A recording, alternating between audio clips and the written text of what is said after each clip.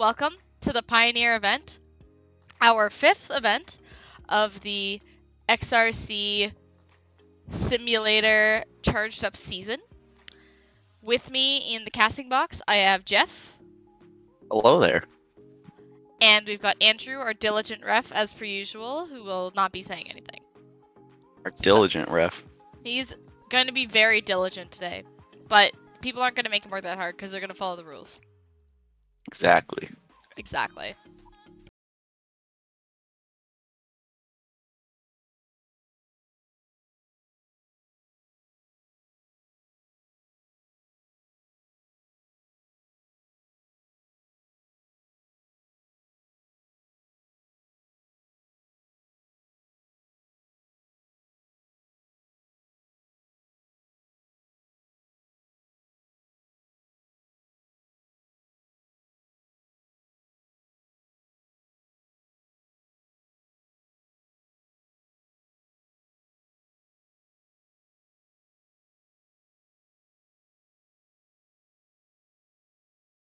Falls just short.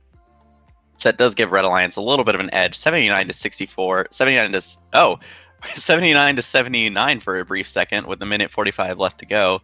Looks like there was perhaps a link that didn't quite stick there, but as these alliances continue to score game pieces, reminder that they do need all 9 links to get that ranking point. I missed if each alliance had someone engaged on the charging station at the end of auto, but we'll have to see if they get that ranking point as well. Looks like Red Alliance side by side scoring there, Ginger and Dragon. Tango following up behind, and looks like Jute is getting a little bit blocked out by his alliance partners there, but we'll just go and score that cube up high anyways. Looks like the top row is done for the Blue Alliance. Red Alliance still needs a cube up top, but they do still have that lead, so their score should jump up. And just as I say that, Tango finishing off the top row for the Red Alliance. Looks like Red Alliance needs 3 more cubes and maybe a couple more hybrid nodes. Blue Alliance needs quite a bit more than that, so Blue Alliance really going to be pushing hard to get that ranking point. As Mike and Jute run into each other, you definitely don't want to be doing that, but it is still early yet. 30 seconds left to go as we enter the in-game period. Looks like a little bit of a tussle in the Blue Alliance loading zone. Oh, and an immediate foul on Tango. Looks like that was just a zone foul. There was no free engage rewarded for that. 182 to 154 with 15 seconds left to go. Blue Alliance gonna have to pull off a little bit of a miracle here, and it looks like they might be just a couple of game pieces short from that ranking point. Red Alliance looks like they've completed it already and have a supercharged node.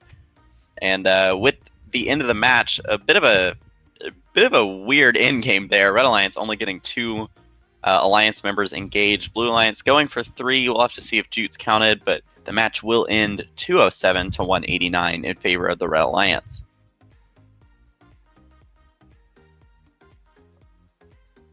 Well, that was exciting for sure, and I can pull up the field results. So we can see the breakdown here. While Blue Alliance did start with the lead out of Autonomous, the teleop power of the Red Alliance was just too tough to manage. Even having the advantage in the charge station again didn't help Blue Alliance out. They are going home with the RP for the charge station, but not finishing the grid is just really hurtful, especially at these high levels of play. So 207, the score to beat right now. And we will see who can top that next time out.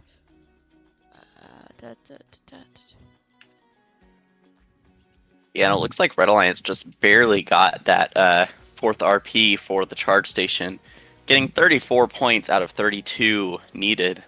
So just really trying to pull that out at the last minute. Looks like having one player not engaged kind of cut it a little closer than they would have liked. But we will get these players in for the second match. Looks like we still have a player on the field and they're gone. Okay, so cool. Yes, reminder that we are only operating on one field today, so please keep it moving. If you're able to get off as soon as the match ends, that would be great. Thanks. Yeah, and it looks like we do have all 3 members of each alliance, and it looks like it is going to be a 6 breakdown match. We do have Brandon, Morgie, and Actimir on the Red Alliance, and on the Blue Alliance we have Javon, Jacob, and 7536. Correct me if I'm wrong, but I believe that is an international Red Alliance. So that's pretty cool. Brandon representing Canada. I believe Actimir is Turkish. So that's, and then Morgie, not sure where, but assuming it's neither of the two, that would be pretty cool. Yeah, and then it looks like I can't think off the top of my head where 7536 is from. Oh, I can look that up for you. Don't worry. But I know Javon and Jacob are both from the southern United States. 7536 is also from Turkey, so there we go. This is a lot of it's a lot of international representation, something we love to see in xRC, and seeing the community grow worldwide. It's pretty awesome. Yeah, we did lose a player just now. We'll have to see if Javon comes back. But yeah, half the match is not from North America, so that's pretty exciting. At least half. Do you know that Canada's in North America, right? I meant not in the United States. I know geography, I swear. Americans. You heard it here first. Canada is no longer in North America. We have left. Hey, we have a land border with Europe, so we got that going. Land border with a European nation. Something the US doesn't have, so take that. Correct. You didn't go to war with Denmark for years. I mean, the United States does have a border with, well, they do have an island in the Pacific Ocean. Several islands, actually. That's true. Lots of land borders. You've got that land border with Russia, but, or island, water border. Water border? Water border! You could see Russia from the United States border. Alright. We do have all 6 on the field now, once again, so we're gonna get this match started. They're all posed beautifully for us, but we'll ruin their fun and get underway. Yeah, it looks like there was a bit of a robot swap. Oh, it might have just been the simulator showing a different robot than what was actually there. But Javon or Javelin having a little bit of trouble picking up that cube. So Blue Alliance only going to get 42 points in autonomous. Red Alliance with 48. Looks like a game piece may have dropped at the last second there, but Actimir will score that up high to try and complete the links a little bit faster. All 3 Red Alliance robots in their community right now. Blue Alliance having a little bit of trouble at that loading station. And it looks like a bit of defense being played in the middle of the field just to slow each other down. A couple of tipped cones in the Blue Alliance loading station as 7536 just launches those towards the back of the loading station. And there was a foul in the middle of the field near the red loading zone. I'm not sure if that was a bit of one robot not being where they should be, or if something a little more nefarious happened there. We may have to take a look. 7536 having a little bit of trouble getting where they need to go. Looks like they are kind of hitting against that border quite a bit, having a little bit of trouble picking up this cone. And it looks like Brandon was slightly in that Blue Alliance loading station. So lots of fouls flying around.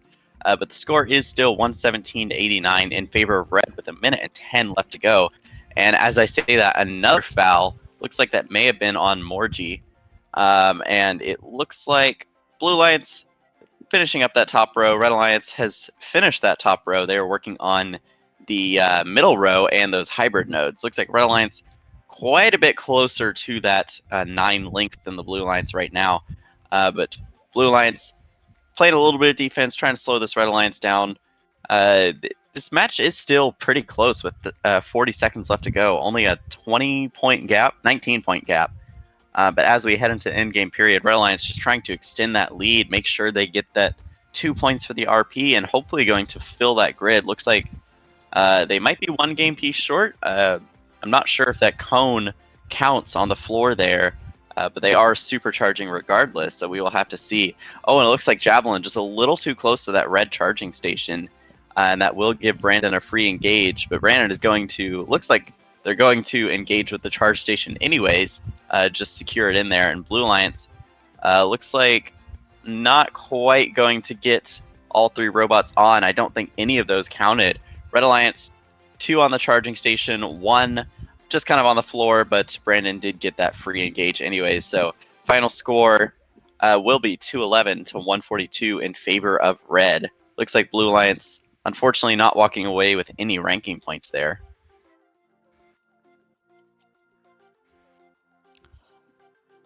Alrighty. Sorry, I was just trying to save the match results, but the little bot has a lot on its plate right now.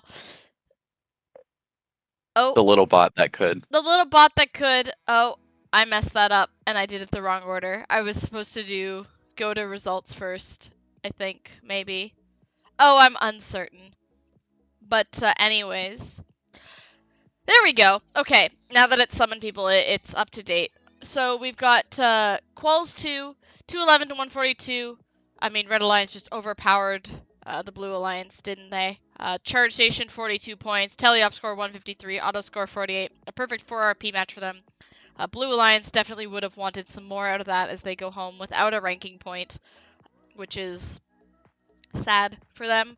But there's still lots of match play left, so they can turn that around and they can start picking up the pace as we go further through this event. Yes, there are 6 matches for players, so opportunity for up to 24 ranking points total. I would be quite impressed if anyone managed to get that, though. The 4 RP average is very hard to attain. But we have seen players get pretty close in the previous events. Off the top of my head, I'm not sure if anyone has gotten a perfect 4 RP average. I have no idea, but right now there are 6 players who could be in that position, so we'll see if any of them make it through. Yeah, and this is a pretty strong Red Alliance. We have Taylu and Josh 3128, both of which I believe have won an event at this point. This is Josh's 4th event, I believe, and this is Taylu's 3rd, I want to say. And joining them on the Red Alliance is Charlemagne. And then on the Blue Alliance, we have Campbell, Jack696, and Dishboy12. Something about the name Dishboy12 just makes me chuckle a little bit. I love the name. Well, let's see what they can do. And we've got, remember, Josh on the Everybot, so we're not having 6 breakdowns, more like 5, a more reasonable kind of day. Yeah, and as we see, Josh immediately running over to the red loading zone. Everybot cannot pick up off the floor, so that is perhaps his best strategy, but he drops that cone to the hybrid node, but it is not going to matter. Red Alliance, 58 points in autonomous, Blue Alliance, 50. And immediately we see a few zone fouls there. Looks like robots pushing each other in, and Jack is having a little bit of a cone moment. We'll see if that was Campbell. We'll see if he is able to free that cone, and yeah, Campbell just drops it right in the hybrid node. No resets necessary. Those cones can be a little finicky sometimes. We've seen robots begin breakdancing sometimes when that cone glitches inside their intake. Taylu looks like throwing a cube into the community. Charlemagne going to attempt to sort that, and with that, Red Alliance finishes off the top row. Blue Alliance quite a few game pieces short. They have 3 cubes on the top row, so the cubes are done. However, they only have 2 cones. Looks like Campbell filling out just one of those 3x3 grids. It looks like Red Alliance just starting to run away here, 142 to 91 with a minute 17 left to go. Looks like Red Alliance running into each other a little bit. Definitely don't want to be doing that if you're optimizing your cycles. And Charlemagne having a little bit of trouble picking up that cube. They're just going to run back to the community, sail over the charge station, and Red Alliance is already almost done with the grid. Looks like 2 hybrid nodes left to go. Blue Alliance has quite a bit of catch-up work to do. And it looks like Josh and Charlemagne side by side finishing off that grid. So Taylu is going to begin supercharging. 172 to 127 with 45 seconds left to go. We'll see if Blue Alliance can pull this out. We do have a subscription with Prime on the stream. Thank you, Easy as Pie. And it looks like that subscription, that scared me so hard. I was like, what is the music doing? Yeah, but with that subscription, looks like Blue Alliance using the music to motivate them. They have almost filled the grid completely now. Looks like they have 1 hybrid node and 1 cube left. And it looks like, Blue Alliance having a little bit of trouble finding that cube. Dishboy gonna have to rush back for that. And Josh looked like he was going to try and defend, make sure that doesn't happen, but it looks like Blue Alliance may have filled out the grid anyways. Oh, Unfortunately, I'm not sure if that last cone counted, but with that, Blue Alliance did come back a little bit, bringing it to a 40-point gap, 222 to 182. And it looks like Red Alliance, I don't know if they were quite engaged at the end of the match. It looked like they may have been docked, but they got the engage in auto, so it's not going to matter. Blue Alliance already had the 2 engaged, plus an engage in auto, so they're at least going to walk away with 1 ranking point. We'll have to see if that last cone counted for the full grid. I mean, Red Alliance was just supercharging, so I would not be surprised if they walk away with all 4 ranking points. Yep, so taking a look at it now as we look at the breakdown, which I believe is our now high score of the event. 222 points for Charlemagne, Josh, and Taylu. Teleop score 154, 9 links. Not the full charge station, but enough to not enough for the charge station to get that ranking point, so that'll hurt them.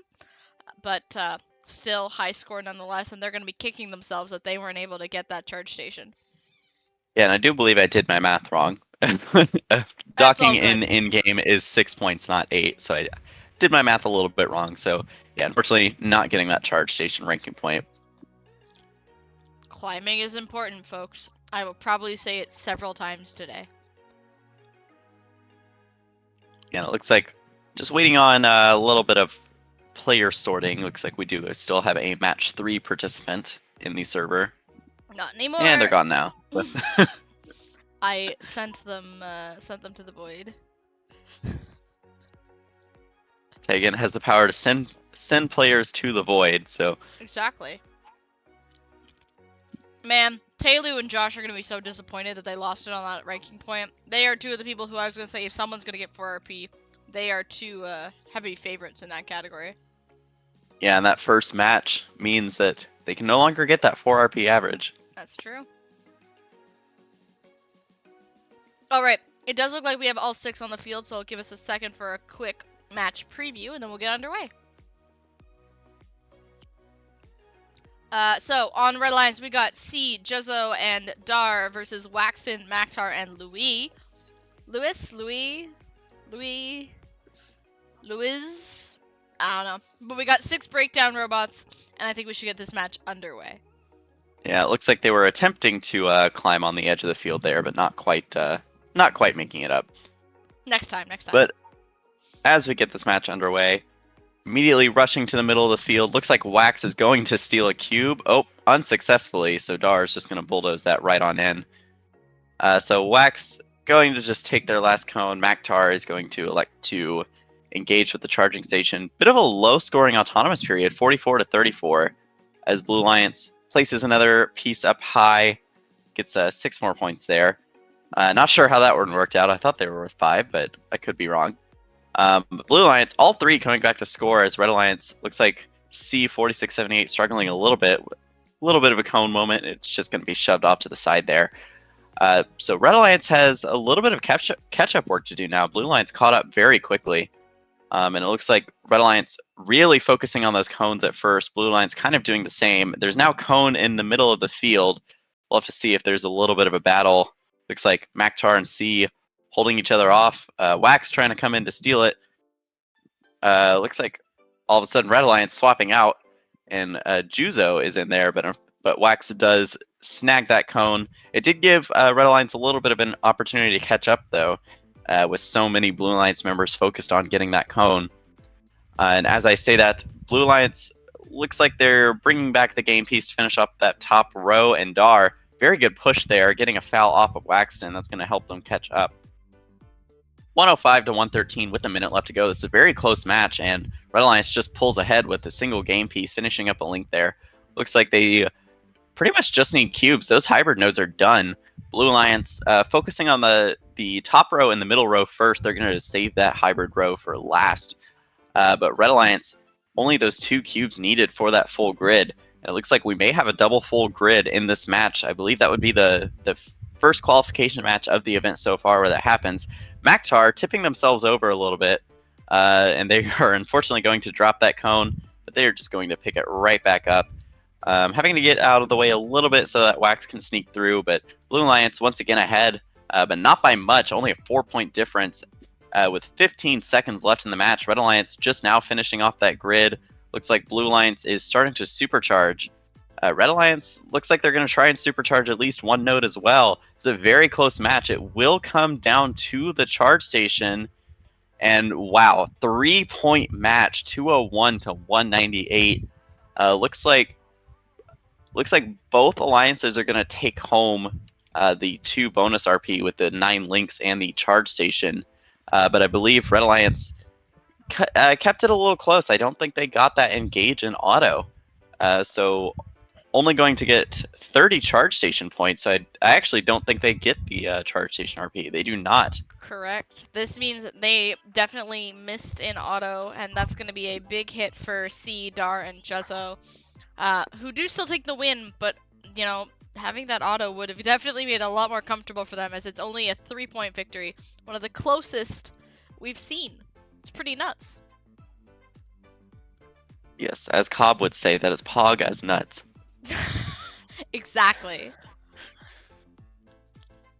All right. Yeah, so match Cobb, number 4. Cobb, the rep and spreadsheet wizard, here with us in spirit. Exactly. We gotta rep him while he's not here. I wonder if that penalty then must have been the deciding factor.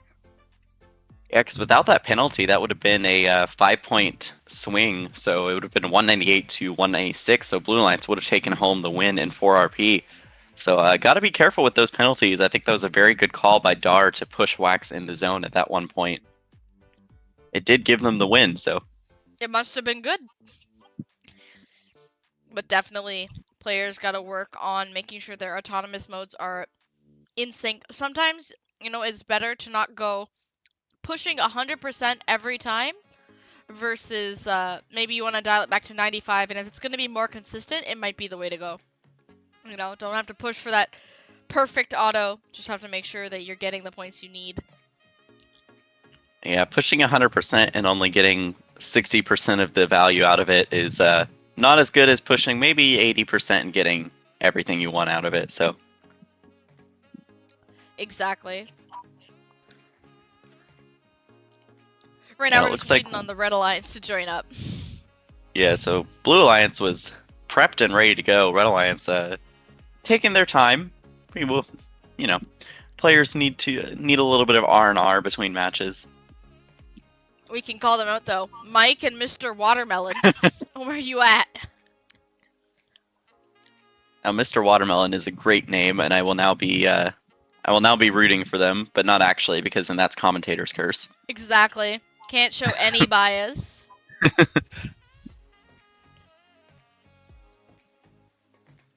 Yeah, just waiting on the Red Alliance. Might be figuring out positions or bots right now. But hopefully not going to leave it as a 1v3. That would be a little unfortunate for Jute here. There we go. 7536 must be that is Mr. Mr. Watermelon. Mr. Watermelon is from 7536. So just waiting on Mike now.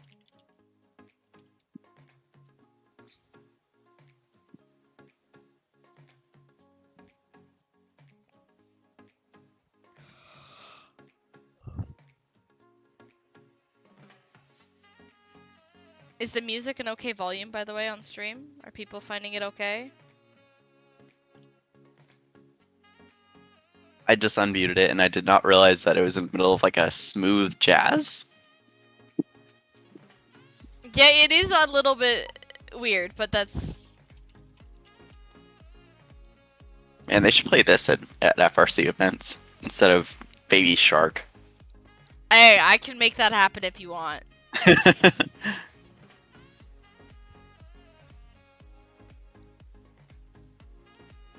And it looks like... Just a little bit of a confusion of who's in this match. Ah, it's E5 T7. Ah.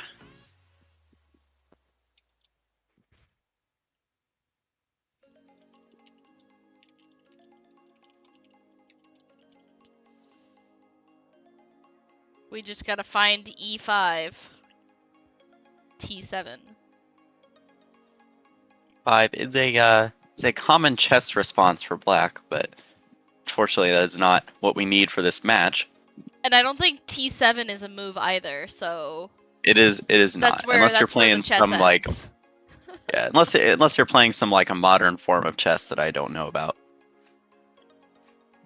Yeah, secretly added new game pieces. Well, who is E5 T7? They've yet to play a match, so it's not someone who I can drag in. It looks like they're not in the VC either. Correct. So it can't just force them in there. Nope. Yeah, we'll give them a couple minutes here, but then we will have to move on, unfortunately. So hopefully not going to be a 2v3. In the meantime, here I can pull up the rankings and we can just take a quick little look. See who's got their RPs now that most players have played a match. Only ones yet to play are E5, T7, and Alex. Alex, who is in this match on the Blue Alliance. So far, we got 6 players with 4 ranking points. We have some people who have played 2 matches, I think. I lied. No, we don't. We have no one who's played 2 matches yet. But we've got lots of people with 4 RPs. We got some 3 RPs. We got some 2 RPs, some 1 RPs, and some no RPs. So the whole ranking point board is represented today.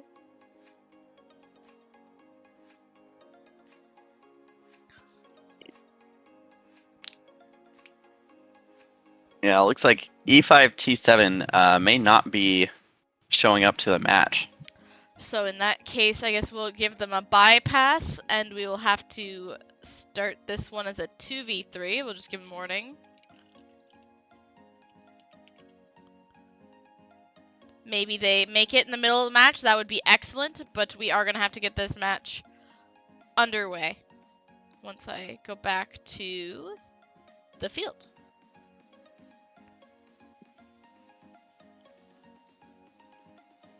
Yeah, so getting this match underway. Unfortunately, a 2v3, so 2 on the Red Alliance, 3 on the Blue Alliance. This is going to give the Blue Alliance quite an advantage here. And Red Alliance struggling a little bit in auto, but they are going to secure that engage to make sure that they can still get that ranking point at the end of the match. But 39 to 24 coming out of Autonomous. Blue Alliance not really capitalizing as much as they could have. We do see 3 different robots on the field right now. We have 3 breakdowns, 1 Larry, and 1 Everybot. Looks like the Everybot struggling a little bit at that loading zone, but Ginger on the Larry just absolutely decimating the field right now. Looks like they're going to be using that lower loading station, which is going to clear the path for their other 2 Blue Alliance partners. Red Alliance going to have to play quite a bit of catch-up work. We have seen full grids with just 2 players. However, with an alliance of 3 kind of in your way, I'm not sure how viable that is going to be. They may just have to try and score as many points as they can here. Blue Alliance looks like they've not quite finished the top row, still waiting on 1 cone, and Ginger primarily focusing on cubes there. Cones are a little more difficult on the Larry bot. It's much easier to just kind of shove a cube in, maybe toss it, although that didn't really work out as it lands on the charge station. Oh, and it looks like Actimir may have been a little too aggressive with Jute there. Jute going on 2 wheels, but they are just going to continue cycling along as if nothing happened. 53 to 117 with 55 seconds left to go. Red Alliance still playing pretty well despite the advantage of having only 2 robots. Looks like 75-36 may have tipped themselves over a little bit, but they are just going to right themselves and continue moving on. Ginger, a bit of a risky move there, stealing a cube from on top of Red's charging station, but it looks like it worked out as they placed that in the hybrid row. And Blue Alliance looks like they're going to get this cone, and then they just need 1 more game piece to finish off that full grid. Red Alliance just going to try and get as many links as they can, try and secure these points. Hopefully they can secure the RP at the end of the match. They can still get that charge station RP, even with just 2 members on their alliance. And it looks like Blue Alliance just going to continue supercharging here, try and get as many points as they can. With 10 seconds left to go, it is 178 to 78, a 100-point gap currently. And Jute, with perhaps the smoothest charge station we've seen in the tournament so far, but the match is unfortunately going to end with a 100-point gap, 188 to 88. And this match might potentially be going under review. Yeah. So this match is under review, so we will just hang here for a little bit.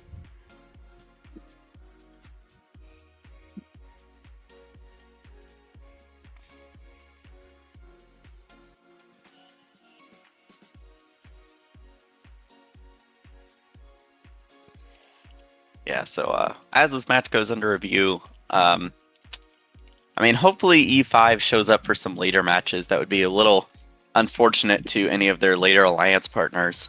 Each player does get 6 matches, so that means we could potentially see 5 more 2v3 matches if they decide not to show up.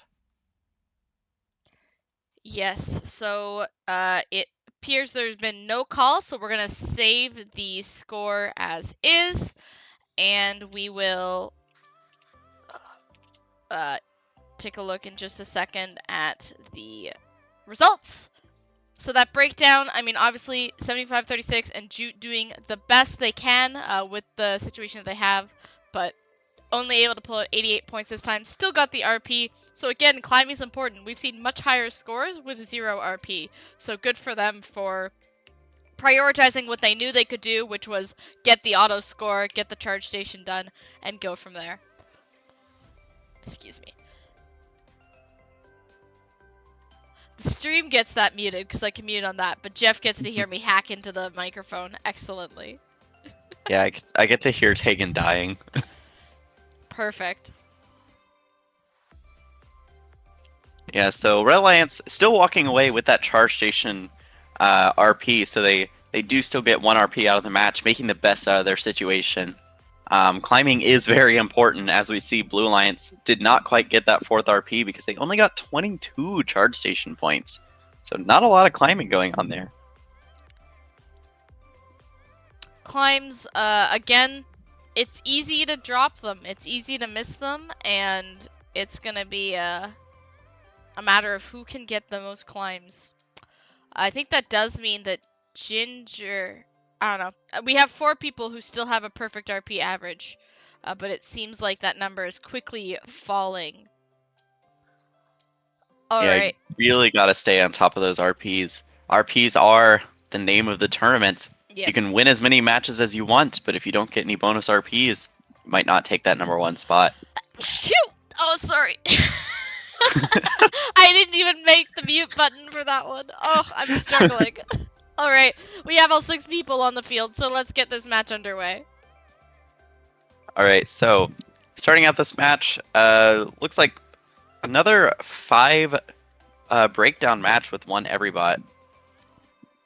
So we shall see. It looks like immediately rushing across the field. Not sure how that worked out for either alliance. Looks like they're just going to get their standard game pieces. Campbell accidentally scoring 2 in the same node, going to very quickly score that up top. So 56-50 coming out of Autonomous. Blue Alliance immediately scoring another mid cone to make that 53. Blue Alliance kind of getting in each other's way here. The Everybot can only pick up from that the double substation. So this Blue Alliance really has to be careful where they're picking up. Got to make sure to give the Everybot plenty of space, and unfortunately they get pushed into that red loading zone there, so that is going to give 5 points to the Red Alliance.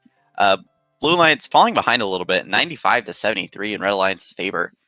Looks like Red Alliance just continuing their cycles, pretending everything is peachy, but we shall see. Looks like that cone fell to the side a little bit, but they are done with the top row. So maybe things are looking peachy for the Red Alliance, but I don't want to give them the commentator's curse. So Blue Alliance, let's see how they're going on. Looks like Brandon unfortunately dropping that cube. So maybe I should go back to the Red Alliance, see, give the Blue Alliance some time to catch up. But it is 122-102 with a little over a minute to go. Looks like kind of a struggle for cubes there near the bottom left side of the field. Looks like Red Alliance going to capitalize on that, snagging a cube into their zone, kind of getting in each other's way though. Campbell just going to pick up a cube off the floor. As Blue Alliance, Brandon coming back with the cone. Looks like Dragon dropping a cube into that top row to finish off that link. Taylu following right behind with the cube just below that. Blue Alliance still has quite a ways to go to fill out this grid. Red Alliance looks like one game piece away, and Campbell is going to score that. So Red Alliance now has the full grid.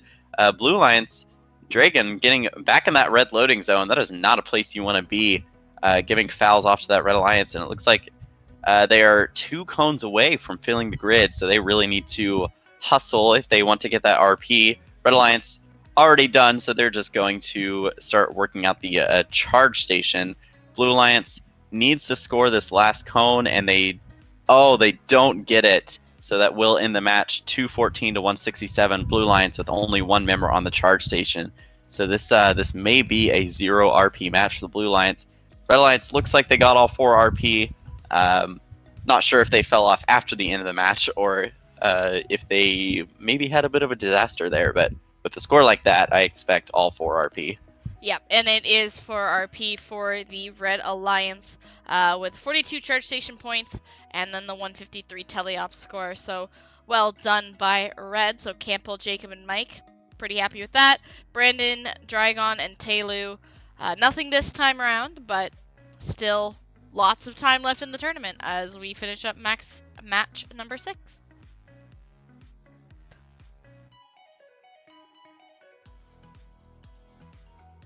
All right, so taking a look now, match number 7, we've got Jack, Juzzo, and Tango on red versus Dar, Dishboy, and Josh on blue. Josh got off to not as good of a start as he would have wanted with only those 3 ranking points, so we'll be looking to come back. It looks like a strong alliance, but red still definitely has it in them. Yeah, so it looks like we lost a Red Alliance member. Unfortunate. Yeah. But, oh, no. That was someone who was still in from the previous match. So just waiting on that last Red Alliance member. It looks like Blue Alliance between matches doing something that would not be allowed in a real match and descoring some of Red Alliance's game pieces. Ethics are optional. Ethics are optional between matches. During the match, we do want to make our head ref's job as easy as possible, so... Yeah, looks like we do have that last Red Alliance member joining on the server. This is pretty good Blue Alliance, so Red Alliance may have to kind of pull something out here. We've seen Dar win an event. Josh 3128, I believe, has also won an event. So 2 blue banner holders, although Tango did rank first at their last event, so a lot of potential in this match. I'm just looking at those 3 cones in the middle red station. Looks great. All right, I have clicked start, so they should be able to get underway in just a moment. Yeah, and quite an interesting composition here. So another 5 breakdown match with 1 every bot. Josh, as we've seen. Ooh, Red Alliance getting a foul in Autonomous. That is not what you want to see. And Josh actually able to get 2 game pieces, snagging a cube from Red Alliance's preloads. And it will be 59 to 46 coming out of auto. So Blue Alliance with quite a lead already. Red Alliance just going to continue cycling, trying to close that gap. Blue Alliance looks like they're primarily focusing on the cones first. We've seen some alliances incorporate this strategy of doing all cones. We've seen some alliances focus on a specific row. And we will have to see if one is necessarily better or if it's just up to player preference. Looks like Red Alliance able to catch up 86 to 81 currently. So Red Alliance has pulled ahead. A little bit of a foul there. Looks like Blue Alliance member maybe went into the red community just a little bit. But scores were tied for a second with a minute and a half left to go. Blue Alliance all of a sudden just putting up a huge number of points. 101 to 111 in favor of the Blue Alliance. Red Alliance kind of getting in each other's way. That is not what you want to see in a match this close. They really need to focus on optimizing their cycles as much as they can. Looks like Red Alliance finished with that top row. Blue Alliance once again focusing on cones, but it looks like they are perhaps 3 cubes short. And right as I say that, Dar and Dishboy both scoring cubes. Looks like Josh is going to drop that cone low, so they need, looks like 2 more game pieces to finish off that grid. Red Alliance not far behind. Looks like they need 3 cubes and just some hybrids, which they can easily bring over. So Blue Alliance has pulled quite a bit ahead. Blue Alliance with 161, Red Alliance with 129 with 42 seconds left to go. Red Alliance having a little bit of trouble in that loading station. It looks like Juzo and Josh playing a little bit of defense on each other. Josh looks to be guarding a cone, hoping that no Red Alliance members come and steal it. But it looks like it's not going to matter as we enter the end game. Red Alliance just going to keep cycling from their loading station. They do need one more cube, and they are currently grabbing cones. So Red Alliance really needs to get their act together a little bit. Oh, and it looks like they were missing a cone, so not completely wasted. But Blue Alliance has filled up the grid. Looks like they're just going to secure that charge station. Red Alliance going to be a couple game pieces short. They're going to secure the charge station as well. And the match score will be 187 to 208 in favor of the Blue Alliance. All right, give me just a second, and I will get this under. Let me get this score submitted. Save match results. Excellent. We'll take a look at this breakdown here.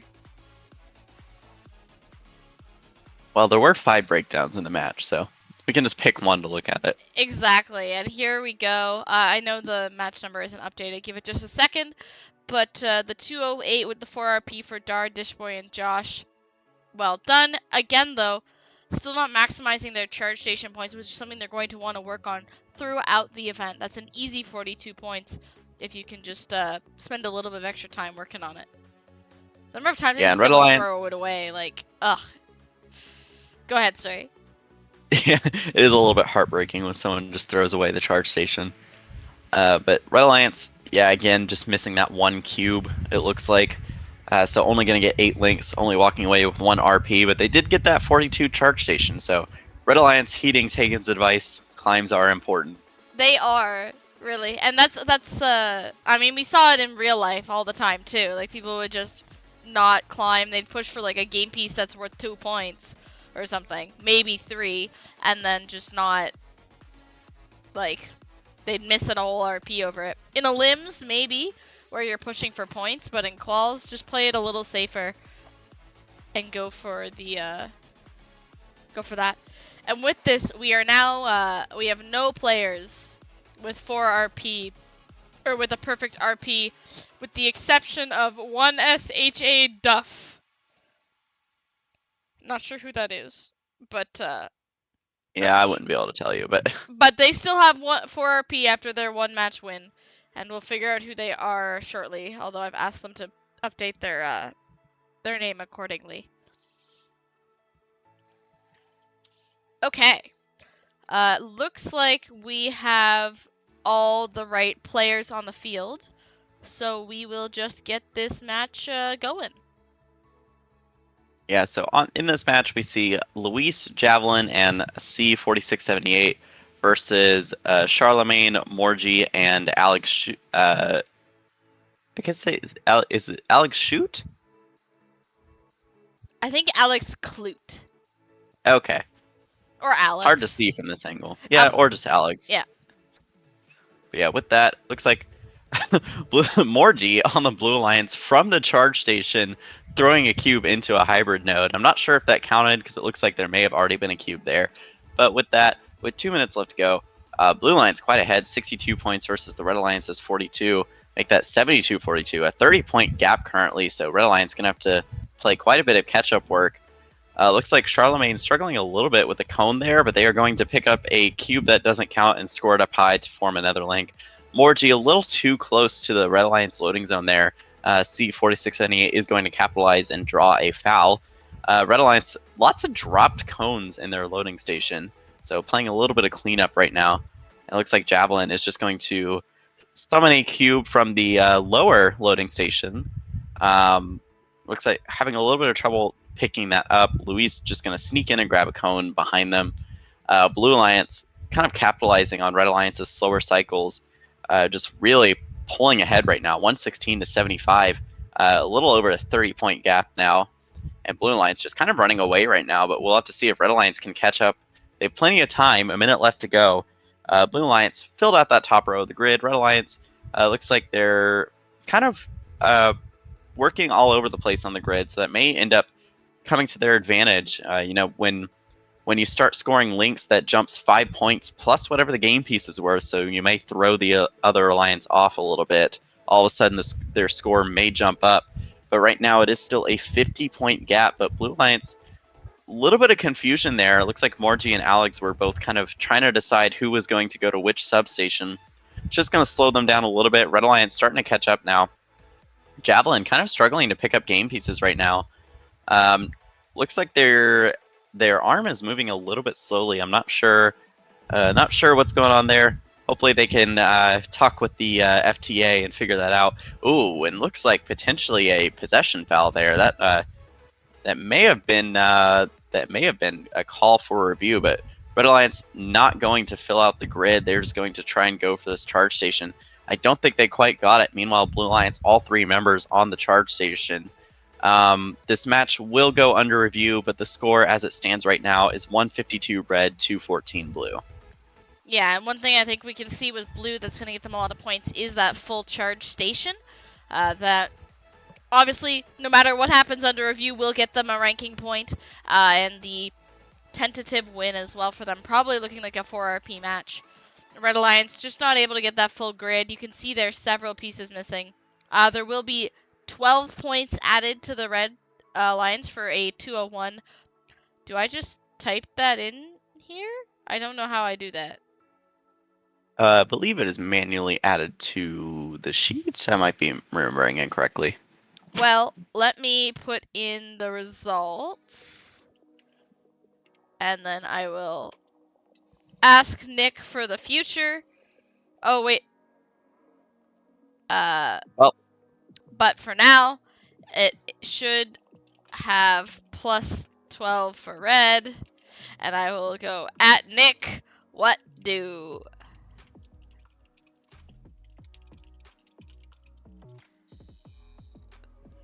Because I think he is available for tech support. Yeah, our IT team. Yeah, he's working hard. Our FTA behind the scenes.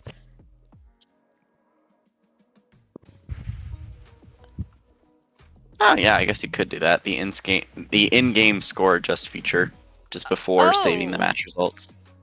Yeah. I'm not sure. Maybe.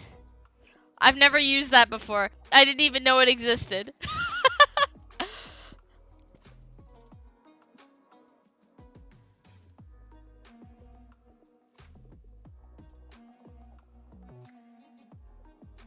Well, in the meantime, we will just go with that, knowing that in Quals 8 there should be a score adjustment.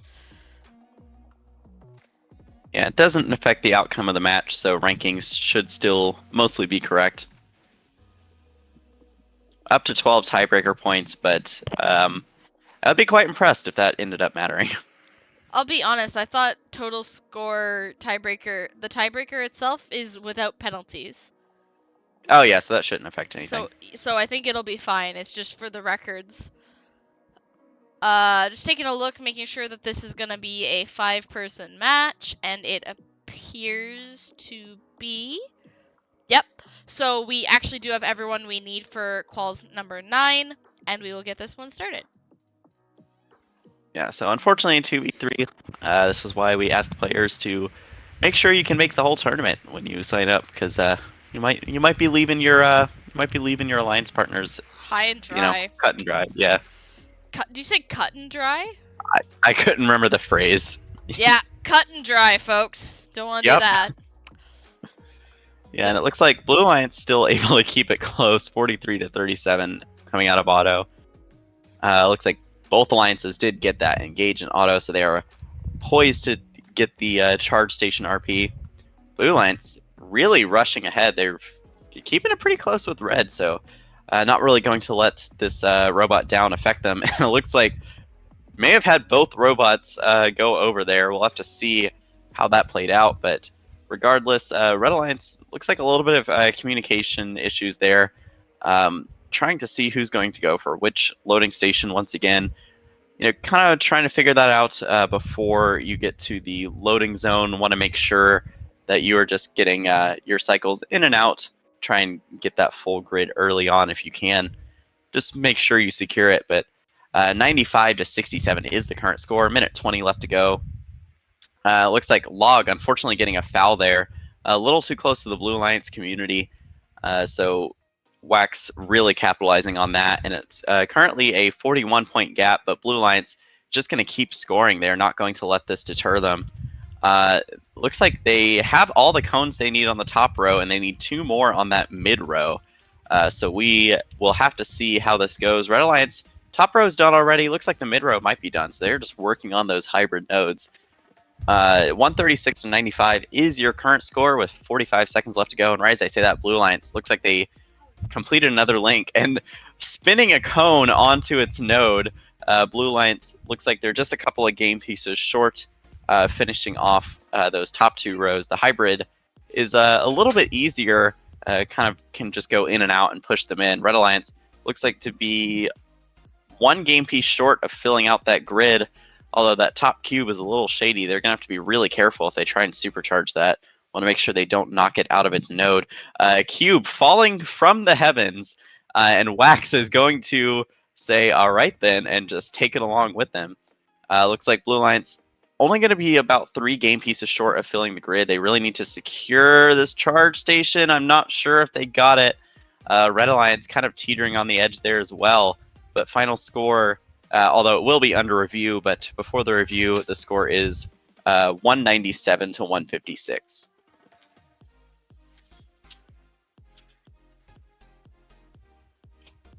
We are just gonna let our ref take a look at it.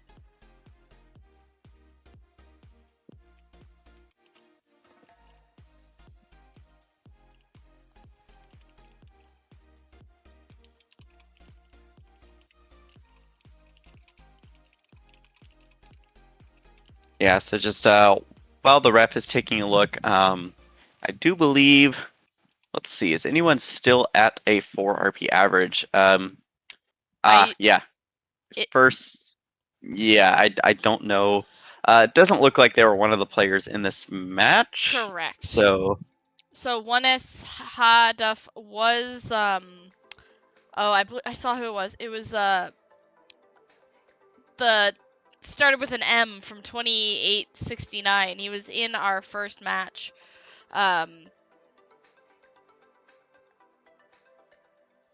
Yeah. Or no, he was in the second match. He was on the winning alliance in that second match. But Will now will be now joining matches as 1SH had a you know. Yeah, and it looks like no call from our ref. So excellent. I will get that locked in then.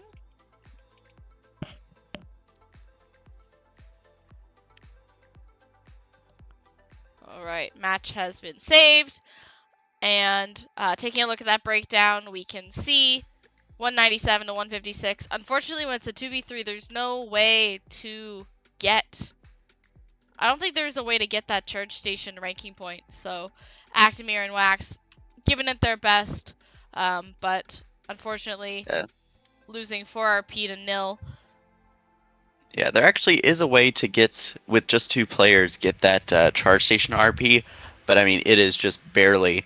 If you get the engage and auto and you get both engaged and teleop, it gets you right at that 32. Okay, perfect. So then I guess I don't understand why you wouldn't prioritize that, but that's okay. Yeah, it looks like, because they were so close to that full grid, maybe just hoping they could sneak it in there. But unfortunately, only got them the docked in teleop, so gonna fall just short of that RP.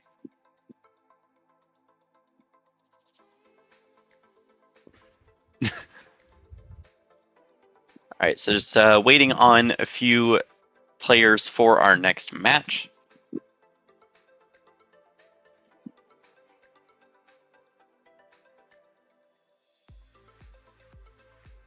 So it looks like in this next match, I know it's not currently on the stream, but it will be Juzo, Dishboy, and 7536, aka Mr. Watermelon, on the Red Alliance.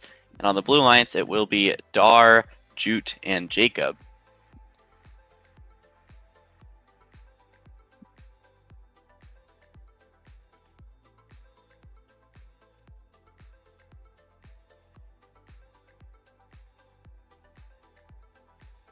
All right, there we go. And it looks like Red Alliance trying to balance on that wall there, but unfortunately not going to be able to get all three members up as we do start this match. So it looks like a another 5 breakdown 1 every bot match. We're seeing this combination quite often, and of course the every bot rushing right over to that loading station. Blue Alliance has a little bit of work to do here. Ooh, Dar, last second on that engage. I'm not sure if Red Alliance was able to get it or if it only counted as a dock, but it will be 50 to 48 with that penalty coming out of auto, and 60 to 58 now. Just a 2-point gap with 2 minutes left to go. But there is still plenty of time, to go in this match. 63 to 68 in favor of red. This is a very close match, so we do have all 6 players, so anything could happen. Juzo getting slowed down just a little bit. Looks like, unfortunately missing that cone. It will drop down to a hybrid node though, so it does still count for points, but that does give Blue Alliance the opportunity they need to start catching up here. Oh, and right as I say that, Blue Alliance also drops a cone as well, and it unfortunately will not count because there is already a game piece in that hybrid node. Red Alliance, playing a little bit of defense on Jacob here. It looks like Red Alliance partners side by side, scoring some cones, finishing off that top row, and getting a head start on that middle row. Blue Alliance, there's a foul on Dar. I'm not sure if that was just slightly too close to the red loading zone. Looks like Dar just going to continue on anyways. A 114 to 111, a very close match with 1 minute left to go. It is now tied 121 to 121. And, Red Alliance dropping a cone, but just going to pick that right back up. It does slow them down a little bit, and this may be what the Blue Alliance needs, although Jacob looked like released that cone and then accidentally picked it back up. Red Alliance getting a bit of a foul there. Looks like they were just slightly up on Jute's bumper, so a little bit stuck there, trying not to tip themselves over. But as we head into end game, it is a 2-point gap, 141 blue, 139 red. Looks like neither alliance has completely filled the grid yet. Blue Alliance appears to be pretty close. Looks like they just need one more middle cube and one hybrid node. They have to make sure they get that, though. Red Alliance looking to finish off that middle row. Accidentally puts it on the high row. They were just too good. They're going to try and correct that, although I don't think they can get the full grid at this point. Blue Alliance having a little bit of trouble with the charge station, and that almost gives Red Alliance the match. The final score will be 183 blue to 177 red.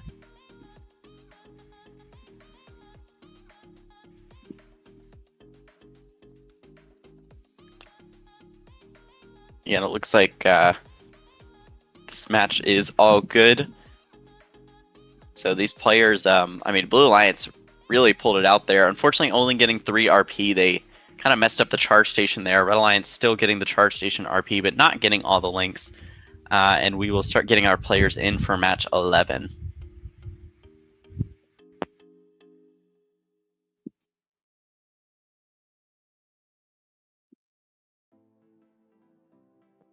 Yeah, so it looks like we have 5 out of 6 players so far.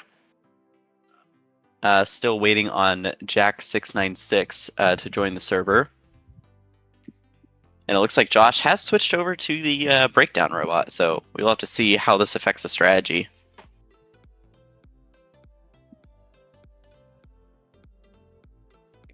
Just waiting on one more player to hop into the field, and then we'll be good to get this match started. All right. Yep, so we do have all 6 players now. Once again, that 5 breakdown, 1 every bot combo. And we're just getting this match underway. So coming into autonomous, of course, the immediate rush towards the center of the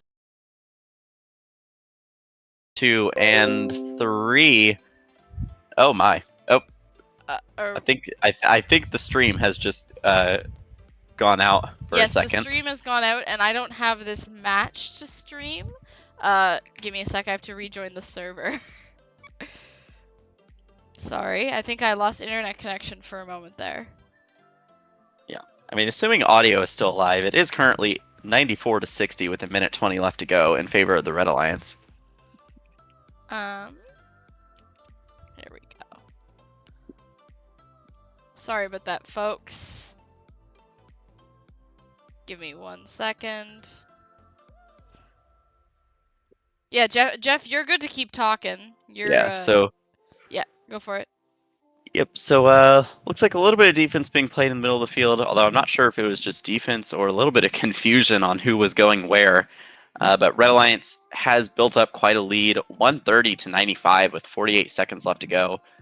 Blue Alliance needs a lot more cubes, and they are focusing on exclusively cones. Red Alliance has finished the top row. They need one more hybrid and one more cube. I think they are going to get a pretty full grid this match, perhaps with some supercharged nodes. I mean, Ginger and Josh, we've both seen, are very good players, so no trouble at all filling out this grid.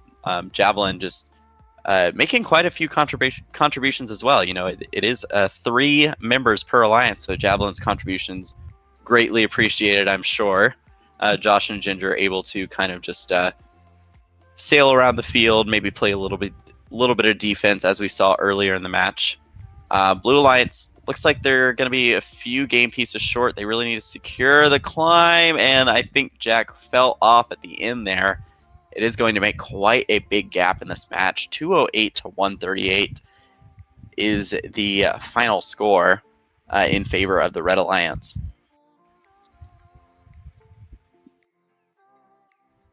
Yeah, I will pull up the breakdown in just a moment. Jeff, if you're able to go through it. Yeah, so I mean, Red Alliance taking home all 4 ranking points there. Blue Alliance, unfortunately, not a lot of charge station points there, and they only had, looks to be 5 links.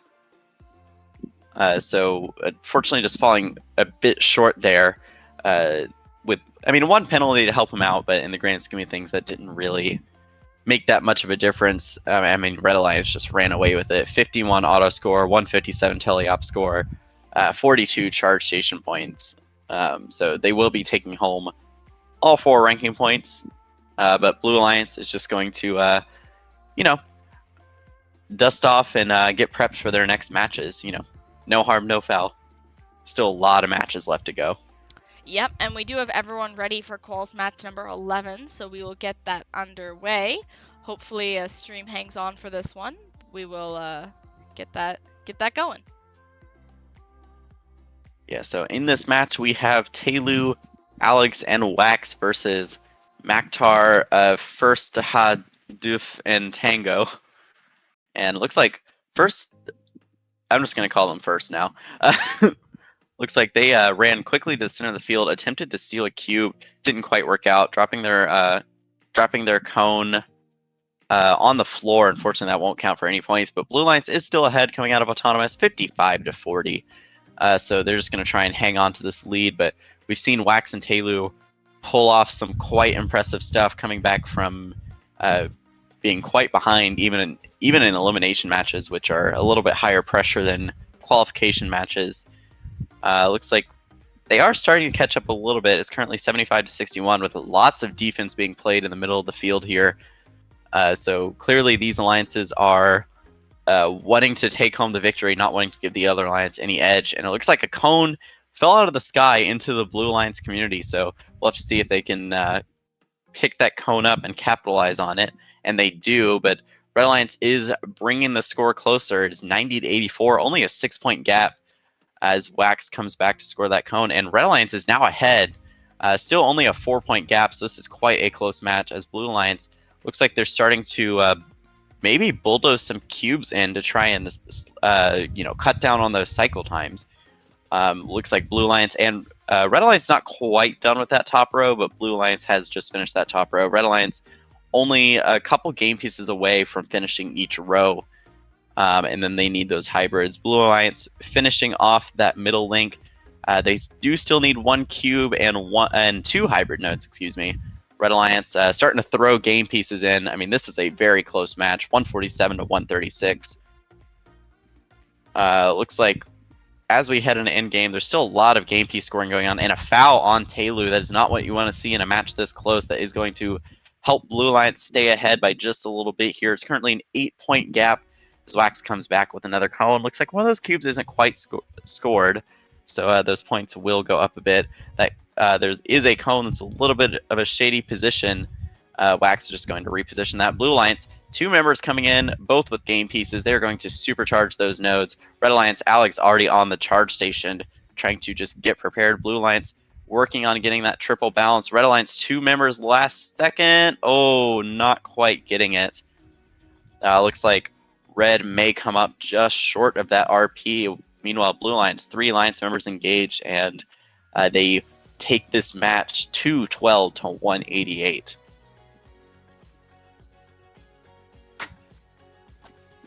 And I mean, what an exciting match. That was just close. That was excellent. And at the end, the 4 ranking points for first, Maktar and Tango, with a score of 212 to 188. Not going home empty-handed on the Red Alliance. But still, again, climbs are important. With only 30 points on the charge station for them. We almost had a unicorn match there. I don't know if we've had one so far. I believe we had one in. Let's see. I can pull it up. Actually, you may be correct. I don't think we've had a unicorn match. Correct. So still in search of that elusive unicorn match. Quals 13, unlikely to be the one to give it to us. We do have a 2v3 coming up, but you never know. We're going to have Louis, Charlemagne, Mike on red versus Log, and Brandon on blue. So we'll take a quick look, make sure we've got everyone. We don't yet, but soon we will. Yeah, and after this match, we will be halfway through the qualification rounds. We have 26 qualification matches, and this is qualification number 13. So, I mean, players are really going to be looking to hopefully secure a few more RP to rise in the rankings, and maybe show off what they can do if they don't think they're going to be in a picking position. Exactly. So we do have all of our players here. Interesting to see Louis on the RI3D bot. We'll get this match underway and see what can be done in this 5v2 or 3v2. 5v2. Oh yep. My. Exactly. And it looks like Brandon struggling a little bit to go and get that Q, but scoring very fast. And Luis kind of bullying a little bit there against a Alliance at 2. Although Red Alliance, I'm not sure if they got that charge station. Climbs are important, as we've seen, and that is going to keep Blue Alliance pretty close, 38 to 44 with 2 minutes and 5 seconds left to go. Red Alliance only ahead by 1 point, and Luis is able to steal that Q, but Blue Alliance is in a better spot to get that charge station RP. Red Alliance really going to have to work hard if they want a 4 RP match, and Blue Alliance looks like they're just working on the grid as they should be, trying to get as many points as possible, hopefully fill that grid up. Something I haven't seen is, multiple game pieces is a penalty. But I'm wondering, in a 2v3 scenario, I mean, maybe not this scenario where the score is so close and 1 foul could be the difference. But we have seen matches where, they, like when it was a match with Wax, they were pretty close to filling that grid, but they were pretty far behind in score. I do wonder if it would have just been worth taking that penalty to try and get the RP. But just a commentator's tidbit of not so wisdom, because then it makes our head ref's life a little bit harder. But with that said, the score is pretty close, 104 to 116 in favor of the Blue Alliance. So the Blue Alliance, nothing to sneeze at. Just having 2 players, it looks like a disadvantage on paper, but Blue Alliance has really been able to, stay in this match. Already filled out that top row. They've made a 5th link now, and Log just going to come in with that cone. Luis is struggling a little bit on that Larry bot, and as we head into endgame, it is a 1-point match, 132 to 133. So these, and Mike having a little bit of trouble, maybe a cone moment there. Red Alliance is almost done with that grid. Looks like they popped a cone off for a second and it just fell right back on the node. Blue Alliance, pretty close, but at this point, I don't know if they're going to be able to fill out that grid. Red Alliance just securing that charge station. Blue Alliance going to do the same, and it looks like they did get the balance. It was pretty close match, only 16 points despite Blue Alliance being down a member, but the score will be 186 to 170. Yeah, excellent hustle there from the Blue Alliance to try and keep it close. Unfortunately, not able to take the win. But Brandon, I know does a lot of single player. This is his first time doing the multiplayer, but has really been putting up a good showing along with Log for the 170 to 186. Just putting in those results so we can see the breakdown there. And they do get that ranking point for the charge station. Red Alliance, however, does not. That's a 3 RP win for them. Yeah, and again, climbs are important. Red Alliance, really could have had that 4th RP there. They had the 9 links. They just needed that charge station. The 15 points and penalties definitely helped the Blue Alliance. Let's not, we'll say that as well. But it's still matches that are close like that really show how impressive the work from Brandon and Log were. And they did get 7 links, which amongst 2 people is very, very well done. Yeah, and we do still see. Looks like we do still have a member in the server, and they are gone now. They probably got sent to the void. Although Blue Alliance, still in the server. Everyone. Yeah, we really need to keep it moving, but yeah, having all the we are wrong halfway people. through calls, but all the wrong people in all the wrong places, unfortunately.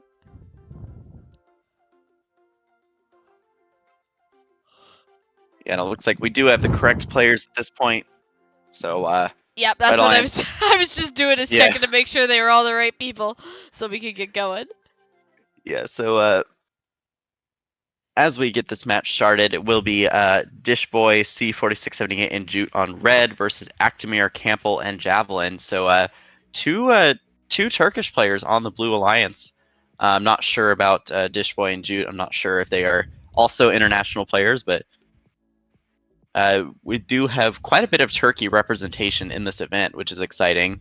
In fact, they will take the lead coming out of Autonomous, 44 to 36. Looks like Jute, having a little bit of trouble getting that arm out when they need. I think if they just speed that up a little bit, every bot can cycle pretty quickly, just kind of offset by not being able to pick up off the floor. C4678, speaking of picking up off the floor, takes a cone from exactly there as Blue Alliance looks to finish off a link here, and it is very close so far, 66 to 63. And we do see Javelin arm all the way out, heading into that loading station. Not sure if a strategy or just a potential oversight, and they do unfortunately drop a cube. But Blue Alliance is still ahead, 74 to 69. Red Alliance has 2 game pieces that they are ready to score, though. Although it looks like Dishboy experiencing some phantom force from that cone. They're just going to drop it off so that they don't continually fly backwards. 84 to 74 is your current score. So Blue Alliance really just playing extremely well here. Although unfortunately Javelin does drop a cube there. Looks like it may have just flown out of their intake. Dishboy is going to take advantage and push it just slightly into the red community.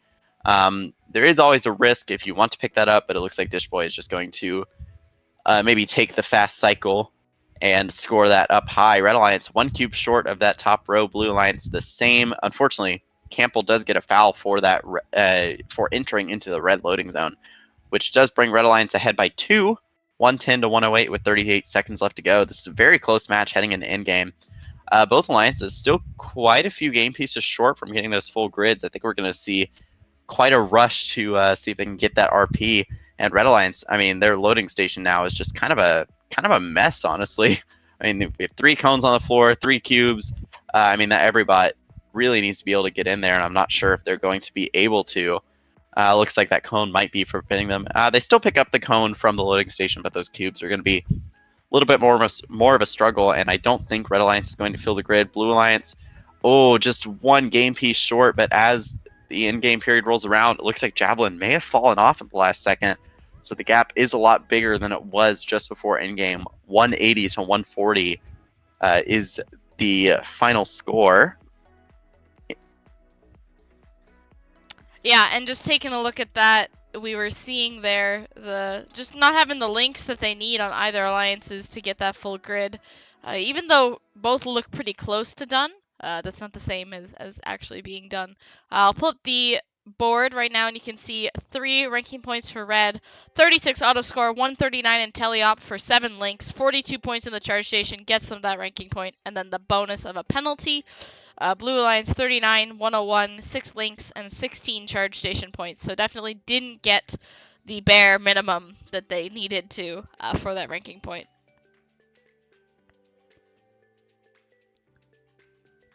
All Yeah, right.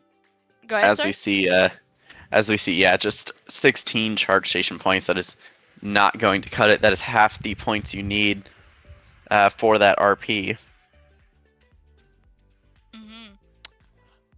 Unfortunately, we can now take a quick look at the rankings. We're still waiting on one player to pop in, so we can take a look at the rankings, and we see right now, first is still a perfect ranking point average, but Josh, Ginger, Maktar, Charlemagne, and Dar pretty close on the heels of that, and we will be seeing Josh in this next match with Tango and Waxton as his partners, so pretty good alliance there.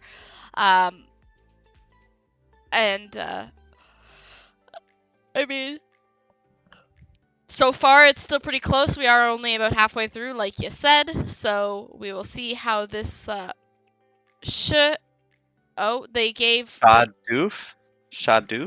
Shadoof. I see. Shadoof. Okay.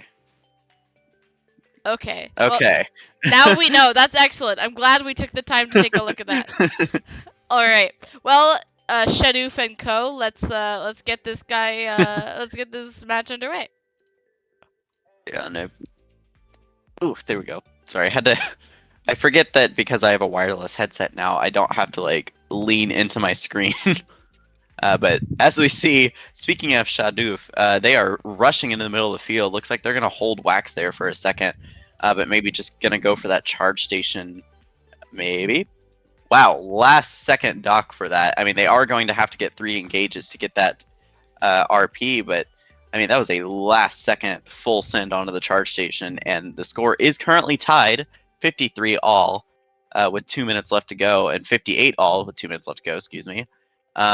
Looks like Josh, once again, on the every bot, kind of switching between the 2 bots. We did see Josh play Breakdown earlier, and then everybody else is, of course, on the Breakdown robot. But I mean, this is a close match. 81 all with 1 minute 45 seconds left to go. I mean, not send the players into a panic by saying the wrong time. As Blue Alliance looks to place another cone on high and on mid. I mean, their cycles are pretty much in sync right now. Red Alliance looks like they're each alliance has 2 players that are just side by side this whole time, although playing a little bit of defense that may throw them off just a little bit. Looks like 2 game pieces scored low for the Red Alliance. They are all done with cones on the top 2 rows. They just need cubes there, and as Tango drops one into the high row to finish that out. 139 to 110. Red Alliance did get quite a few links there, but Blue Alliance's score will jump up. Looks like they need a few cubes, and that will get them 20 more points in addition to each cube with the links. So yeah, as we see, 156 to 135, Blue Alliance very quickly catching up. They do need those cubes though, and it is all cones currently in their loading station. Red Alliance looks like they just need that last cube, and now they can begin supercharging those nodes. So Red Alliance just going to try and get as many points as possible here, secure their lead. Looks like, as I say that though, Josh struggling a little bit in that loading station, so Blue Alliance may try and catch up here. I'm not sure if that was a foul or not.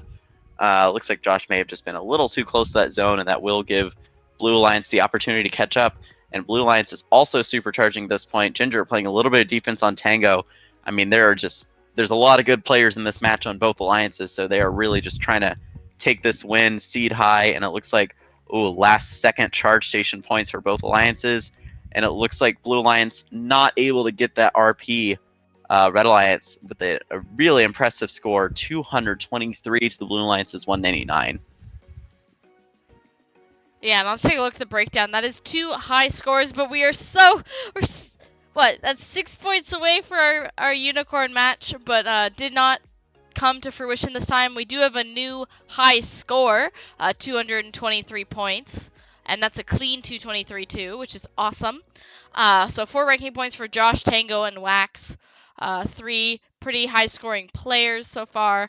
Shadoof, Ginger, and Jacob only taking the 1 ranking point home with them, missing out on the climb ranking point, but still pretty good score, and they did get that full grid, so they've got that going for them as well.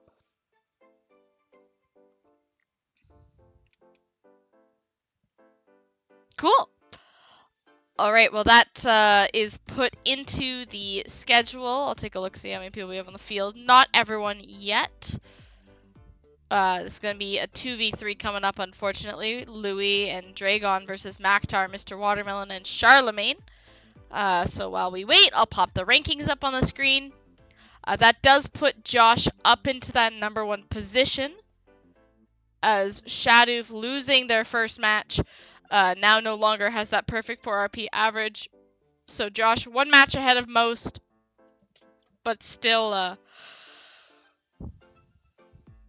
Yeah, I mean, it is based on the ranking score, not the RP, and we do have an illegal robot on the field. Yep. I have to see if the players correct that. We're gonna get that sorted out, no problem. We see FRC shooter on the field.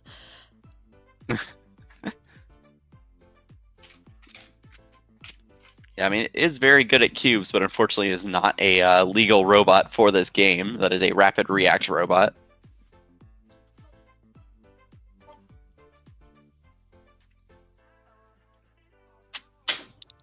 Alright, as I had to kind of get a dog out of my room, because that would prevent me from commentating a little bit.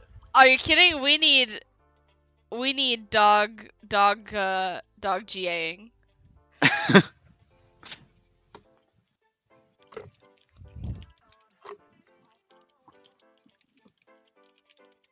I'm not sure what's going on with 7536 here. Well, they do need to be on a legal robot. Yeah, we will not get this match started until that is dealt with. You can see there on the field.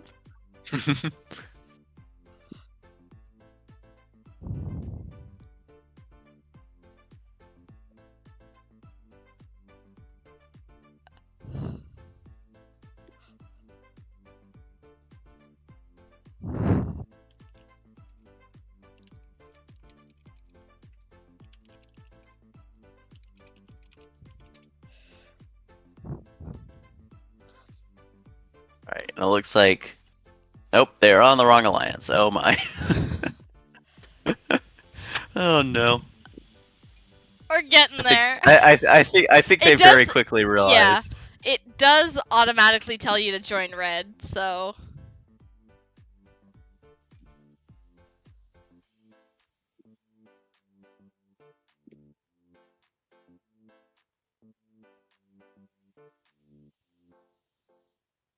Alright, it looks like they have corrected it. We do see 2 everybots on red, so that's going to be kind of interesting to see how this goes. Yeah, let's let them give it a shot. We'll start this match before anyone can change their robot anymore. We'll get underway. Yeah, so we do see Luis and Dragon both on everybot. This is going to be quite interesting. Okay, I really thought Luis was about to go a little too far there. And they really need to get on that charge station as soon as possible, although Blue Alliance, left it a little too late there. Both alliances might have a little trouble there. I'm not sure. Looks like Red may have gotten the engage with that many points, but so 37 to 46 with 2 minutes left to go. And I mean, Red Alliance, they kind of have to have this alternating cycles going, since there is only one spot that every bot can pick up from. But so far it's working, although Dragon getting a little bit of a foul. And it looks like 7536 is going to be in a little bit more of a defensive role. And holy cow, I think Dragon just full sent it out of the loading station. Kind of went sideways for a second there, but was able to recover. Looks like Red Alliance just going to keep cycling as fast as they can. Although with the defense of 7536, I'm not sure how well that's going to go. Blue Alliance just starting to run away here. They've already finished the top row with 1 minute and 23 left to go. 101 to 55 in favor of Blue. And looks like 7536 is just going to stay in that defensive role. Not sure not sure if that's if they're just having trouble with their robot or if they are choosing to play defense, maybe to show some potential alliance captains that they indeed can. But in a 2v3, it is a little bit unfortunate. It is going to slow Red Alliance down quite a bit. Although that every bot is indeed very fast. You see Dragon just fly right on by. And Red Alliance, I'm not sure if that top row is done yet. That cube looks to be in a pretty precarious position. So they may need to score another one up there. 123 to 83 is the current score. Blue Alliance really just running away. Although looks like they don't have a lot of time to fill up that grid, and they still need 7 nodes filled. I mean, 6 of them are hybrid, but even then, that's going to be very hard to fill, especially with just 2 Alliance members scoring. And Red Alliance looks like Luis starting to play a little bit of counter defense. I mean, they really need to be working on filling up this grid. They do finish up that top row. Looks like that cube indeed may not have been scored. I mean, they're just going to secure the charge station, get that ranking point. Blue Alliance having a little bit of trouble. Looks like they're kind of teetering on the edge there. And, 75-36 may have fallen off. So unfortunately, that will not count. Oh, that's brutal for them. Unfortunate. At the end, it just all fell apart. Let's save the match results. Looks like it's not being contested. Man, 12 charge station points. It hurts. It hurts. We've just been seeing the charge station points get lower and lower.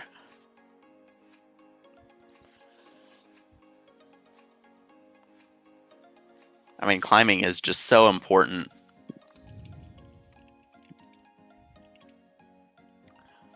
All right.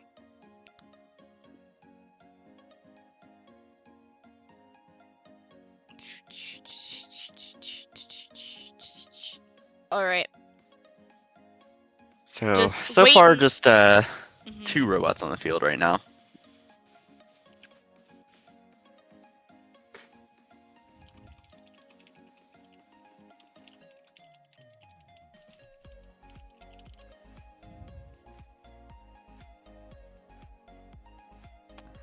All right, I think we have everyone who's going to be here for this match.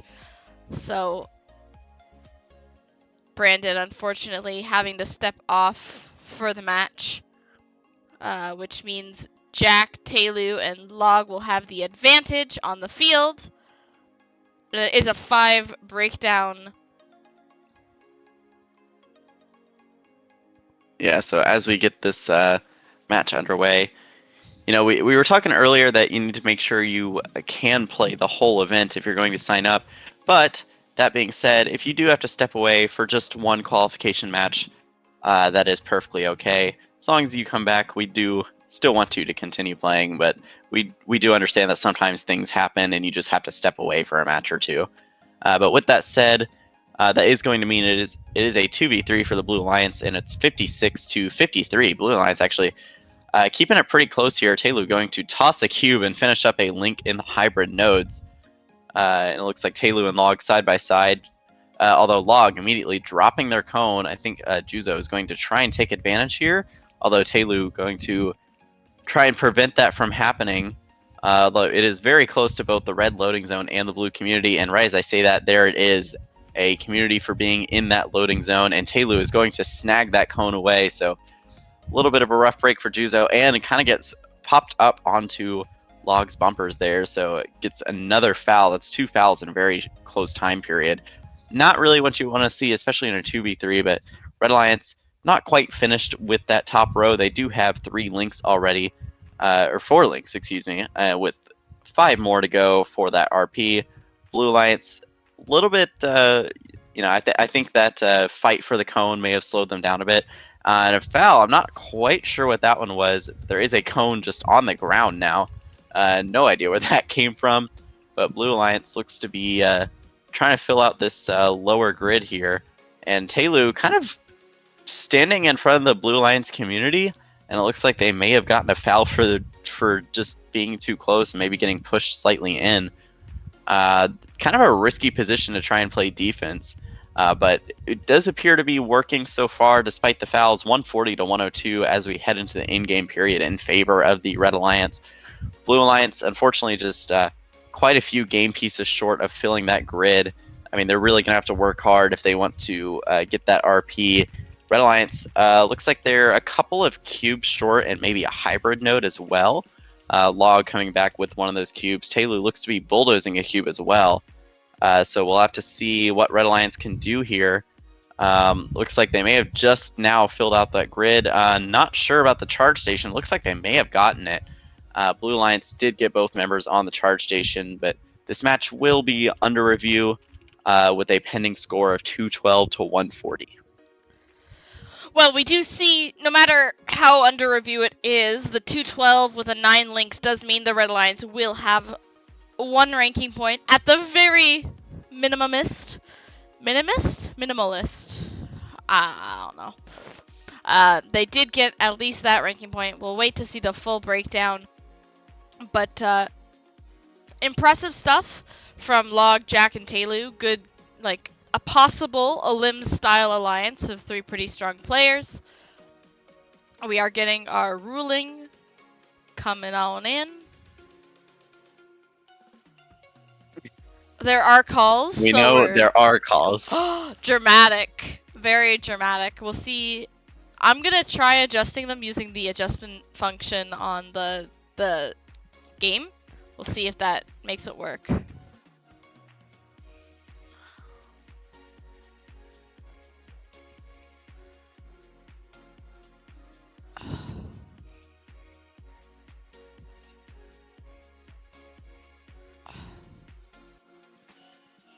Ooh, I wonder if I can just adjust it in the sheet. I was thinking back to match 8 that I hadn't finished adjusting. What's 152 plus 12? 164. 164, yeah. Okay, cool. So that shouldn't break anything.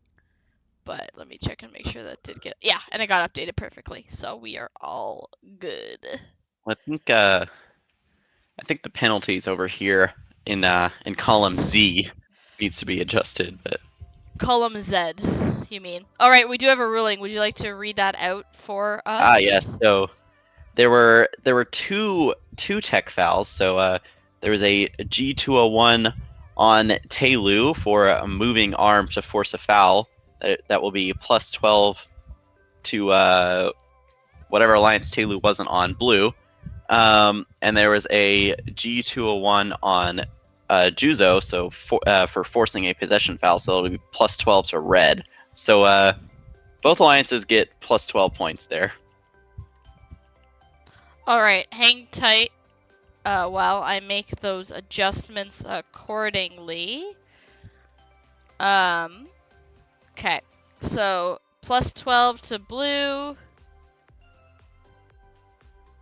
I don't know how to change that so it would be listed as penalty points versus not. So I'm gonna do it the way that I...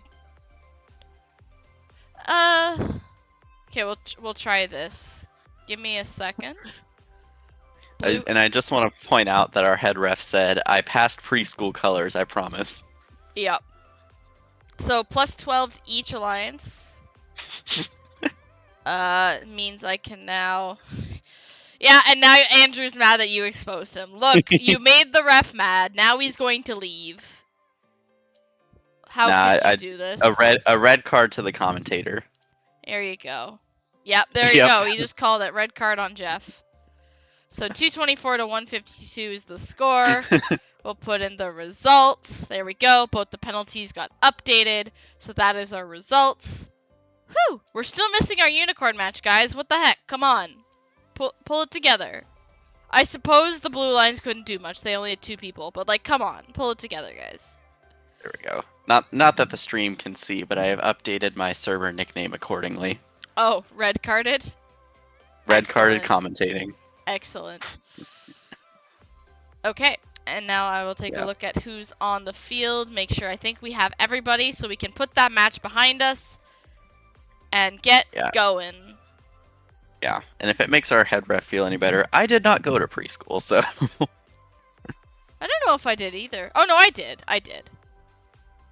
Anyways. Yeah, and it looks like Blue Alliance as we get this match underway. Blue Alliance a little bit of a struggle in auto, but Wax was able to steal an extra cube. Dar bouncing a cube into that mid node will give them a slight lead, 54 to 48, coming out of autonomous period. But Red Alliance is able to quickly close that gap. We do see Mike Javelin and Shadoof on the Red Alliance, Campbell, Wax, and Dar on blue. So both very strong alliances. I mean, most of the players in this event have just been really strong the whole time. Campbell, like, doing a bit of a wheelie there into the loading station. Not something you see every day, but is able to just move on as if nothing happened. Red Alliance slightly ahead right now, 86 to 83, and right as I say that, Blue Alliance pulls ahead.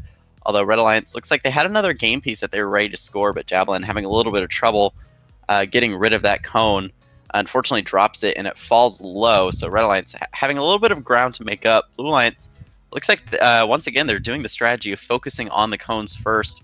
Red Alliance kind of doing a mix of both. They have a lot of cones scored, but they do almost have that top row complete. Mike grabbing a cube, Wax trying to bulldoze a cube, just dropping it in the blue loading zone for now. Campbell, a little bit of trouble getting that cone, and it is just kind of in the middle of the field right now. Although it does land straight up, so they are going to go and score that. Blue Alliance very close to completing this grid. Looks like they need a few more cubes and a hybrid node. A foul, I'm not sure if that was a zone foul. It looks like there was a bit of a collision there. But Red Alliance a little bit short of filling that grid, although plenty of time left in this match, 35 seconds. Score is still pretty close, 141 to 131 in Blue Alliance's favor. And Blue Alliance looks like, ooh, 2 in a row, not quite landing that cube correctly, although Wax is going to correct that. And side by side, they are going to finish out that grid. Looks like they are beginning to supercharge. Red Alliance still a couple cubes short and a few hybrid nodes. Red Alliance really going to have to hustle here with 10 seconds left. I mean, I think they might end up being one game piece short. Looks like Shadoof is going to try and get that last minute, just only going to have 2 robots climb. I don't think they're going to be able to get it. And they didn't get the engage either, so it's going to be both ranking points just short. Final score pending is 203 blue, 162 red. All right, let me just make sure that match is not under review or anything. Cool. What was I doing next? I lost my brain.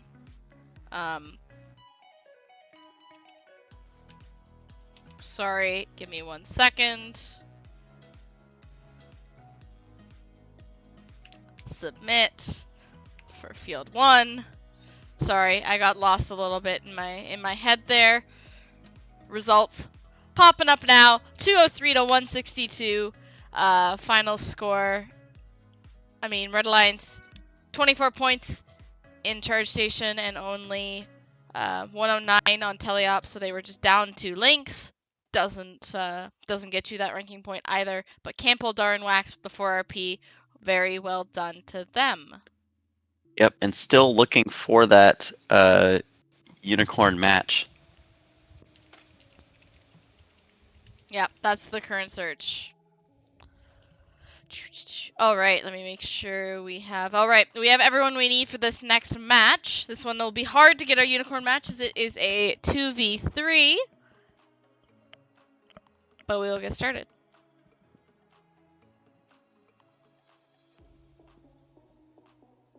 Yeah, and as we get this match underway, we do see just a 2v3, Ginger and Maktar, although both very capable players, so should be able to keep this match pretty close. Ginger, wow, that was a very smooth charge station, and it is very close coming out of Autonomous, 50 to 45 in favor of Blue. I mean, Red is just going to immediately start scoring. Maktar correcting that one cone, trying to get it scored up high to make their future cycles a little bit easier. Blue Alliance, all 3 members coming in. Looks like Ginger and Maktar are kind of side by side right now, which, we do have a few players that play Breakdown that can get game pieces from that lower substation, although Ginger is going to take that cone that dropped right out. Blue Alliance they're being a little careful, but that is perfectly okay. You want to make sure you get all the game pieces in the desired spots. And they have the 88 to 71. A little bit of defense being played on Maktar there. Ginger just going to sail right on by. Blue Alliance is barely hanging on to this lead, actually, 94 to 89. So maybe that defense is a little bit warranted. They want to make sure that they can hang on to this lead as much as possible. Red Alliance already has 3 links, it looks like, and they're working on link number 4. Really focusing those cones. They do tend to be a little bit more complicated than the cubes, and there are more of them needed. 112 to 108 the current score. 112 to 111 the current score with a minute left to go. Ginger just correcting a cone there. Blue Alliance top row is not quite done. They have a lot of hybrid nodes. I'm not sure if they're just going for the quick scores or if that was perhaps some dropped game pieces. But they are coming back. All 3 members with cubes, so they're just going to drop those right off. And now the top row is done for the Blue Alliance. Red Alliance still a little bit of catch-up work to do, but they have been keeping it pretty close despite being down a robot. Although Maktar having a little bit of trouble with that cone. We'll have to see if they can free it. Might be having a little bit of a cone moment here. And yep, they are beginning the break dancing. Not sure if they're just going to hold on to that cone or if they're going to try and let go at some point. Ginger really trying to make up the difference here. It is 171 to 126 with 15 seconds left to go. Not sure there's much Red Alliance can do here as Blue Alliance is just starting to get on that charge station. Trying to use the forks there. We've seen sort of mixed results, and it looks like they may be slightly touching the ground, which gives Red Alliance almost enough points to catch up. 178 to 154 in favor of Blue Alliance. Yeah, I think the highest we've seen thus far from a 2-robot alliance is 7 links. So Red was definitely competitive, especially with Maktar being out of commission for a little bit. Having that cone stuck in their intake. I will put in the results, and then we can take a look at that breakdown. I know we just watched a bunch of them, but now we'll look at the proper breakdown as well. So we can see here, 154 to 178, 1 ranking point still for the Red Alliance, but we'll go home with another loss. 178 for the Blue Alliance. But again, charge station, I think the forks were not the play there. Had to try them, I suppose, but it was not the move, unfortunately for them. Yeah, and we do have, it looks like 5 out of 6 players ready for our next match. Charlemagne, Dragon, and Juzo on the Red Alliance already in.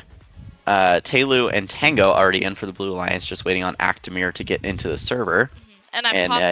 Perfect. I've popped up the rankings, so we can see that this is a pretty high-stakes match. Tango currently sitting in that number 3 seed. Charlemagne in the number 4. We got, let me see who else we got. Taylu a little bit lower in the rankings than probably expected, sitting in 14th. Actimir is in 18th, and then who's the last person I'm missing? Jezo sitting in 20th. So, oh no, Jezo's sitting in 20th. So, high stakes there for our number 3 and 4 seed who are in this match. We'll see they are separated by only 1 ranking point. Tango 2 RP back to the number 1 seed of Josh. Yeah, and we do have all the players on the field. Looks like it will once again be a 5 breakdown match. 1 every bot. Dragon we've seen on the every bot most of this event. Yep, we will get this match underway and see how that works out, but definitely high stakes as we have our number 3 versus our number 4 seed on the field. Yeah, and we will have to see how this match we'll have to see how this match goes. Blue Alliance looks like they're going to get an extra cone there. Charlemagne coming back out into the middle of the field and being like, where's my cone? I need to go grab a cone now. But coming out of auto, it will be 48 blue, 42 red. So, I mean, yeah, quite a high-stakes match here, so we'll have to see what these players can do. Dragon having a little bit of trouble picking up there. It seems to drop a few game pieces. Juzo just going to come in and pick one of those up. Dragon just going to pick up that one that's left in that double substation. It does give Blue Alliance a little bit of time to score some extra points here. It is 76 to 57 with a minute 45 left to go. And Blue Alliance, once again, I mean, really, both alliances here, just focusing cones. I mean, we've seen the strategy of focusing cones. We've seen the strategy of just doing each row one at a time. Not really sure which one has panned out better for these players. And as I say that, Charlemagne a little close to that zone there does get a foul, and it looks like they're just going to immediately start playing defense on Taylu, and Taylu does get that zone penalty just a little too close. Perhaps the forks broke that plane there, but that will make the score 116 to 102 with a minute and 5 left to go in favor of the Blue Alliance. Red Alliance partners kind of getting tangled up here. Actimir playing quite a bit of defense, and Charlemagne going to be forced to drop that cone low because it got knocked out of orientation a little bit.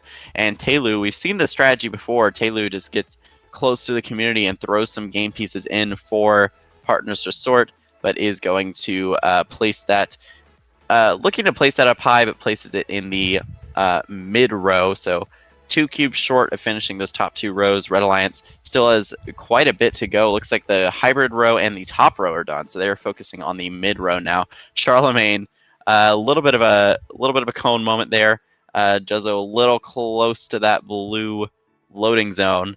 Unfortunately, getting a foul there, but they are going to pick up that cone as Dragon has a cone in tow, but I think Red Alliance might be a couple game pieces short here. Blue Alliance is supercharging, leaving those charge station points to the last second, but they do go ahead and head on up. They are going to get balanced. Red Alliance balanced as well, and it looks like our final score will be 217 blue, 175 red.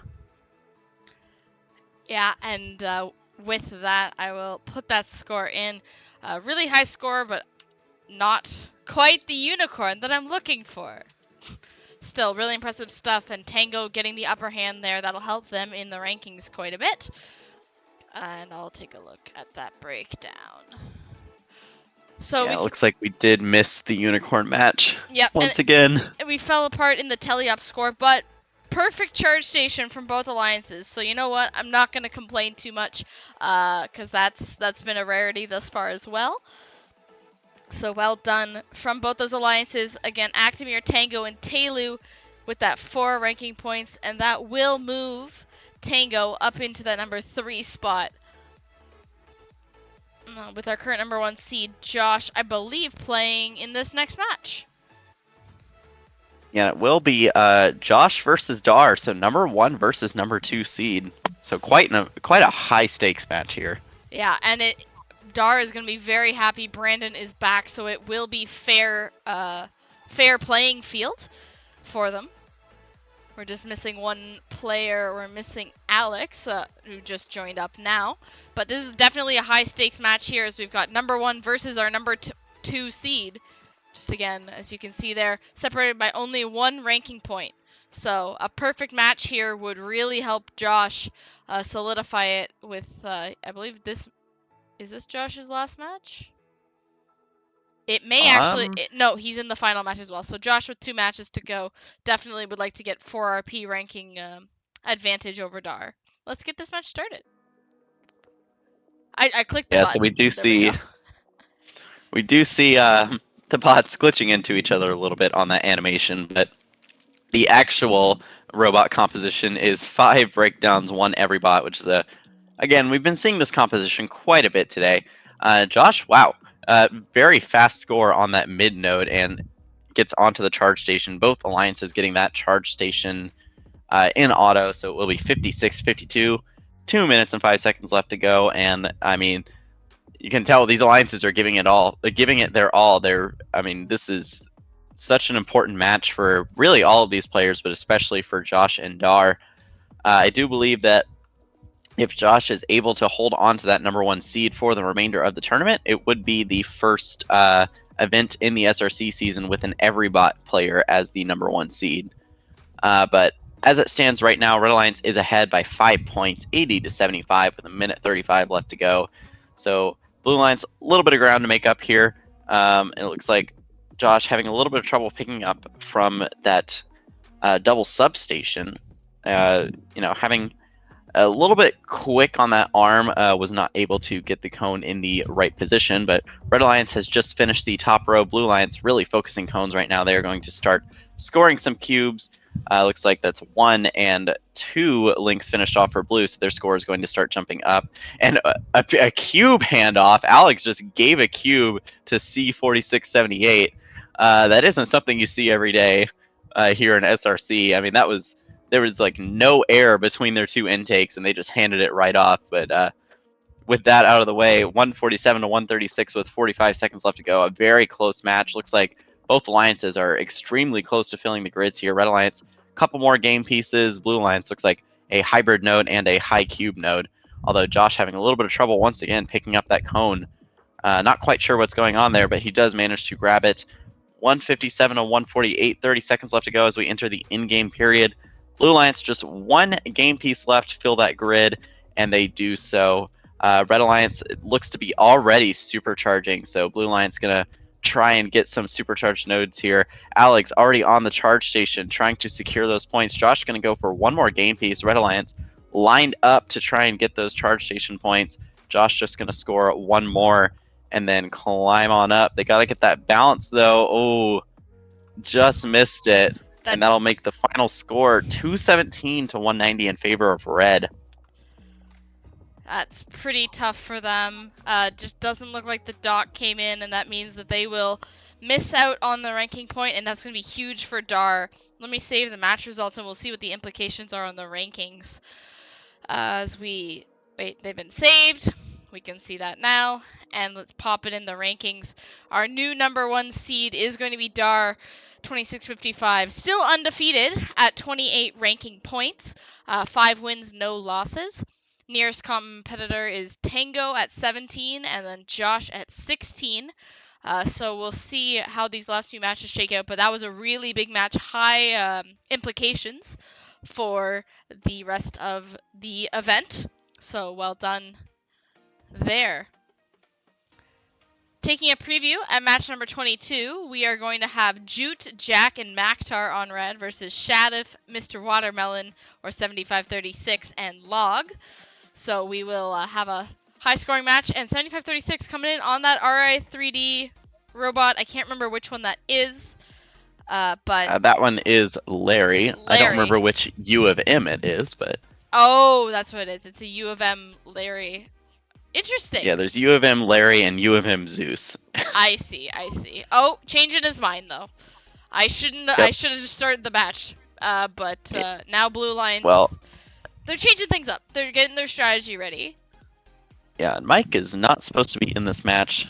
Please do remember to leave the server after your match. Oh. Okay. We do only have one field at this event. I will kick Mike from the field. Easy. Because you're right, we are supposed to have Jute, Jack, and Maktar. Neither of those sound like Mike to me.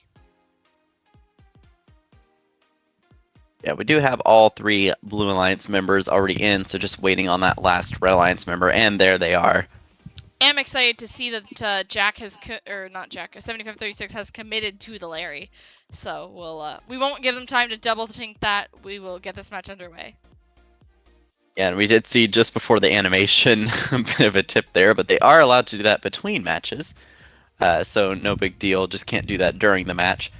But we do see Blue Alliance immediately grabbing most of their game pieces, and Log is going to get that last one. And 7536 hopping up onto that charge station. We will be tied 51 all coming out of autonomous period. So a pretty standard auto. Looks like there wasn't really time for any steals or rushing over to the loading zone. So auto wall not making much, or lack of auto wall not making much of a difference there. But 2 minutes left to go, and Blue Alliance is up by a single game piece. So we'll see how this goes. 7536 looks to be taking on that defensive role once again. Perhaps the reason for the switch over to Larry. A little bit of defense on their alliance partner there. I don't think that is what they meant to do there. Just getting it so ingrained in your system that you defend anything that moves. But regardless, Blue Alliance very quickly able to catch back up. It is very close. 4 points right now as we see quite a bit of defense being played, and a foul on Jack 696, a little too close to that zone there. That will give Blue Alliance an 8-point lead. Still quite close though. 7536 sort of shifting their focus. They did manage to push Maktar into that community, so that'll be another foul on the Red Alliance. And Red Alliance does have that top node finish. Blue Alliance is 1 cube short. I wonder if that was that cube that just fell onto the field, but they are still ahead because of those 2 penalties. And currently, that is all the difference right now. Although, as I say that, Blue Alliance looks to get another link scored, so it is now 119 to 105. 50 seconds left to go. And there's a cube in the middle of the field. A little bit of a risky play there. Looks like Shadouf got a foul for briefly entering that red community. And Red Alliance, Jack 696, just placing a cube in that node. So all the cubes are done. It is just cones and hybrids for Red Alliance. Blue Alliance has just 2 cubes and hybrids left to go. So slightly different focuses for these 2 alliances. 147 to 128. 20 seconds left to go. Another foul. I mean, this has just been a rough match. Lots of defense being played, lots of fouls. We will see if either alliance is able to fill the grid. Looks like they both might just be a couple game pieces short and leaving those charge station points for the last second. I mean, Blue Alliance able to get up. Red Alliance, ooh, not able to do the same. Looks like Jute may have tipped over there, but final score pending is 192 blue, 170 red.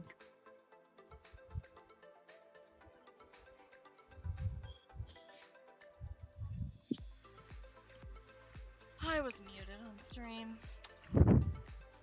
Anyways, pretty awesome match. Not all the RPs scored, but still well done to our winning alliance, the Blue Alliance. Yeah, and unfortunately that sort of charge station kerfuffle at the end there meant Red Alliance does not get any RP for that match. Still put up quite an impressive score, especially with the amount of defense being played, but Blue Alliance just able to capitalize. And that's what this game is. It's all about capitalizing when your opponents falter. It's part of how it goes. We are coming down into our final 4 matches, so start thinking about your picks. Start getting ready. We only have 4 quals left.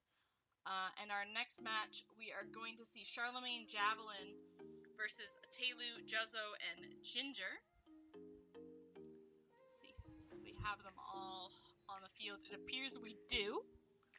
So we will quickly, just so you all know, our highest ranked player in this match is Ginger in the 6th position. Ginger definitely with the upper hand, having 3 alliances. Alliance partners, or wait, 2 alliance partners, 3 alliances overall. But Charlemagne Javelin still in the fight. Charlemagne not far behind in 7th. So definitely high stakes in this match. Yeah, so as we get this match underway, looks like, again, Red Alliance is going to be down a robot and immediately a little bit of trouble picking up that cone. Looks like they were a little too aggressive with it. But Red Alliance, someone needs to engage on the charging station. Not sure if they got the engage. If they did not, they are not going to be able to get that RP. 27 to 60 in favor of blue. So Red Alliance has quite a bit of catch-up work to do, but we do have 3 very capable players on blue. I mean, 2 very capable players on red, but I mean, just being down a robot. And Javelin, once again, driving with that arm extended and unfortunately drops the cone. So they're just going to leave it there, but they are going to have to pick that back up at some point later in the match. Currently, the score is 101 to 44 in favor of blue. I mean, it's currently almost a 60-point gap, so Red Alliance really has some catch-up work to do. Sorry, I had like a half sneeze there, but I didn't really sneeze. Anyways, commentator's curse. Blue Alliance looks like Juzzo is playing sort of those far cycles going over the bump side of the field. Ginger playing over that charge station, and Telu once again throwing game pieces into the community for his alliance partners to sort. We've seen the strategy work before. It is a good way to cut down on cycle times, although having said that, 3 game pieces do end up in the same hybrid node. That is unfortunately not going to count for anything. So they are going to have to sort through that a little bit. Looks like Ginger and Telu might both be doing a throwing strategy, just leaving Juzzo to sort everything on their own. Might be getting a little overwhelmed there, but having said that, I mean, Blue Alliance is now 1 cube short of a full grid. So Ginger is just going to pick that up. and Blue Alliance has now already filled the grid before in-game. Red Alliance looks like they only have 3 links, so they're really going to have to work hard if they want to put up as many points as possible. As we enter into in-game, though, it is over a 100-point gap, 189 blue to 88 red. So, I mean, Blue Alliance just running away with this match. Red Alliance really has to try and put up a good showing, show those Alliance captains why they deserve to be picked in the elimination rounds. So with 10 seconds left to go, Blue Alliance just going to secure that charge station. So it looks like 227 is going to be their final score, and Red Alliance both get on the charge station at the last second, so 119 for the Red Alliance. Yeah, that was a really impressive score put up by Ginger, Juzzo, and Telu. That is our high score of the event. Keeping an eye, of course, on penalties, but I don't think there was any. Yep, that's right. So that is a new event high score. Let me pop that in officially. Save match results. Perfect. So with that, I will pull up the rankings as we get ever closer to that final moment, and we see. Oh, I don't think I'm in the. Oh no, it's not me. I'm not the one who's not in the cursor parking lot, but it is still Dar. 18 RP. Second is Tango, then Josh, Ginger, Telu, Shadov, Campbell, Log. Your top 8 right now. So they are virtually locked into the eliminations. And we will have both Tango and Ja. I think almost everyone has a match left to play in the top 3. We do have 4, 5, and 6 have all played all their matches, so they will not be scoring any more ranking points. But we do still have our top 3 with 1 more match to play. Very spicy, very exciting, although I don't think any of them are playing against each other. So now it's all a matter of individual performance. And I will just make sure that these are the right 6 people on the field. And then we can get started for Dar, who currently is your number 1 seed. With Dragon and Alex versus Wax and Brandon and Dishboy. So not an easy match, but definitely still winnable. We'll see how it goes. Yeah, and once again, that 5 breakdown 1 every bot combination. This just seems to be a very popular combination in these matches. Both a product of the schedule, getting the every bot mains just in the correct matches to see this combination. And it, we've seen this 3 breakdown versus 2 breakdown and every bot meta sort of develop, as well as the 2 breakdown and 1 Larry meta. So still a lot of shifting happening. We'll have to see by the time we get to the championship which one ends up reigning supreme. But coming out with 2 minutes left to go, it is 57 to 55, so 2-point match. Although Red Alliance pulls ahead, Dar really trying to hang on to that number 1 spot. I mean, he would be very happy seeding first at this event, getting his pick, getting the first overall pick as to who he wants on his alliance. So, although as it stands, Red Alliance, barely hanging on to that lead, and as I say, that Blue Alliance jumps back ahead. Although Red Alliance jumps back ahead by 1 point, it is currently back and forth. 90 seconds left to go. Although it looks like there may have been a foul there. I'm not sure who ended up getting that. That may have been on Dragon for extending their arm, and it looks like that is going to give Blue Alliance quite a lead here, 95 to 90, although it is still within 1 game piece or 1 link. So Blue Alliance, bit of a communication issue there. It looks like Brandon and Wax may have gone for the same node. That did slow them down just enough for Red Alliance to catch back up. And so, unfortunately, Dragon straying a little too close to that blue loading zone and getting another foul. And Wax, carrying 2 game pieces, just going to take the foul for it. And looks like that is going to help them fill up the grid, but that is not going to help them catch up in this match. And as I say that, Red Alliance 2 cubes short of filling the grid and 1 hybrid node. Blue Alliance looks to be 1 cube short, 2 cubes short, excuse me, but now just 1 cube short. And Dragon, unfortunately, getting another foul that is going to put Blue Alliance in the lead.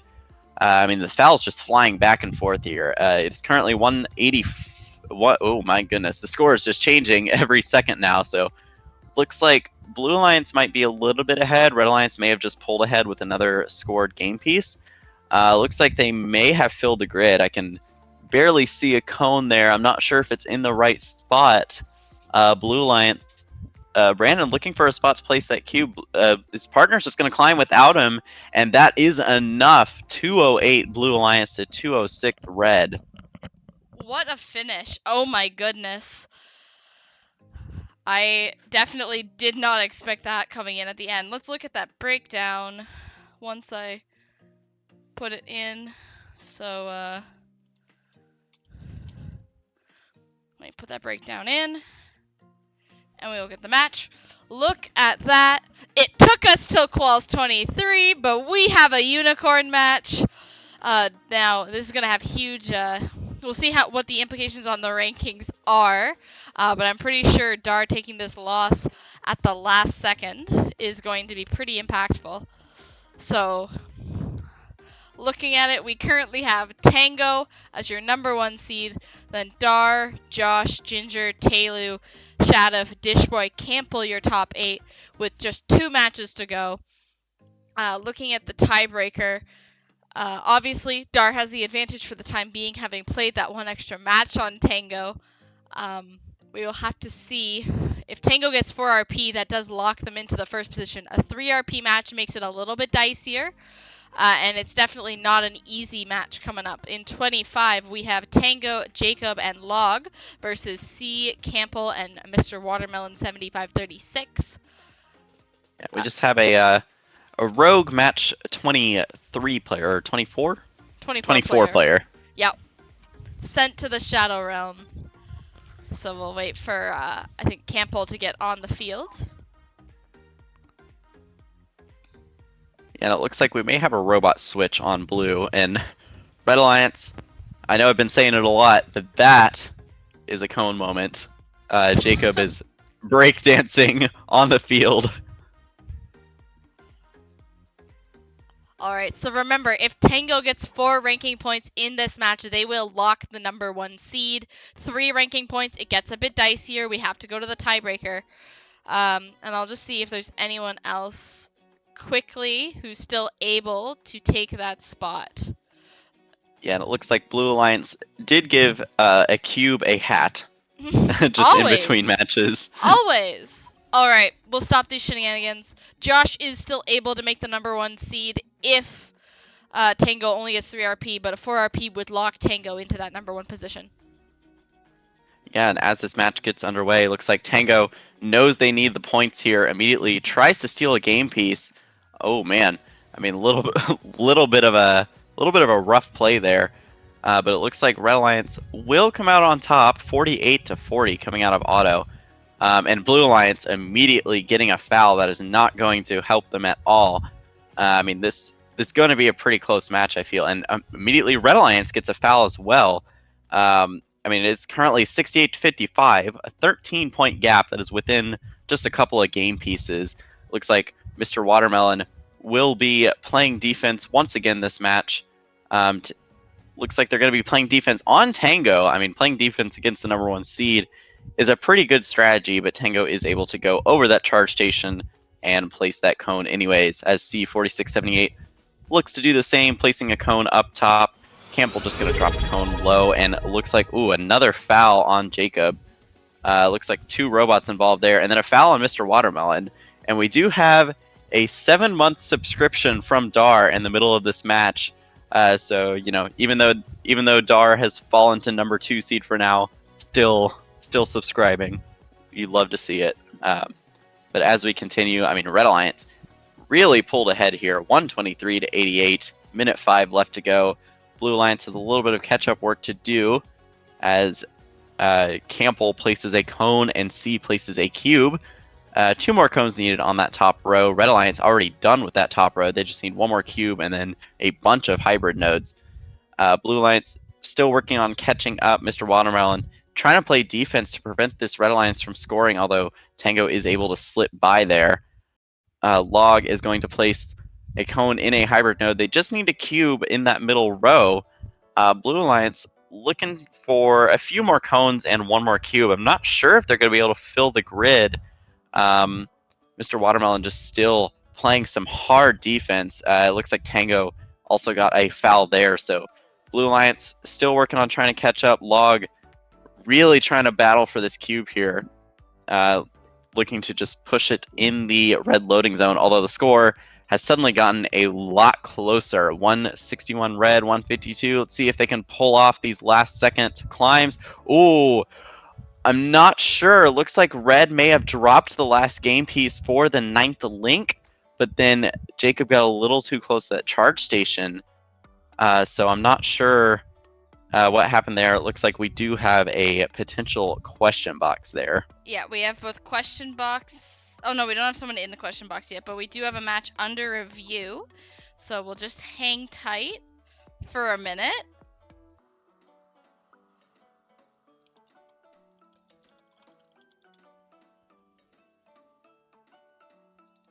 Yeah, the final score pending is 170 red, 176 blue. We'll have to see if anything changes. We do have a question box as well, a proper one. So Jeff and I are just gonna hang out while the refs do what they do.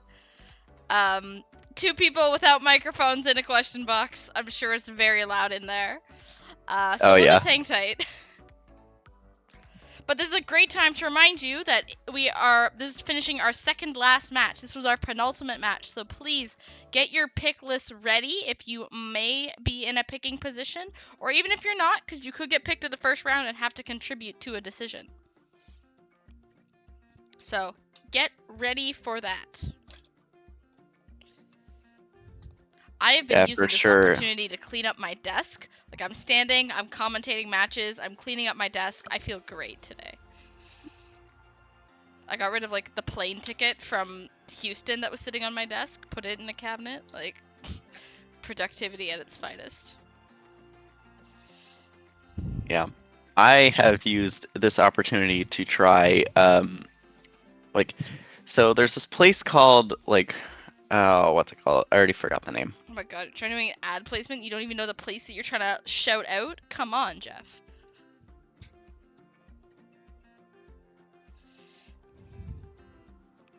Okay, well, I also needed to make sure that it was, actually a chain and not just in my area. I don't want to dox myself.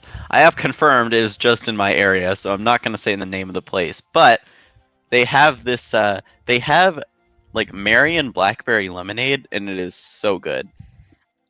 If anybody has an opportunity to try. Isn't that just called a Marion berry, or is that a different type of berry? It is technically just a Marion berry, but they call it Marion Blackberry for whatever reason. But it's so good. Or maybe I highly recommend. It could have both. That's true. That does sound really good, though. What did I have? I had popcorn and a Jamaican patty for lunch. So that was... And actually some carrot cake as well. So that's my health advice for you all, is to have more cake. Have more cake and clean up your desk. This has been a PSA. Have more cake. See, I am more of a pie enjoyer personally. So there's an app in my region that is not just to my region, also whatever. So it's called Too Good to Go, and it's an app where you can go, local grocery stores and restaurants have food that is either on its best before date or just before its best before date, and you get mystery bags of groceries. And there was a mystery cake bag. So my housemate and I went to the local grocery store and picked up one of these bags, and in it was for $7 there was a whole carrot cake.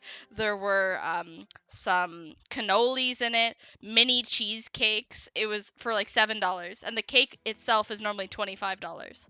So I've been going through carrot cake these last few days. It's nobody's business. And it's great because you're stopping food waste and you're helping the planet. So that's pretty cool. I am a carrot cake enjoyer. Not a lot of people are, and I think it's a shame because carrot cake is really good. It's not my favorite, but I've enjoyed it as a treat, a taste of something different. And it has raisins in it too, which I like. So I'm trying to think of what else. You can also get pastry ones. So I got a pastry one a few days ago that had little mini strudels in it, some buns, 2 loaves of bread. So it's good because as a grad student, it's economical, and it's stopping food waste. So that's my PSA while we wait on this match call. Yeah. Which, speaking of, I never know what to say because, like, I'm going for a second bachelor's, so it's still undergrad, but I'm also, like, I already have a bachelor's, so I'm like, well, It's your second degree. You're getting a dual degree.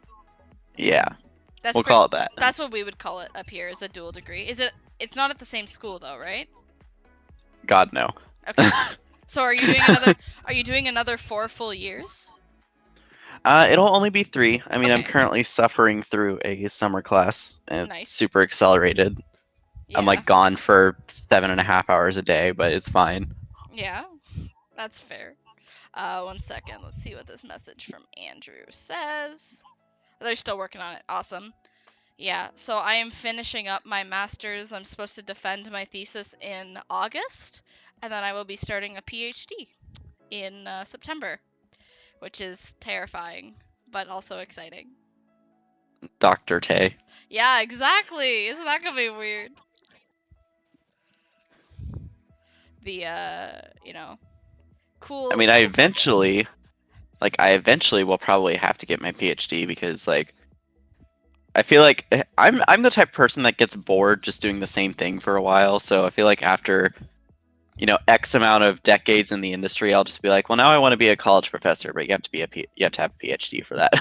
Yeah, and I mean there are some companies too that will pay for you to go to grad school, and so that's why I hadn't planned on going to grad school, but then COVID happened, and that kind of took all my plans and threw them away. So it was hard to. I was technically supposed to graduate in like May 2020, but I'd done a co-op year, so that gave me an extra year. But the world still wasn't quite back to normal as far as hiring and whatnot went.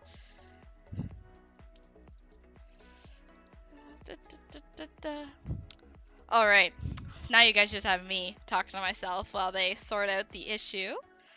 Um, so that's cool. I also can't even see Twitch chat, so I just get to talk to myself.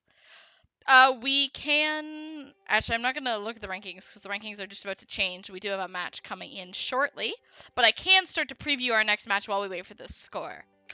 So our final match, you can actually see many of them on the field already.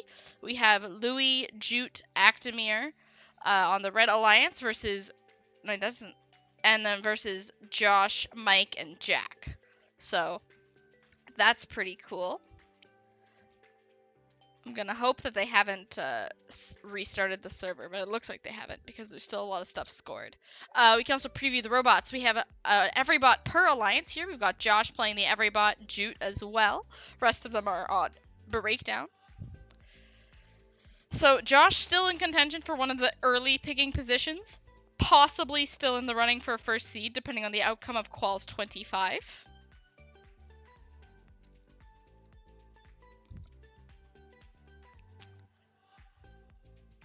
What can I pull up that looks better?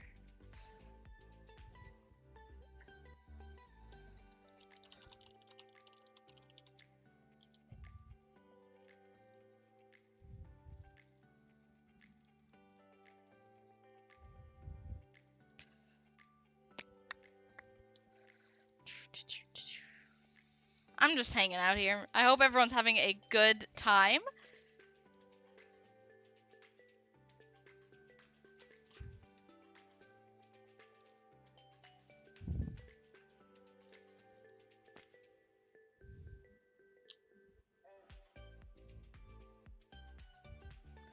We were so far ahead with 0 delays. I know we were, but we are still ahead of schedule. This is just wrapping up. Andrew's typing up his write-up to me now, so hold on to your seats. Or if you stand while playing, then hold Yeah, on to your desk. I don't know. I'm not sure. I mean, I was standing right there, but I can still hold on to my seat and my desk while standing.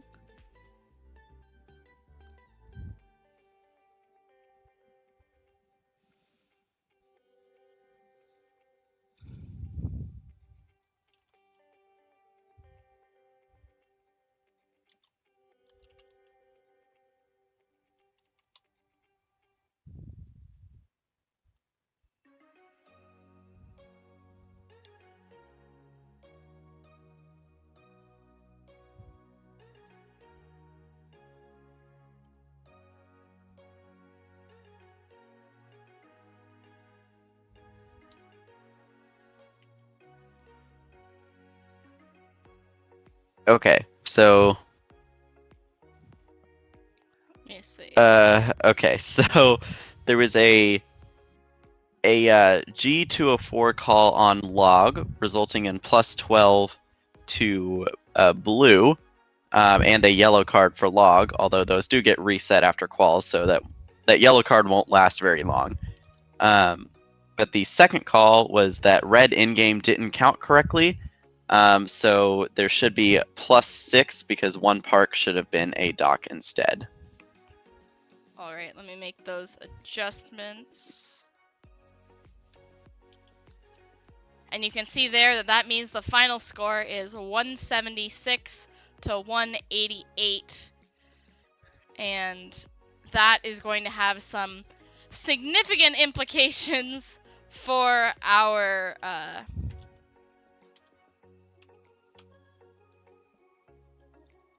ranking. Sorry, I just have to do some things on my end to put that in the book. And I want to fix up the submitted score breakdown, but you can see there 176 to 188 +3 for C, Campbell, and Mr. Watermelon. So actually the red charge station in that match, as we gave them +6, was worth 24 points.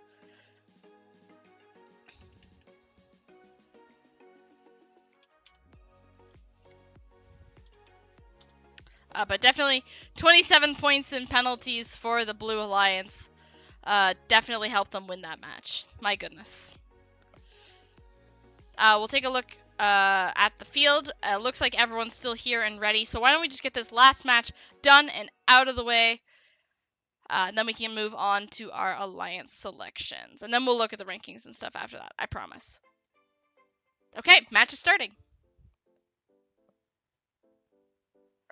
All right. So as the clock starts, robots are on the move. We see across the field goes Josh trying to pick up the cone. Lots of movement.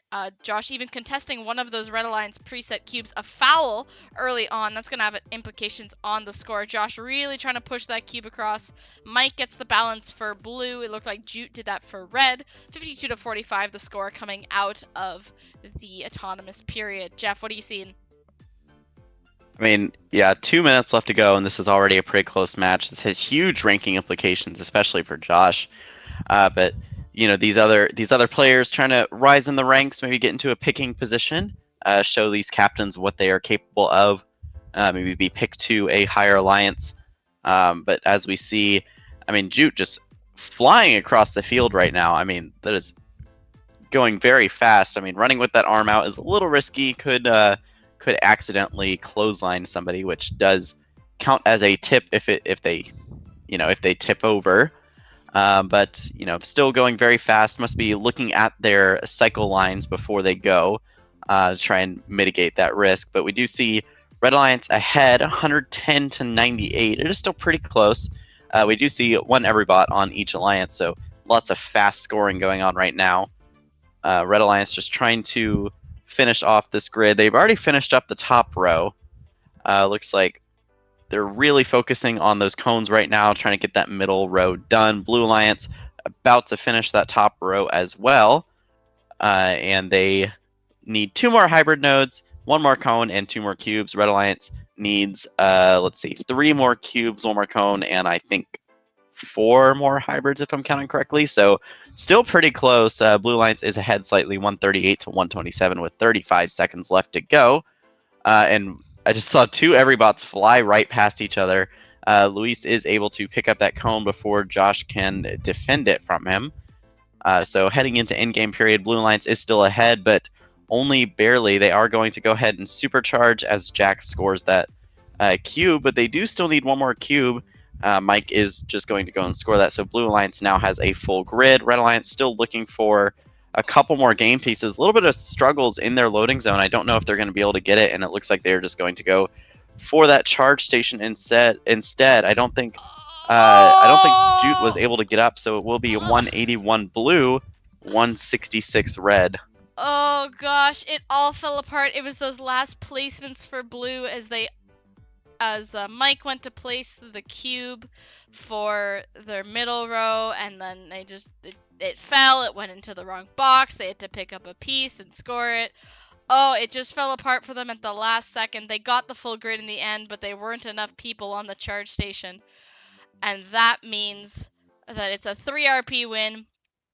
Dar pulls back, or I guess grabs that first seed back by the skin of his teeth from Josh, who needed 4 RP to take it. I will submit the score and we can get our updated rankings, but you can see the breakdown there. 181 to 166. Your final score. Oh, so close for Josh, really pushing for that number 1 seed. There are no matches left. That was our final qualification match. We are going to look at our rankings really quickly while we get everyone ready for Alliance selection. Your number 1 seed, Dar, Josh, Ginger, Tango, Taluv, Shadif, Dishboy, and Campbell, your top 8, followed by Waxton, Mike,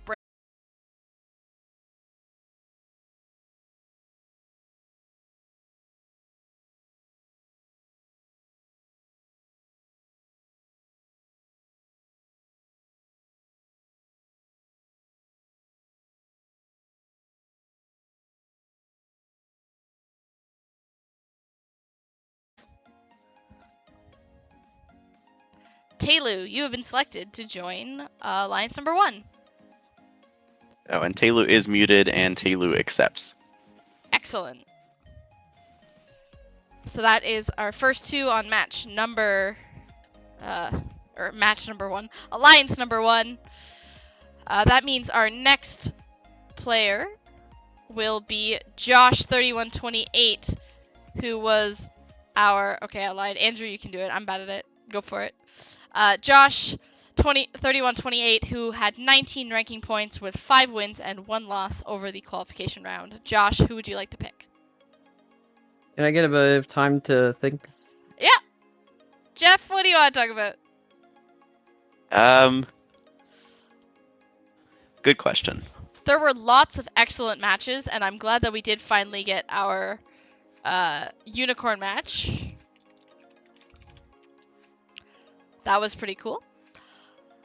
Let's see. There's lots of good options as well for Josh to look at picking. So if you are, going to be an Alliance captain as well, please take a look at your possible competitors. See who you want to play with. Yeah, I have unfortunately finished my Marion Berry Lemonade. Oh, that is disappointing.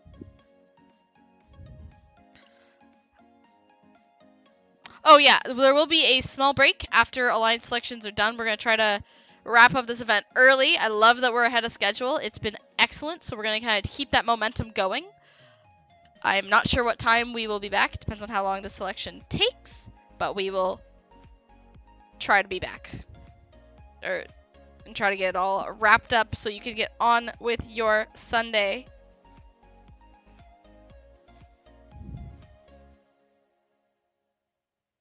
All right, Josh, do you have your pick? Almost. Excellent. Almost. So one of the things to note, if you are looking to play, and this is your first event, as Jeff did mention, it is not a serpentine style draft. So we'll be going 1 through 8, and then all the way back up to 1, going down, and then we're doing FRC style double elimination brackets. So you get 1 life, and then you are sent into the lower bracket.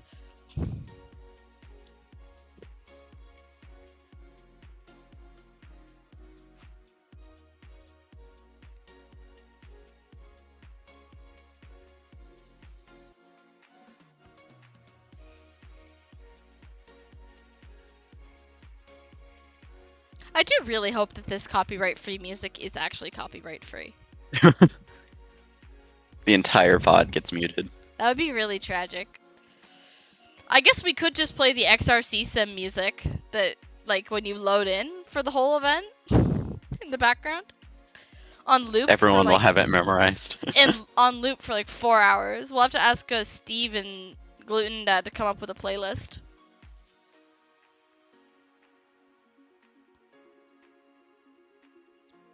Okay. I have made my decision. Awesome. So I would like to invite Waxton to join my alliance. Waxton is rank number 9 with 3 wins and 3 losses with 15 ranking points. Waxton, you have been invited to join the number 2 alliance. What say you? Yeah, let's do it. Excellent. So that's Waxton on the board. That means our next captain is going to be Ginger. Ginger with 17 ranking points, 4 wins and 2 losses, and a tiebreaker of 1083.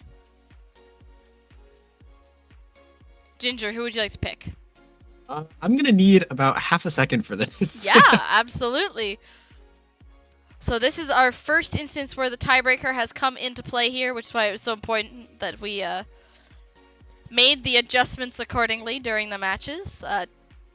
60 points only separating these two players on the tiebreaker.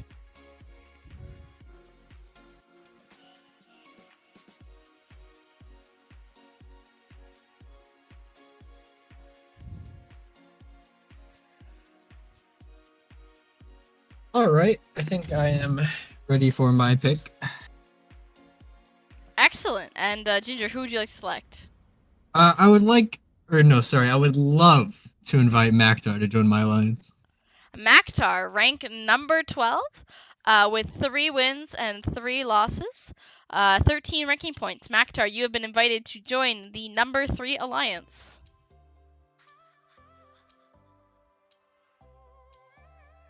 What would you like to do? Ah, he says yes. Fantastic. Mic isn't working. Understood. So that is going to be your first 2 on the number 3 alliance. This means our next partner, or next player, captaining an alliance is Tango. Tango, rank number 4, 17 ranking points, 4 wins and 2 losses. Who would you like to select? Oh. Okay. We will see.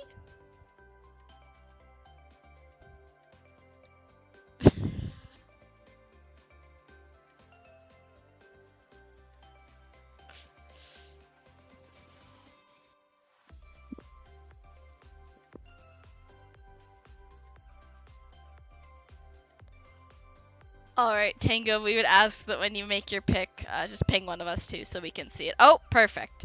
It looks like Tango has picked C. C4678. You are ranked number 20. Went 3-3 in the quals round. Who would you like to, Yo, I get to pick? Wait, no, can I pick Tango? I Can lied. I captain? Yeah. Oh. Okay, you two Oh. can sort that out. You two can sort that out. Oh, okay. But would you like to join Tango on the number 4 alliance? Yeah, I'd be down. That'd be fun. Cool.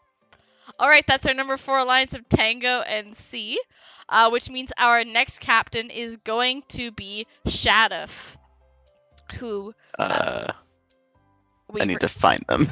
top of the list. They have a number at the beginning. Ah, There you go. Shadif, you have been invited to captain. I'm not Hold doing on. so well today. You are captaining the number 5 alliance. Who would you like to pick? Hold on, let me see who's okay. Yeah, I'd like to invite my New York buddy Charlemagne. Charlemagne, rank number 13 with 13 ranking points, going 3-3. Charlemagne, you have been invited to join the number 5 alliance. Would you like to accept or decline? I accept. Graciously, Accept. gratefully accepting the offer. Excellent. That's your number 5 alliance. First 2 teams, meaning our next captain is Dishboy. Dishboy was our rank number 7 with 16 ranking points in a 4-way tie with 16 points. Went 4-2. Dishboy, who would you like to pick to join your alliance? Lewis. Lewis, captain. No, what? Lewis has been picked by the captain of the number 6 alliance. Lewis, you've been invited to alliance number 6 with Dishboy. Yeah, I'll go wash some dishes with the dish boy. Excellent. Go clean those dishes. On alliance number 6. Campbell now will be captaining alliance number 7. What would you like to do, Campbell? I thought so. Octamer. All right, Octomir, rank number 16 with 3 and 3 in the qualification round. Octomir, you've been selected by Campbell. Yeah, I love the exit. Awesome. That is going to be the number 7 alliance. I think that's a Turkish alliance, isn't it? Pretty neat. It is indeed. Pretty neat. All right, captain, our final captain, Mike. Mike. Yeah, I'm gonna go with log. TM. There you go. Log. Log is one sec. I got it. I got it. Okay. I got it. I. Alliance number 8 has selected Log as their first round pick. Log, what would you like to do? I take it I can't decline. Well, you could, but then you couldn't play in a limbs. I accept. There you go. That's epic. Alliance number 8. There's definitely some chatter in Event General about Log falling as far as he did, so that's pretty interesting there. Now we will swing back around to Alliance number 1, where we have Dar and Telu already. We'll see who is going to round out that alliance. I would like Alliance 1 would like to invite Brandon. Brandon was rank number 11 after limbs. Brandon, you've been invited by Alliance number 1. What would you like to do? On behalf of my generous sponsors, I don't have any sponsors. I'll accept. Excellent. That's your number 1 alliance locked and loaded. Which means we will now swing to alliance number 2, captained by Josh 3128, with Waxton as their first pick. Welcome back, Josh. Hello. Who would you like to select? Need a moment to think. I'm doing a lot of thinking today. Apparently.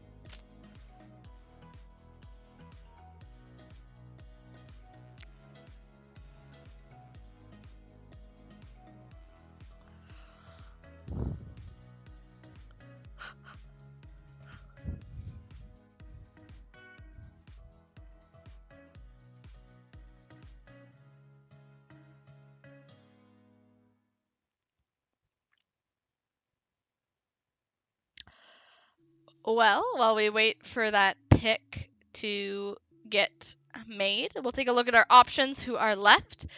We have Alex, Jezzo, Jacob, Mr. Watermelon, Jack, Jute, Dragon, and Javelin. So lots of excellent options.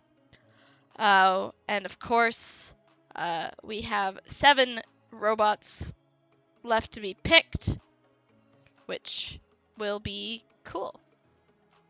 As we go through alliance selection. Okay. I've got my decision. Alright, go for it. We would like to pick Jizzo for our alliance. Jizzo, who is rank number 17, went 2 and 4 in the round with 11 ranking points. Jizzo, you have been invited to join alliance number 2. I accept. Excellent. Welcome to Limbs. That means we will move on now to alliance number 3, captained by Ginger, partner Maktar.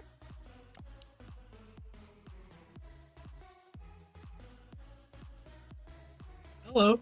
Hello, welcome back, Ginger. Who would you like to round out your alliance? On behalf of Ginger and Maktar, we would love to invite Jute49 to join our alliance.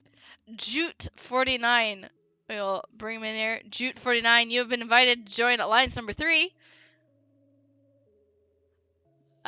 What would you like to do?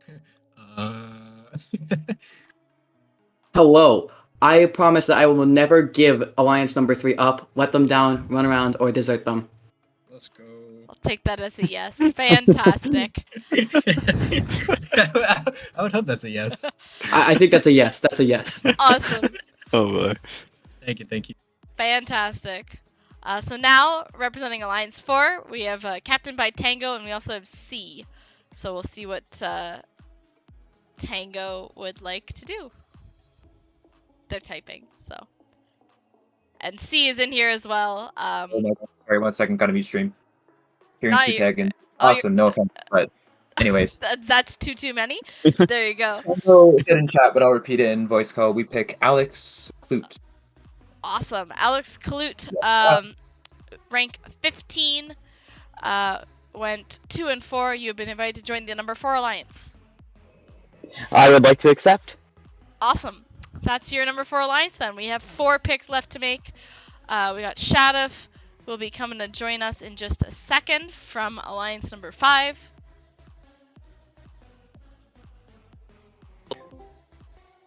Hello. Hello. Ooh. So, on behalf of Charlemagne and myself, we would like to invite Jacob W. Jacob W. Rank 18, went 3 and 3 in the round robin. Round robin? I guess it's not round robin. Anyways, whatever. Jacob, you've been selected to join alliance number 5. I would like to accept. Fabulous. Number 5 done. We'll move on to alliance number 6 now, captained by Dishboy. We heard earlier, Dishboy and Louie gonna wash some dishes together. Who will be their third partner? Why did it not drag? Oh no. You can do it! No. You can do it! Alright, Dishboy, you have been invited to join alliance number 6. Oh wait, no, I lied. You're the captain of 6. Who would you like to join your alliance? We would like to invite Javelin. Javelin. There we go.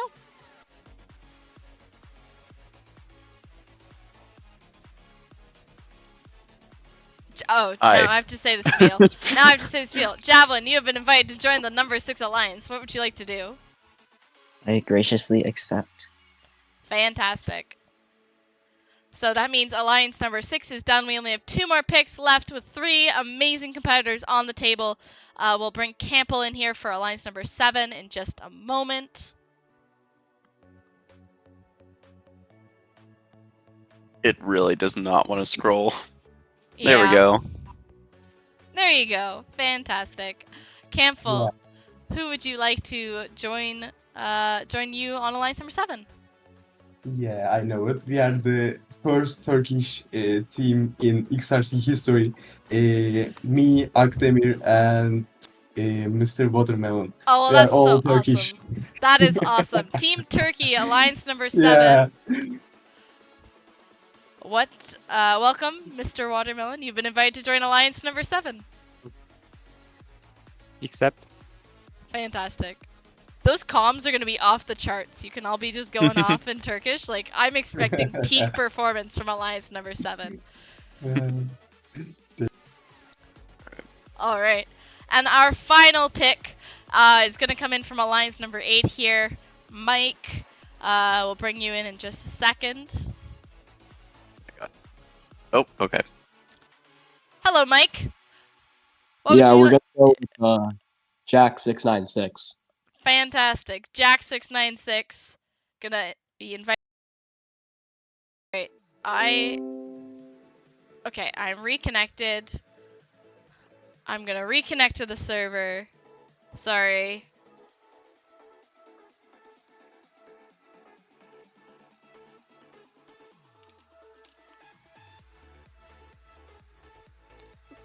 Alright, so Jack accepted while we were gone. Sorry about that stream. We have our alliances. This is awesome. And we will be getting started shortly. Has anyone decided how long we are going to... Oh, I see a notification that probably tells me how long we're going to wait. Yep, 5:15 eliminations start, which is in 12 minutes. So we'll get this show on the road as quickly as possible. We will take a quick break. So go get some water, go stretch, go do whatever you need to do, and we will see you all back here in 12 minutes.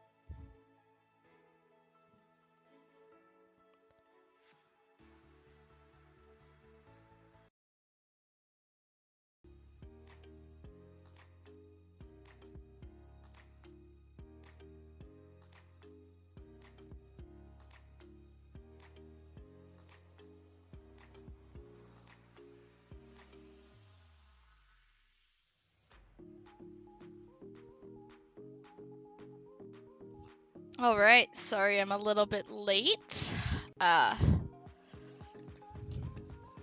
Tegan is alive. Sorry, I made a mess in my kitchen that I had to clean up before I came back, but I'm back, and I'm ready for the elimination round. All right. Let's do some previews, shall we? Here, I can pop up our limbs bracket actually on the screen. Oh, it doesn't actually... I need to refresh that too. Refresh.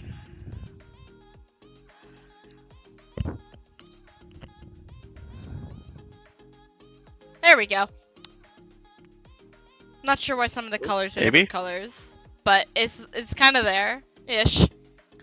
There we go. Anyways, I think it's just the coloring of the people is a little bit off, but that's okay. Yeah, I can fix that. Here, now we have... Oh, that's the wrong gray. Can I go... Still the wrong gray. Oh, it's because it's meant to be white. That's my bad.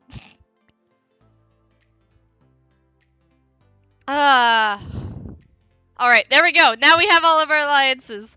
Fantastic. So we can see alliance number 1 versus alliance number 8. So we're going to be starting off with Dar, Tayloo, and Brandon versus Mike, Log, and Jack. And I personally am very excited for this match. A lot of people say, especially in Serpentine, that 8 is a little bit unfair. But this one is very much a competitive number 8 alliance. So let's pop to the field. Make sure we have all 6 of our players. And it appears we do. So we will be getting underway. I don't know why we would have to wait. So let's get the limbs underway, shall we?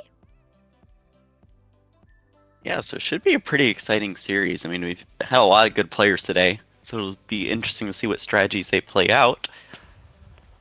But starting off this match, immediately see... I was going to say a standard auto, and then Dar just decides to go and grab a cone from Blue Alliance, just to prove me wrong. I see how it is. Unfortunately, not able to do much with it, and looks like just getting that engaged at the last second, Blue Alliance will actually come out ahead by 1 point coming out of Autonomous. 49 to 48, 2 minutes and 5 seconds left to go. So Blue Alliance, I mean, you know, a lot of people think that number 8 Alliance is at a disadvantage here, but we've seen at the previous couple events, oh, that is rather unfortunate. Brandon accidentally dropping a cone on their Alliance partner, Tayloo, which will result in a possession foul. But Tayloo is just going to go and score that anyways, but that does mean Blue is ahead by about 10 points. And, I mean, we can see it right here, like Alliance number 8 proving themselves against the number 1 Alliance ahead by 10 points right now. A lot of fouls flying all over the place, so definitely a lot of defense being played as they try and figure out which strategy will take them to the final matches. So Red Alliance still needs a lot of cubes. Blue Alliance kind of doing that strategy of doing 1 row at a time, just getting the links, getting the grid filled up. So far, neither Alliance has completed more than 1 row of the grid. Red Alliance just finished off the cones necessary. Blue Alliance has just needs 1 more cube to finish off the top 2 rows, and then a lot more hybrids before they can begin supercharging. Red Alliance still needs those cubes, but they are going to start supercharging those cones regardless. So their score should jump up as soon as they get those last couple game pieces. Jack and Log, a little bit of a miscommunication there. Log has to pick up the cube and score it once again, but they only have 3 more hybrid nodes before that grid is full. Red Alliance has pulled back ahead 173 to 151 as we enter the in-game period. We've seen Tayloo use this strategy, starting to throw game pieces, just landing them in hybrid nodes. It does, you know, reduce the amount of time necessary for each cycle. And I mean, Red Alliance is just starting to run away here a little bit, 187 to 172 with 15 seconds left to go. Although Blue Alliance is beginning to supercharge, it will come down to the charge station. So we shall see if either of these alliances can pull something out at the last second here. Blue Alliance kind of waiting a little long, but they get it. And the final score will be 221 to 206. So very high scoring match right out of the gate here. But it does look like the number 1 Alliance may run away with it. Sorry, I wanted to say something, but then I had a mouthful of lettuce, and I don't think anyone would have appreciated that at all. Save match results for field number 1 going in, and we will take a look at the breakdown. So both alliances getting a full grid there, which is why we have points over 200 apiece. But the extra supercharged nodes from that number 1 alliance really push them far. But a perfect example of an extremely strong 8th alliance. So really well done from them. They will be headed to the lower bracket. So their time is not over yet, but they are on the back foot now for the rest of the elimination bracket. Brandon, Dar, and Taylu will be moving to match number 7. Yeah, so we will see both these alliances once again. It does look like we have a question box. So our head ref may have to check that out. Yep. The question, not relevant to the match that just happened, so we will... so there's nothing under review as far as that goes, just something to note. That we don't have a ref, so we can't start the match. I guess while we wait, I'm trying to figure out today's Wordle, and I'm having so much trouble. I can't help you. I haven't played Wordle in quite a while. But you should probably try using a word with several letters.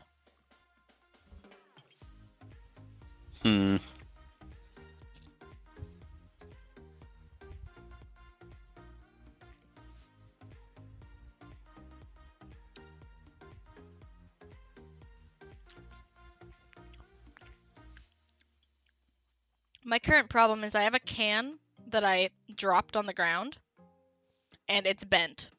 And it's bent at the part where you, like, open it, so I don't know if I'll be able to open it. And I'm kind of Interesting. afraid. I'm kind of... Here, I'll send you a picture of it, and I'll post it in the event general for those who are... Like, I'm trying to figure out how I'm going to open this. Because I don't really plan on shotgunning some sparkling water.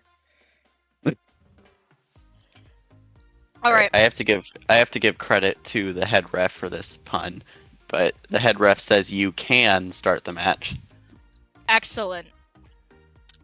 All right. Everything has been dealt with, so this is going to be alliance number 4 versus alliance number 5. Looks like 6 breakdowns on the field. And we'll see how it goes. Yeah, Ginger does suggest a hammer. Okay, good point. I'll get rid of that. Alright, as we get match number 2 underway, this is Alliance 4 versus Alliance 5, yeah. I totally know what I'm talking about. Looks like, so far, neither alliance getting that high of a score in auto. It is just going to be 39 to 35 exiting the autonomous period. Blue Alliance is going to go ahead and finish a hybrid link, and it looks like there's a cone in a cube node, so they will have to see if they can correct that. Otherwise, that will make getting that cube scored a lot more difficult. They do correct it just into a hybrid node. Red Alliance is catching up because of that slowdown, though, so it is currently 59 to 57. And right as I say that, Red Alliance score jumps up to 72. So Blue Alliance going to have quite a bit of ground to make up here. This is Alliance 4 versus Alliance 5, and this is one of the most common upsets that we see in round 1. And of course, right as I say that, C, unfortunately, a little too close to that blue loading zone, does get a foul. It is currently a 1-point match, as Blue Alliance and Red Alliance both drop off one more game piece each. Looks like Blue Alliance, 2 cubes left for that top row. Red Alliance has just finished the top row, but Blue Alliance is going to catch up a little more when they complete that link. And they are beginning work on the second row already. Red Alliance does the same. They have a cube just kind of sitting in their community right now. I'm sure they will score that later. Alex, placing that cone, had a little bit of trouble, but is able to get it placed. C4678 coming in with yet another cone, and Red Alliance is suddenly very close to filling the grid. 1 cube, 1 cone, and 2 hybrids. Blue Alliance looks like 3 cubes and 4 hybrids, if I'm counting correctly. It is still a 1-point match, and right as I say that, Red Alliance, of course, completes another link, 146 to 132. 36 seconds left to go. A very close match so far. We'll have to see what these alliances do in these final 30 seconds to try and sway the match in their favor. Looks like Red Alliance tossing another game piece, and I'm not sure if that counts as a supercharged node, but Blue Alliance just has one more hybrid node necessary before their supercharged nodes will begin to count. Red Alliance looks like may have gotten another foul. I'm not sure if that was on red or on blue. Blue Alliance still needs that supercharge, and Shadoof has spotted it and corrected it, which helps their score out quite a bit. So they're going to climb onto the charge station, and it looks like by 8 points, Blue Alliance may have taken this match 208 to 200.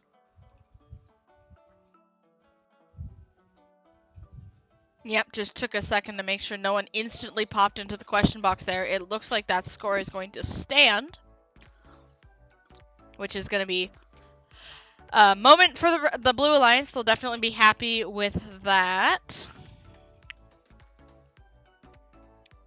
And perfect, it has been saved, so we can look at the breakdown there. And where did it all go wrong? It was just a little bit less than that teleop score, and the penalties hurt as they do. That's why they're penalties. That's why you're not supposed to do it. But 208 win to the 200 points. Now, this would have been one of those unicorn matches that I was hoping for, but instead, it's going to send Tango, C, and Alex into the lower bracket. Shadoof, Charlemagne, and Jacob live to see match number 7. They will be playing against match number 1 next time out. Yeah, and of course, dropping to the lower bracket doesn't mean you're out yet. The number 4 alliance will face the number 8 alliance in match number 5.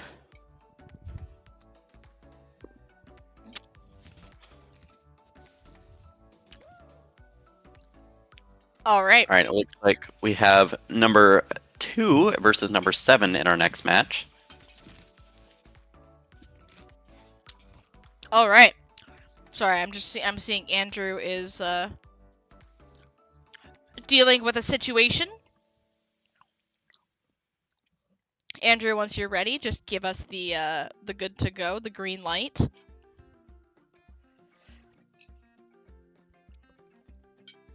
All right. We have a green light and a thumbs up. We are good to go then. Drivers behind your lines for Alliance 2 versus Alliance 7. Let's go. This is Waxton, Josh, and Juzzo versus Team Turkey with Campbell, Actimir, and Mr. Watermelon. Yeah, and then unfortunately, Mr. Watermelon looks to not be moving, so I wonder if there was just a little bit of a delayed response there. Looks like they're just going to go up onto the charge station. Ooh, I don't know about that, actually. That will bring Blue Alliance down a little bit, 54 to 30 with 2 minutes and 10 seconds left to go. Looks like Mr. Watermelon already taking their defensive position. They're going to start playing defense on Wax and Juzzo and Josh, playing defense on all 3 Red Alliance members in a short period of time. So we'll have to see if that allows Blue Alliance to catch up a little bit here. Campbell is going to take that cube that was just hanging out on the charge station and place it onto the high node. We do have a poll or a suggested poll. I don't know how to run a poll, but Twitch chat, do you cut your sandwich diagonally or vertically? And we'll let those answer as this match goes on. Red Alliance, the gap is closing between Red and Blue Alliance, 87 to 76. So that defense from Mr. Watermelon paying off a little bit here, slowing down the Red Alliance, making them have to take slightly different cycle paths. Looks like, ooh, lots of defense being played. Foul on Juzzo, so that is going to help Blue Alliance get back into this. But Red Alliance is almost finished with that top row, already working on the second row, and they have a few hybrid links as well. Juzzo really getting slowed down by Mr. Watermelon here. He's going to go back into that defensive position and start playing defense on Wax and Josh, trying to get that every bot into their zone, and it works. Josh does get a foul for entering into that zone. Got to be careful near that very narrow area of the field where lots of fouls can happen. And Josh gets yet another foul, kind of being pushed into their zone right now. And Actimir trying to cycle on the other side. Josh does get another foul because Actimir is there. Wax getting a foul now. Lots of fouls just flying all over the place. 153 to 129 with 20 seconds left to go. Blue Alliance does kind of need to pull off a miracle here, although Red Alliance pretty much has filled the grid at this point. If they haven't already, they are beginning to supercharge. Blue Alliance still quite a few game pieces short. I don't think they will be filling the grid this match. Mr. Watermelon going to go up on the charge station and lean it for his partners. And as they go up, they do get the balance, but Red Alliance just had that edge, so it will be 207 to 176. And it looks like we may end up with a question box. Yeah. Oh, we have a question box, but we do have a tentative winner of Alliance 2 versus Alliance 7. While Andrew reviews the video.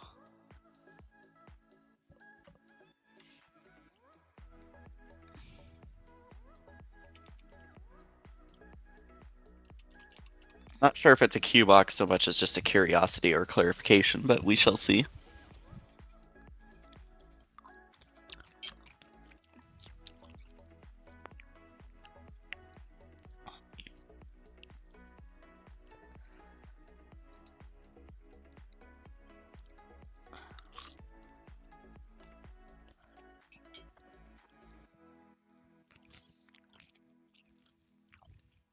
Shout out to the person who just followed. Thank you for doing that. Yeah, it didn't stay up very long, so I didn't get to read out the name, but it looks like Richard OL. Awesome.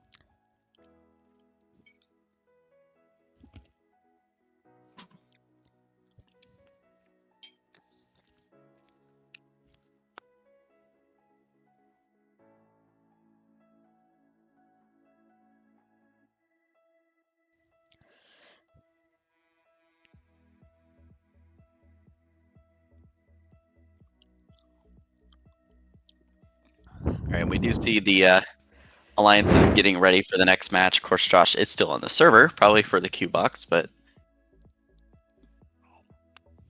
looks like Ginger and Luis are trying to flip each other out of the field right now.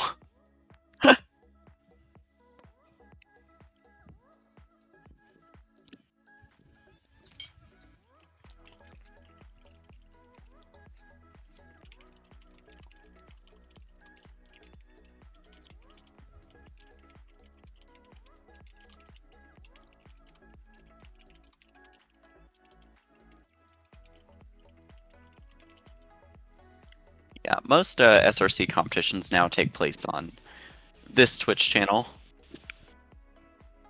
I think a few appear, well, a few of the like non-competition ones, like the recorded ones, not the streamed ones, like the 12 or the one coming up, the Singularity, appear on a YouTube channel. And the But VOD yes. of this does get uploaded to that as well, I believe. So Yes. on our YouTube channel, you will be able to find the VOD of this and our other events that have happened this year. Yeah. Although with the new Twitch guidelines, are we even allowed to talk about YouTube? I believe they were instantly revoked. I believe I did see that the Twitch guidelines were posted and then not accepted widely. Yeah, I know they revoked part of it, and then they gave an example, like you're not allowed to have branded sponsor content cover more than 3% of the screen, and in their example, it covered 3.5% of the screen. Nice.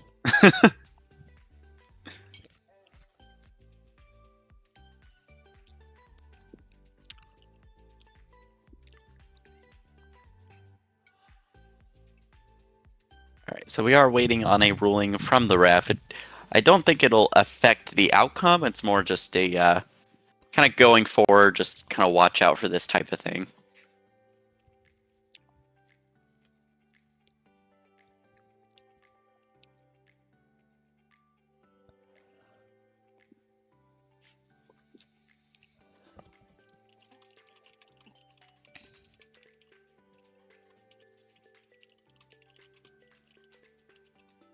Not so much IR streams nowadays. There are occasionally IR queues in the Discord. Yep, that is definitely something. Ranked is open to all like game modes basically. So our ref is back.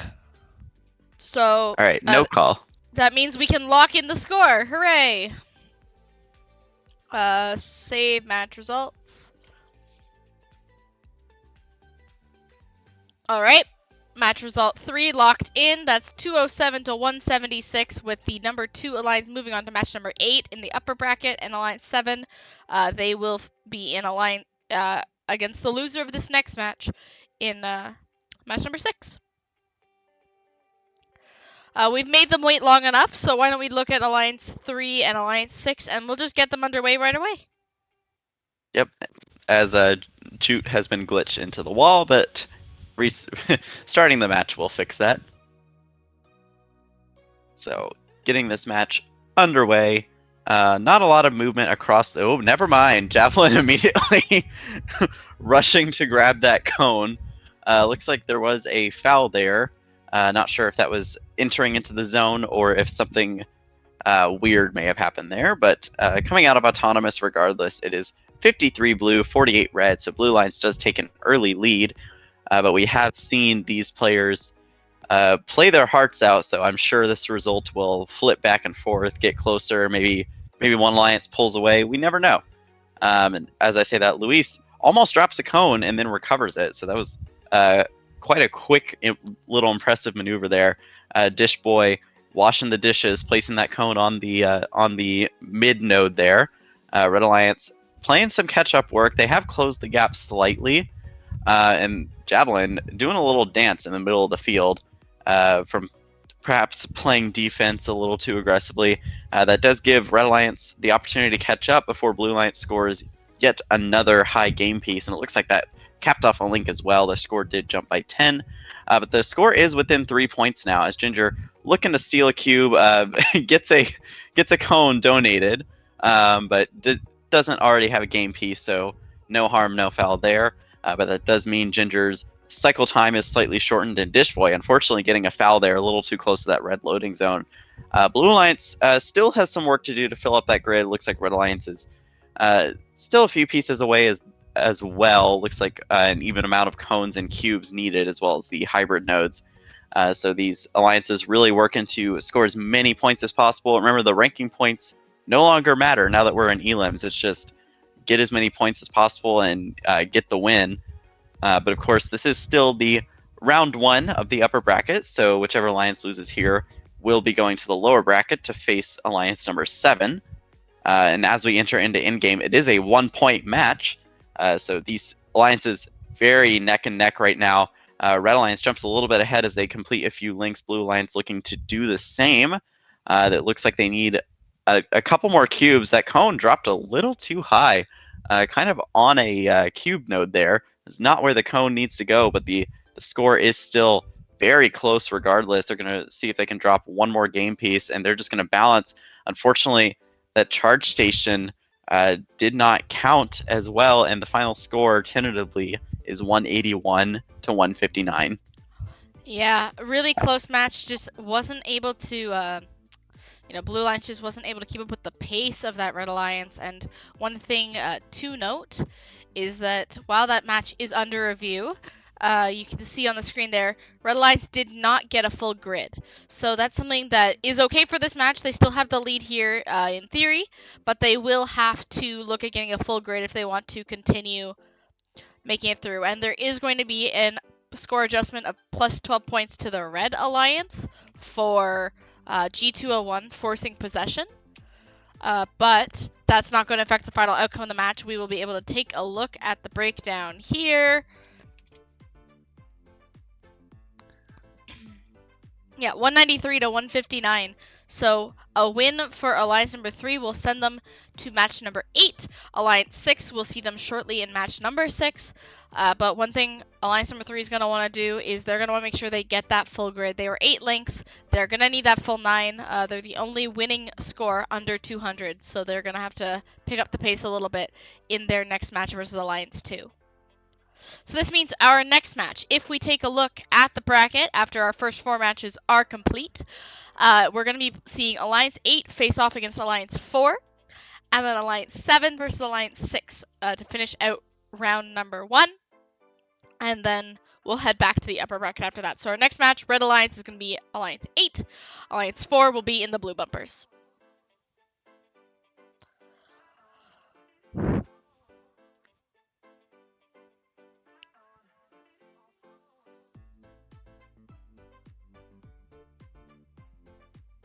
And it looks like we have the entire Blue Alliance and one member of the Red Alliance. Perfect. Ah, they're getting there. I have no idea how I'm going to drink out of this can. Alright. Alright, while we wait for the third Red Alliance member, does anyone have any ideas for the Wordle? I know 2 letters. I wish I could help, but I have no idea. I'm just over here trying to figure out my can. It's more of a cannot.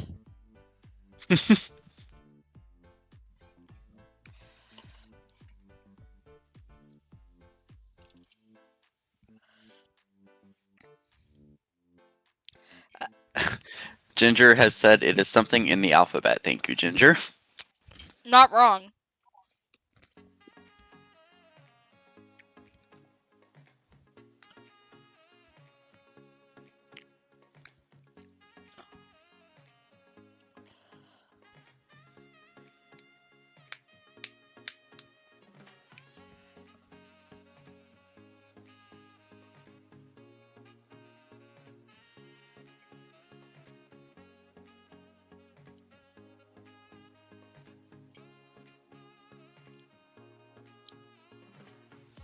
So we're just waiting for the last member of the number 8 Alliance to hop into the field.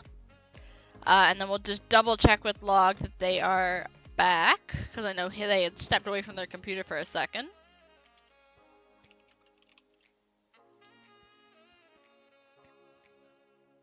I think I need a straw for this can. That's going to be my... Ah!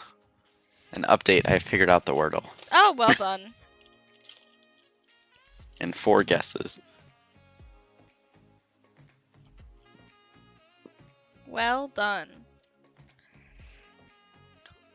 Alright, we have everyone, so this means we're going to get our first losers bracket match underway.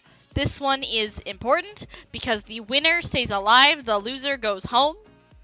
So, we'll see Alliance number 4 versus Alliance number 8. Who comes out on top?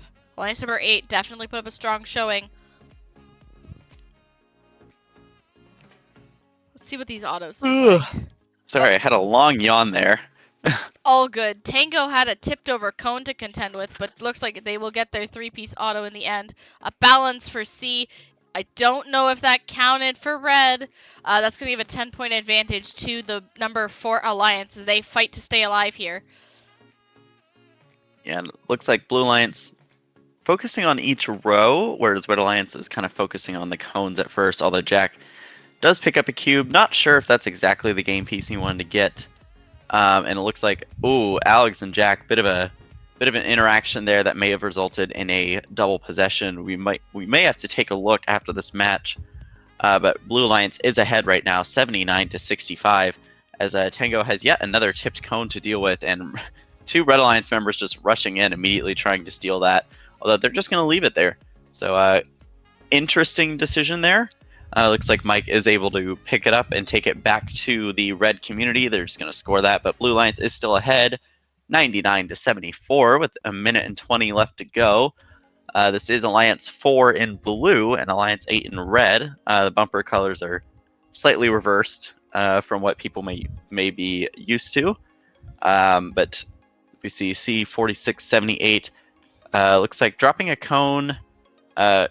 Going to score that high just took him a second to get his arm in the correct position.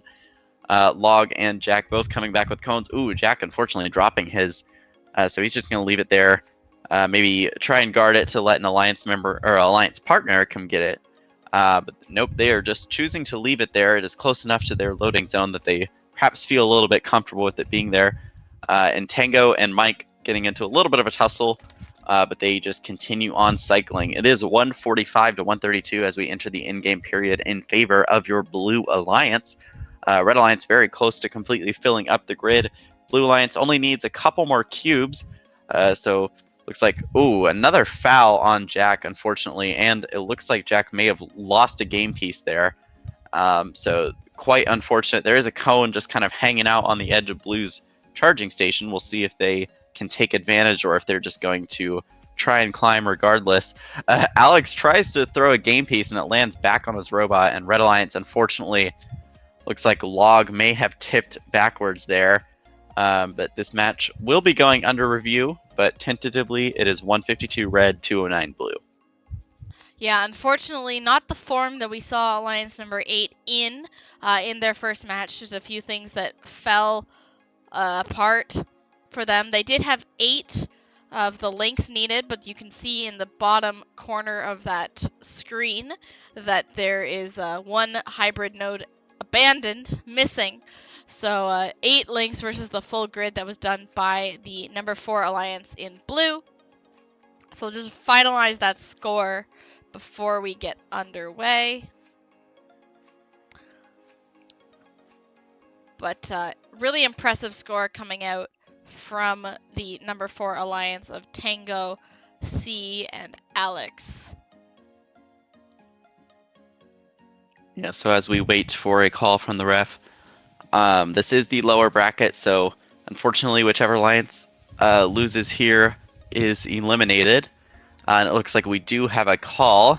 There was a G201 call for forcing a possession foul, giving 12 points to the Red Alliance, but it does not change the outcome of the match. Yep, that has been reflected on your scoreboards, so I can put that in now, and we can look at the full breakdown while the other players get into the field.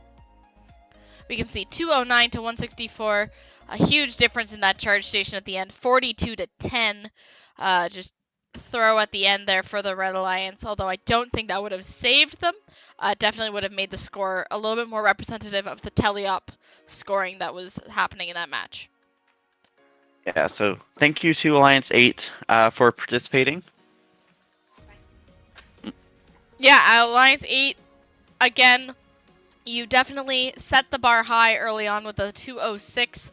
You know, that's almost a winning score in a lot of these matches, so they did really well. Just wasn't their day. So we will hope to see them again at later events and the championship event, of which we will find out when that's happening soon, hopefully. But really well played. Again, that's from Captain Mike, Log, and Jack, your 3 Alliance members on Alliance 8 going home. So we will. Oh, we will move into match number 6. Yeah, no worries. I wasn't sure if you were occupied. We can see here, quick preview. We have Alliance number 7 in red, Alliance number 6 in blue. So Team Turkey, captained by Campbell, versus Dish Boys Alliance, Alliance number 6. We'll see who moves on to the next match, or to the next round. All right, that's everyone. We will get this match started.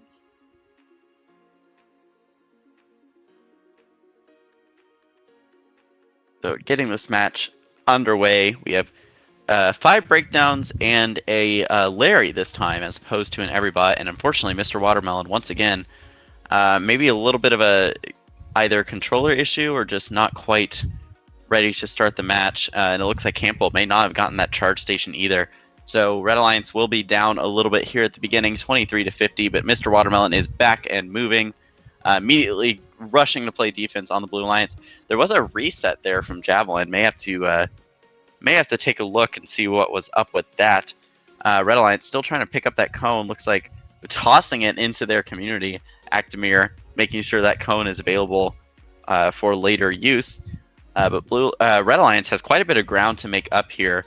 It looks like Blue Alliance kind of a patchwork of game pieces scored right now. Only 1 link scored so far, and it looks like there was a foul. So Mr. Watermelon trying to steal that cone from the Blue Alliance. Luis desperately trying to pick it up, and Campbell swoops in, takes the cone, and it is now Red's game piece to use as they wish.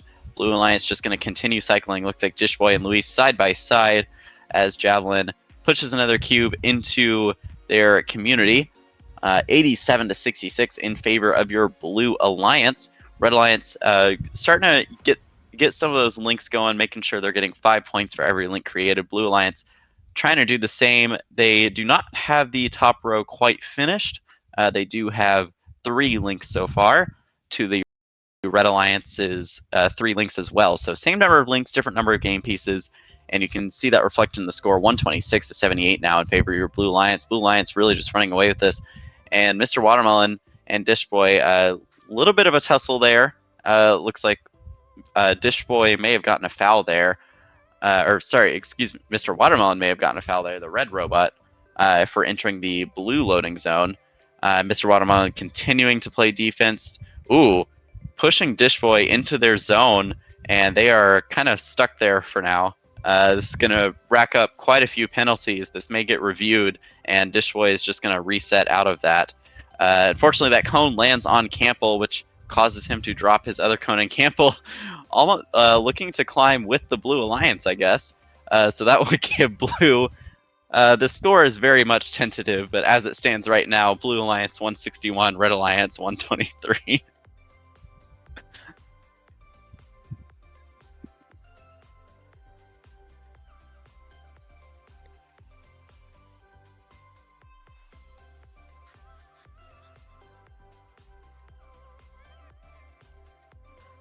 So, that definitely was a match that happened.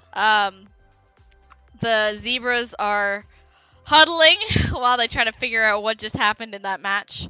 So, while we do that, that again, looking to figure out who stays alive. So, high stakes discussion happening right now for Alliances 7 and 6. While we wait, I will pull up the elims bracket. So this is going to be Alliance number 1 versus Alliance number 5. We are going to have a change in this match. We have a backup robot coming in. Shaduf is unable to play in their next match.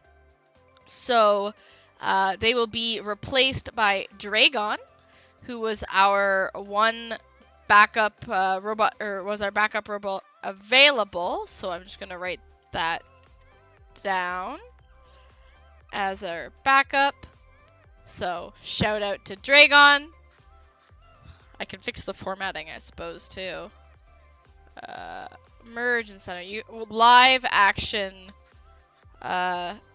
format discussion. Let's do this. Let's do it this way. You can watch me. We'll delete all the borders, and then we will put in. We'll put in some borders. Hopefully, the borders are black. I will make the borders white. Nope, that's not not what I wanted to do at all.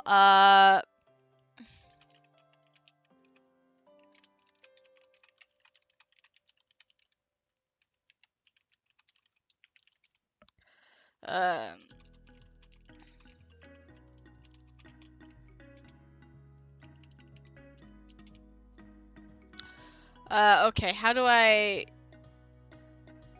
did this? Ah, here it is. Perfect. Didn't work. Ah! Okay. Okay, well, they're black. They're gonna stay black, but at least that way Dragon is represented for that number 5 alliance. And we will see here. I can pop over to the field so you can see who is gonna be on what.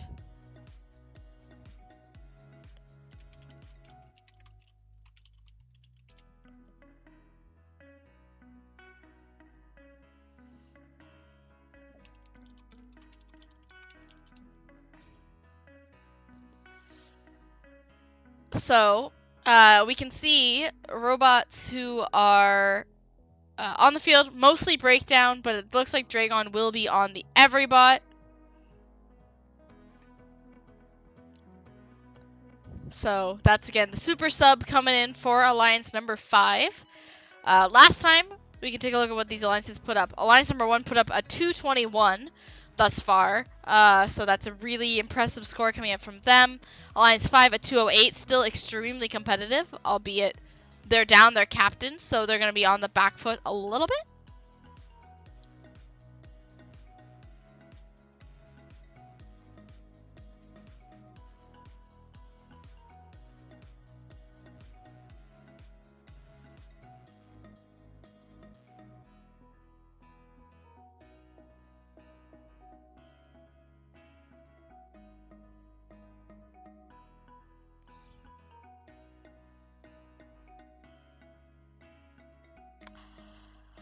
Yeah, so we are trying to get this done as quickly as possible, of course, for you all. We want to keep this event running smoothly. Looks like we do have Jeff back, so that's cool. Yeah, there is still a queue box going on, so we'll see if anything changes. But so far, there are changes. Excellent. Good to know.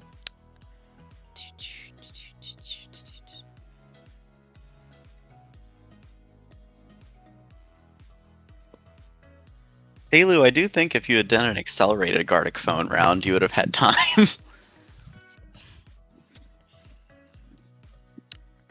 Yeah, definitely.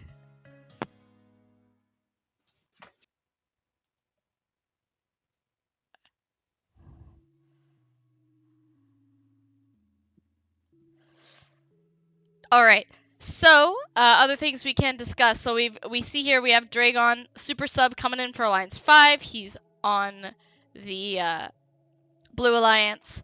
We got Brandon, Taylor, and Dar, who put up that really impressive 221 in their first match. So definitely looking like the Alliance to beat as well.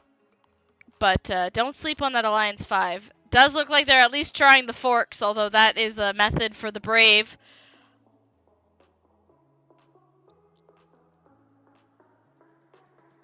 Looks like they stuck them under the charge station. Yikes. That's pretty tough.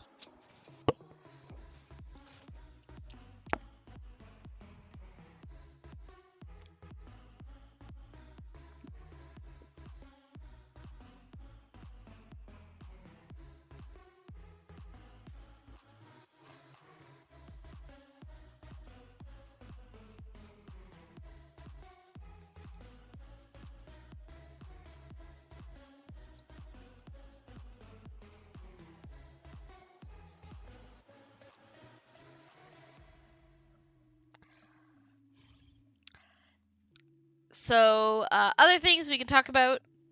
So you finished the Wordle. That's great. Congratulations. I still haven't drank out of my can. I tried drinking out of it based on the hole that I made, and I just like almost cut my tongue, so that was cool. All right, looks like Andrew is back, so I'm gonna assume we're getting our ruling written up for us, and then we will be able to move along.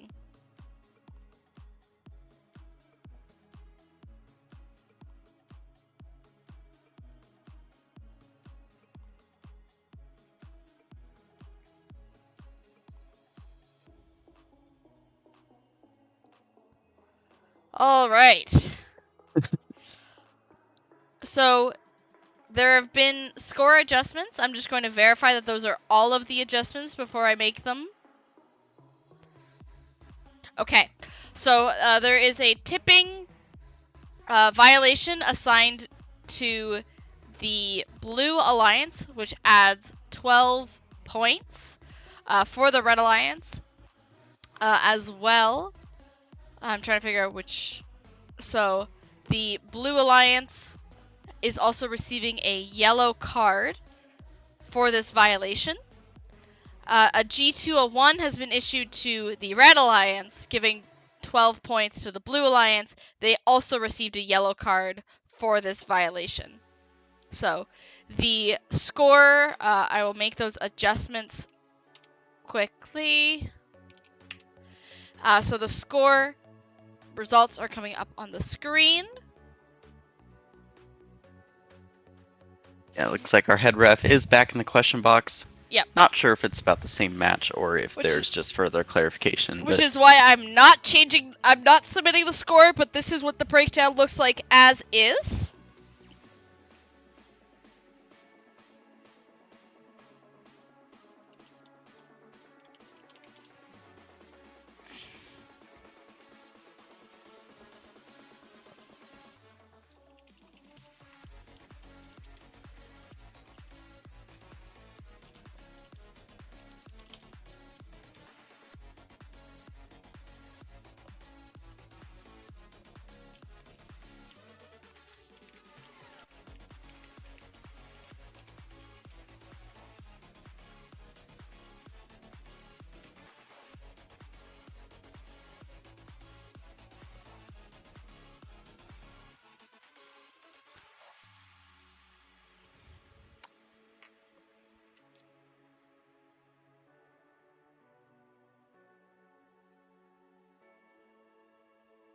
So just waiting on one more ruling here.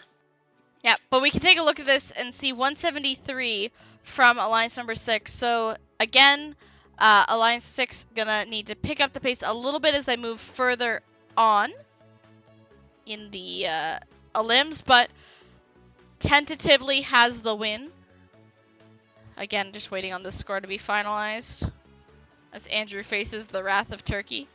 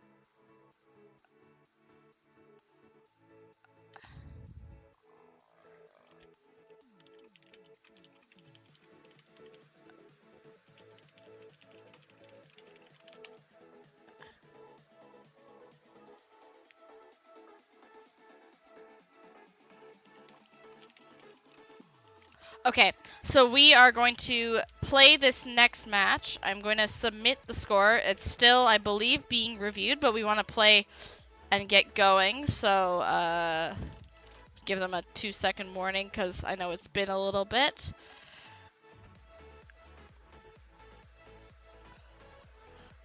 And we will move to this next. Oh, we lost Andrew. Okay.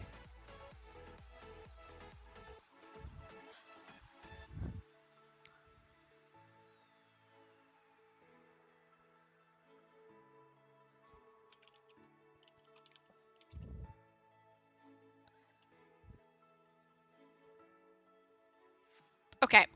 We will get this match started.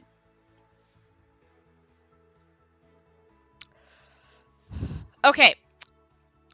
Match number 7 underway as we get things going. Looks like for Auto, we are going to see some contention. Dragon specifically versus Dar in the center. As these robots play, it looks like early lead goes to the Blue Alliance, 42 to 39 now, with 2:15 left on the clock. Lots of game pieces scored, even an already supercharged node for the Red Alliance. They'll want to sort that out as they get started. But right now, it looks like Red Alliance is sinking themselves into a rhythm. Dar throwing those cubes across the field, actually landing that one in the hybrid node as he threw it with the breakdown robot, one of the perks of that robot. Dragon and Jacob both placing pieces. That's going to be a completed link for the Blue Alliance as they're looking to get that top row done as quickly as possible. Blue Alliance definitely seeming to work more in the rows, whereas the Red Alliance focus a bit more on columns. Almost looking like they're trying to assign game pieces to certain players. Dar and Taylu both have cones. We did just see Brandon finish off one of those cube placements. But Blue Alliance, on the other hand, has almost finished that top row. They are just one game piece away. 92 to 89, a foul from Dragon. We'll see what gets dealt with that. It is now 97 to 95. 2 links apiece as Red finishes one off. With 1:13 left in the match.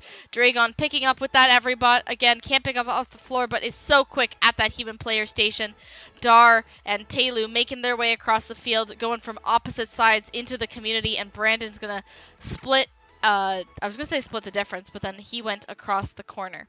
Jacob placing one in the hybrid node for the Blue Alliance. It is 147 to 112 as Red is now only 2 links away from completing it. One of those is in the high, and one in the hybrid. So we'll see if they're able to place that. Looks like Taylu recognized that top link needed to be done. That's now dusted for them. Although it does still say they need 2 more links. Make that only 1 now. They have to figure out which piece does not count so they can get that full grid. Looks like a cube does fall for the Red Alliance. Blue Alliance, this may be their opportunity here with 20 seconds left. 158 to 141. A full grid now for the Red Alliance. They're going to go to supercharging. Blue Alliance still has just 2 pieces to score. Looks like one is an open square and one might be a hybrid that's outside, or 2 are cubes rather. We see that Charlemagne placing one there. Dragon, the super sub that could, is going to finish the grid with a cube at the end. Last second, Taylu trying to get that cube. Falls from the Blue Alliance as the clock hits 0. It's 202 to 177. The preliminary score there. Red Alliance, they were down at the beginning, but they caught all the way back up. And it looks like it was a clean match. Just going to get confirmation of that.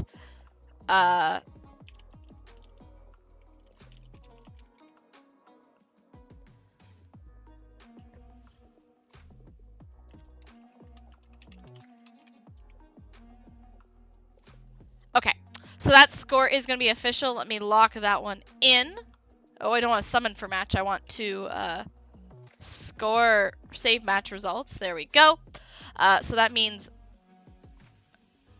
Oh. There is a Q box after we submitted the score. Well, so, 202 to 177. We'll see if that score is going to be adjusted. But for the meantime, take a look at your breakdown. Charge station didn't happen for the Red Alliance. If you noticed, Taylu was caught out late at the end. We are going to get everyone at least in there as well. If Jeff, maybe you'd like to go give some support for the Q box, that could be possibly helpful. I'm not sure. Yeah. I'll throw you under the bus on stream while I stand here and we look at this match number 8 coming up as we try to keep things going quickly. So our next match is going to be Alliance 2 versus Alliance 3. This is a big one coming up here, okay? We have Josh, Waxton, and Juzzo versus Ginger, Maktar, and Jute. I'll pop the elims bracket up on the field.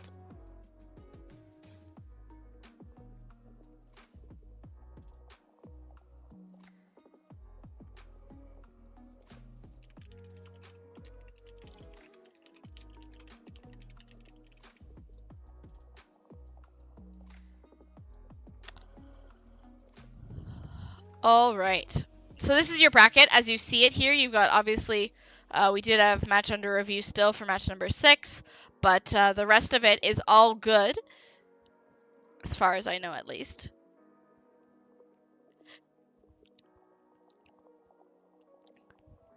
We will take a look. But right now we are going to preview. Let me preview who's on what robot for this next match, okay? So we've got a bunch of breakdowns, and then we have, I believe that is Jute on the Everybot. So Jute seems to have been playing it the whole time. So that's going to be a fun little change, and one thing that we've seen is can't pick up off the ground, but is so quick, and that's one of those things that removing the auto wall will have really helped those Everybots. So that's something that we've helped see it more.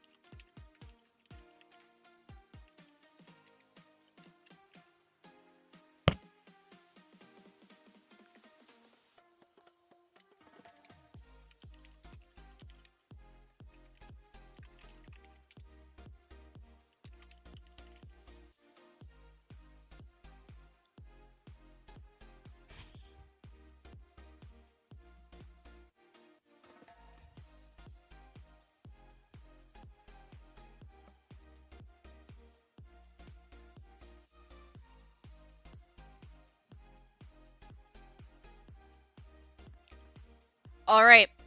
So everyone's aware, match 6 has been finalized.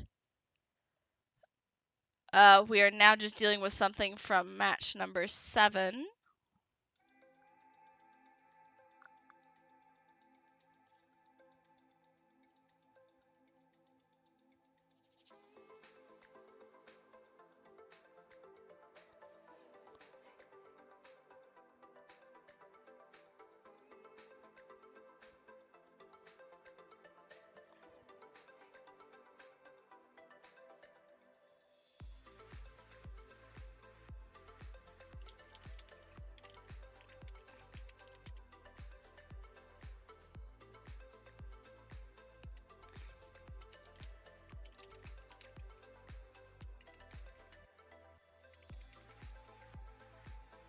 All right.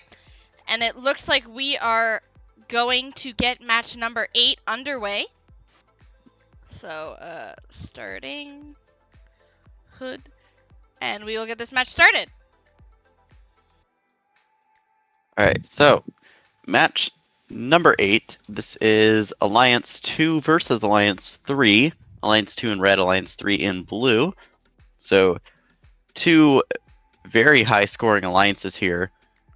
And we will see what this autonomous mode brings. Looks like Juzzo and Jute going for that charge station balance, and coming out of autonomous, it will be 54 to 51 in favor of the blue alliance.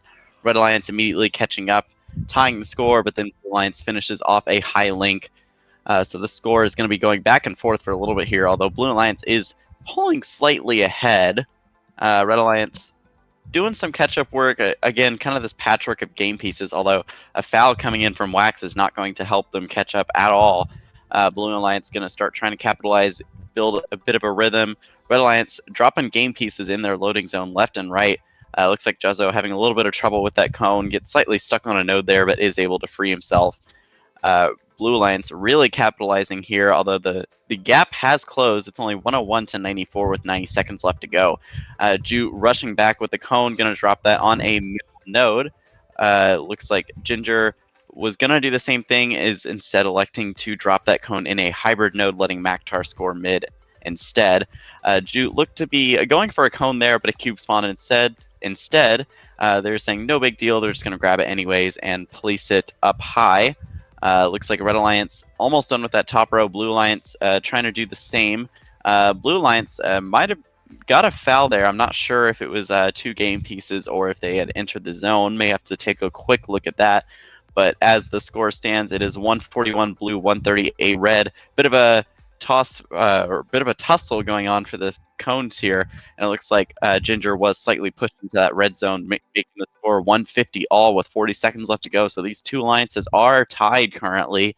Red Alliance finishing off that top row, although it looks like Juzzo really stuck on that node there, is able to free themselves. Wax already back at that loading station. Jute dropping off that last cube needed for the middle row, and Blue Alliance has now filled the grid, and Red Alliance filled the grid as well, is going to start supercharging. So both of these alliances are now supercharging the nodes. It is a very close score.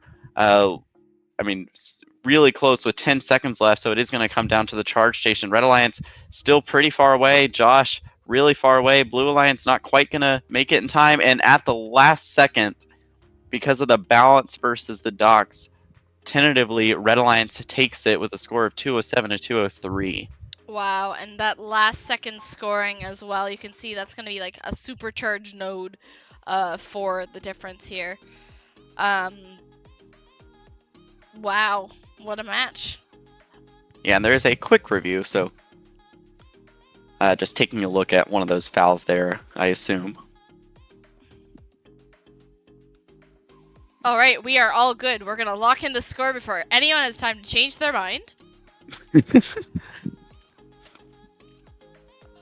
And look at the breakdown. So that is going to be advancing on to match number 11 for alliance number 2. That's 207 to 203. Really close stuff, but just not able to get the balance at the end for the Blue Alliance. That could have been the difference maker. They are still alive. They will be playing in 2 matches from now. But right now we're going to see alliance number 5 versus alliance number 6 in the losers bracket. Yeah, and so we will be moving on to match number 9. So heading back to the lower bracket, it will be Alliance 5 in red versus Alliance 6 in blue. And they are already in, so why don't we just cut right to it? I say cut right to it, but then it like takes a few seconds to, you know, do the thing. Yeah, the countdown doesn't start right away. So I wonder if we're going to see any stealing autos. And yep, Javelin going for their usual strategy of trying to pick up that cone. However, Dragon electing to push them away to let their alliance partners grab those cones before going onto the charge station. As a reminder, Dragon was subbed in, getting a little bit tossed around there. By their that everybody is very light. Yeah, by their teammates Yeah. nonetheless.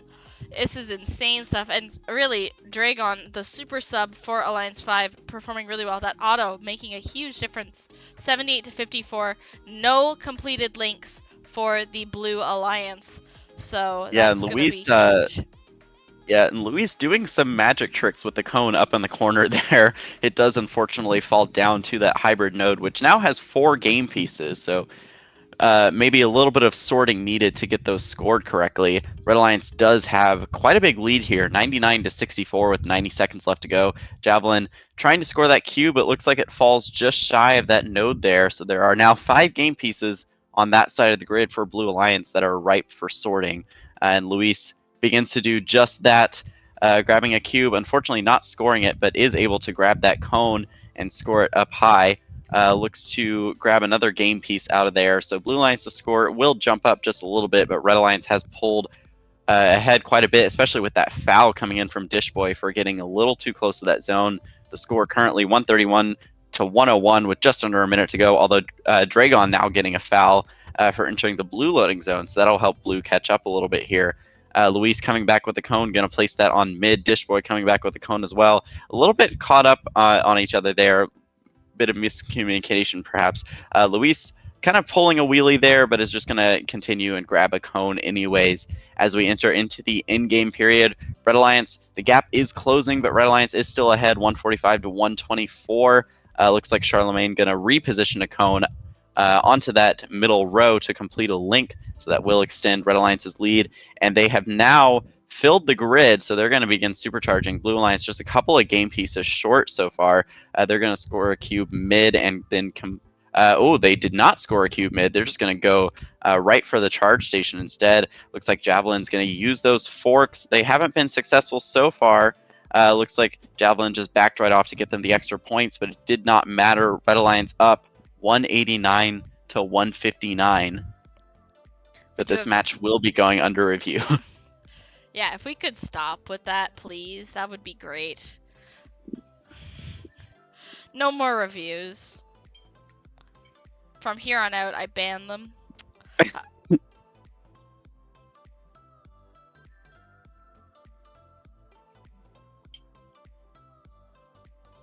And it appears we do have someone in the question box as the match goes under review.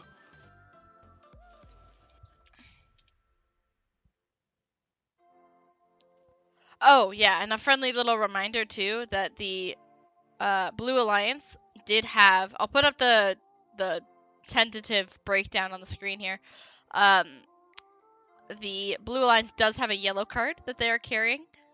Oh, that's why they were listed as yellow in the sheet. Oh, I took that away. That's my bad. Let me put that back up. I thought it was because their match was still under review. Let me put that back in there.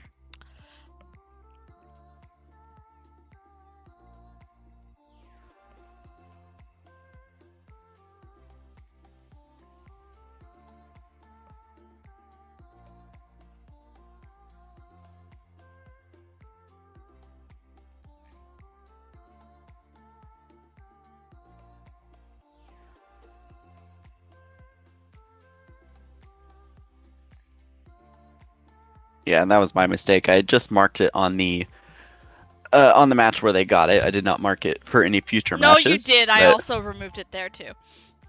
Oh, maybe Andrew marked it. Maybe. Okay, so we do have a ruling, and this is a little unfortunate here. So there was a G204 call on blue, resulting in 12 points to the Red Alliance and a yellow card on blue, but because blue already had a yellow card, that turns into a red card, which means they will score 0 points for the match. All right, so we will save that match results. You can see the breakdown on the screen.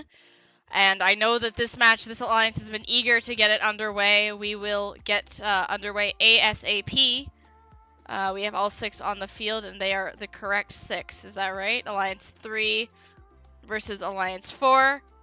We are underway. All right, so getting this match underway, all the robots are glitched into each other on the match preview screen. Ginger immediately stealing a cone. However, it is sideways. It's going to be a little bit tough to score like that. Looks like they started experiencing some phantom forces there, and that will actually affect their score a little bit. So even though they stole the cone, they are behind coming out of auto 38 to 50 with 2 minutes and 10 seconds left to go. Blue Alliance looking to pull off a little bit of an upset here. Alliance 4 versus Alliance 3. Alliance 3 in red, Alliance 4 in blue. And Blue Alliance, Red Alliance catching back up by 1 point, but Blue Alliance immediately takes back that lead, especially after completing a link. They are focusing on that top row first. Red Alliance looks to be doing the same, although a little bit of trouble in that loading zone. Maktar is able to pick up that cone off the floor. Blue Alliance currently with the 10-point lead as they cap off another link and score a game piece mid. Red Alliance completing a link as well, though, so the score is 94 to 82 in favor of Blue with a minute and a half left to go. Blue Alliance just really starting to pull away here, especially with that maneuver. Tango sliding in behind Alex. C4678 getting a little bit of defense played against him by that Red Alliance. And clearly that's what this Red Alliance needs right now if they want to have a chance to catch up.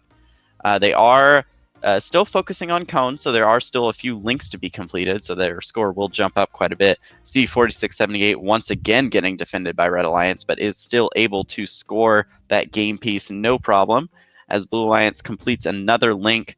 Looks like Tango just going to make sure that cone is scored, but unfortunately D scores another cone in the process, so that's going to put Blue Alliance behind a little bit, kind of ruin their rhythm. But Alex is already ready with another cone. So Blue Alliance just needs that one cone to finish the grid. Red Alliance still a few hybrid nodes and cubes away, and it shows in the score. Blue Alliance currently 159 to 123 as we head into the end game, and Blue Alliance has now completed their grid as Alex throws a cone, bounces it off another cone, and it lands in the hybrid node.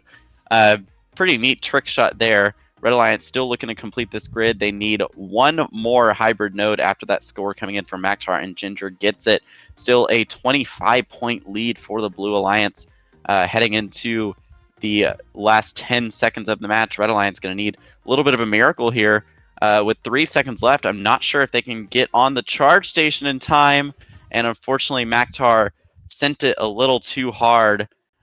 So the match score will be 189 blue, 170 red. All right. We will, I assume, okay, we will submit that score as far as I'm aware. Yep, perfect. So we'll submit that match score, and that means that alliance number 4 will be moving on after that last minute survival story. They'll be moving on to match number 12. But next up, we have to go back to the upper bracket to see alliance number 1 versus alliance number 2. With that, we say goodbye to our alliance number 3 of Ginger, Jute, and Maktar. The charge station at the end just wasn't enough. And they will not be progressing further on in this event. But it was great to have you, and we hope you come back.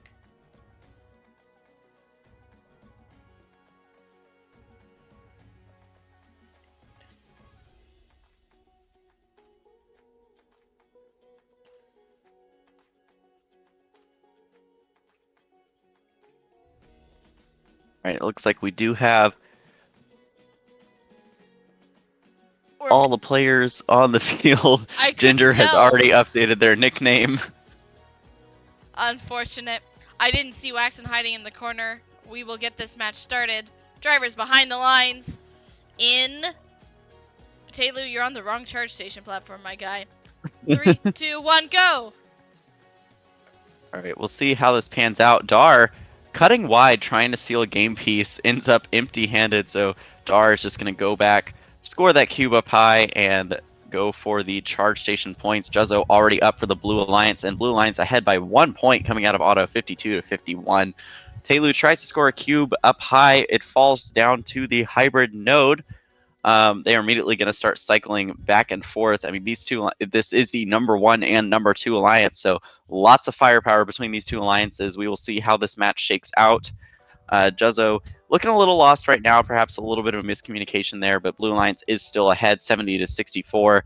Taylu attempting to correct one of those cones from earlier. It looks like quite a few game pieces in that hybrid node. It does help them catch up a little bit, but Red Alliance really going to have to start cycling a little bit faster, maybe pull off a few defensive maneuvers. And, ooh, Brandon and Wax look to be locked together there. There may have been a incorrect possession foul. We may have to take a look at that. But Red Alliance going to complete some nodes anyways. Looks like they need one more cone on that upper row. And Brandon is electing to score that cone mid instead. They may be holding off some scoring for the end to have their score jump up.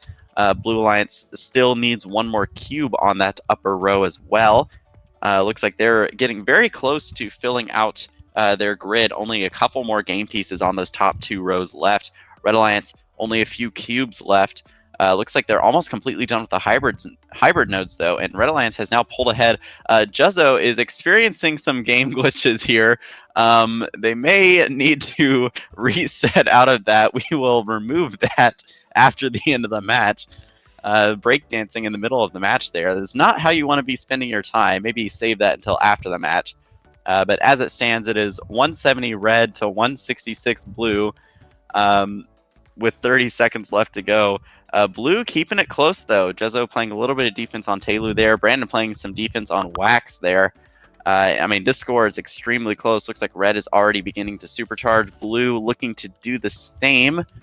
194 to 180, 10 seconds left to go. These scores are jumping back and forth as we head into the end game, or as we head into the last 5 seconds. It's been the end game period.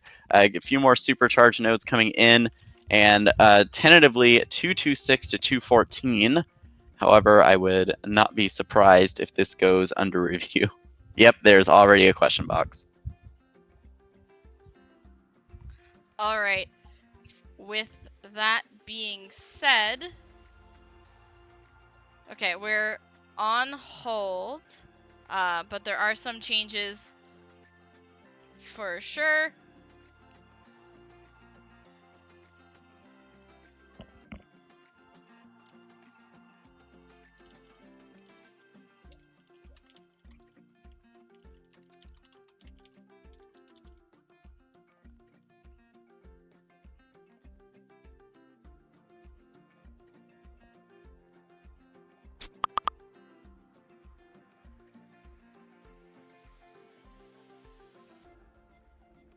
I guess we can talk. I don't know why I'm not talking, but like, yeah, Jizzo had a breakdancing moment in that. We are gonna be able to get that.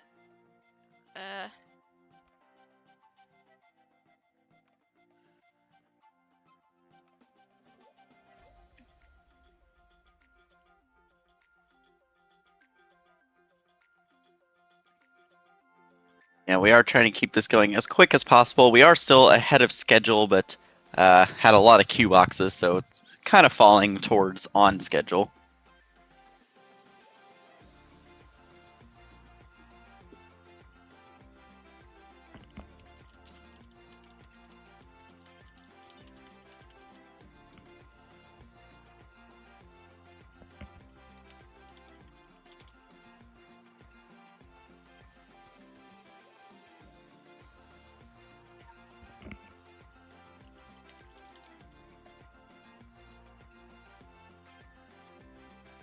Alright, let's see what I have. Okay, so the rulings above, we see there's a call for G201, which is going to be plus 12 points for the Blue Alliance.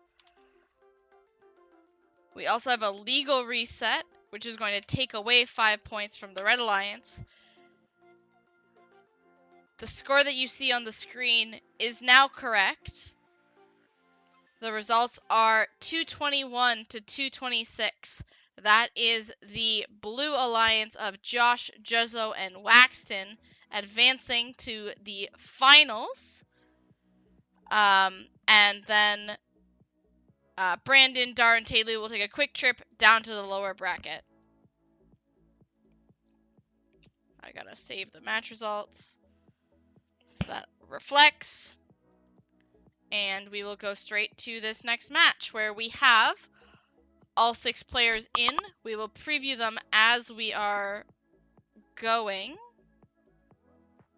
So, Alliance number 4 in red, Alliance number 5 in blue. We've seen this match before, and it went to the Blue Alliance last time out. We will see what happens this time.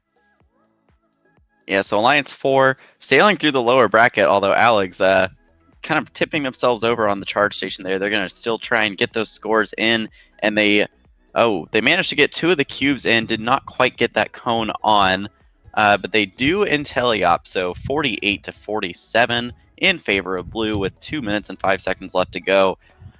So yeah, this is the rematch in the lower bracket. These 2 alliances faced off in the second overall match, and they are now rematching in match number 12. Loser of this match does still get 7 district points from the elimination rounds.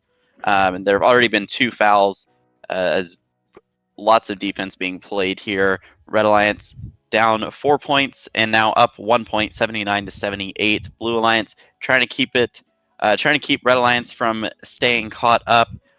These 2 alliances are scoring as fast as they possibly can. I mean, this is the lower bracket semifinals, so whoever wins this match will go on to face Alliance number 1 in match 13. And again, the loser of this match still gets 7 points from elimination. So at this point, every single alliance will get more district points. So that's obviously great for these alliances. It is the top. It's 1, 2, 4, and 5 that have made it this far, and Dragon does get a foul there, which brings Red Alliance quite ahead, 138 to 106 with 50 seconds left to go. Alex coming in with the cube, going to finish off that link. Blue Alliance still needs a lot of game pieces on that middle row.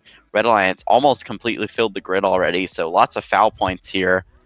Since there was that minuscule difference in auto, we will see how things shake out as we enter into in-game. C4678 once again being defended as he crosses the field and kind of throws him off his rhythm. He drops the cube, picks it right back up, and now the grid for the Red Alliance is finished, so they're going to begin supercharging these nodes. And it looks like Alex is just going to go ahead and get on the charging station. They want to secure those points. Blue Alliance still needs, looks like, one more game piece to finish up the grid, and then they very quickly need to get on that charge station. Looks like it, oh, they needed 2 more game pieces, excuse me, and unfortunately just off the charge station. So 211 to 160 is the score currently in favor of Red Alliance. Wow, and what a match there. The full grid there coming in for Alliance number 4 is going to help secure it at the 211. That's a really competitive score. So we are going to see that Alliance right now. They're going to be swapping over into the blue bumpers, but they will be facing off against Alliance 1 for what is going to be one heck of a match coming up. And as we do this, I just want to say thank you and goodbye to our Alliance number 5. I just want to get the people right on it. Shadif, Charlemagne, Jacob, and Dragon. Thank you, Dragon, for stepping up when your captain couldn't make the rest of the matches. Really well played. We hope to see you at an event in the near future.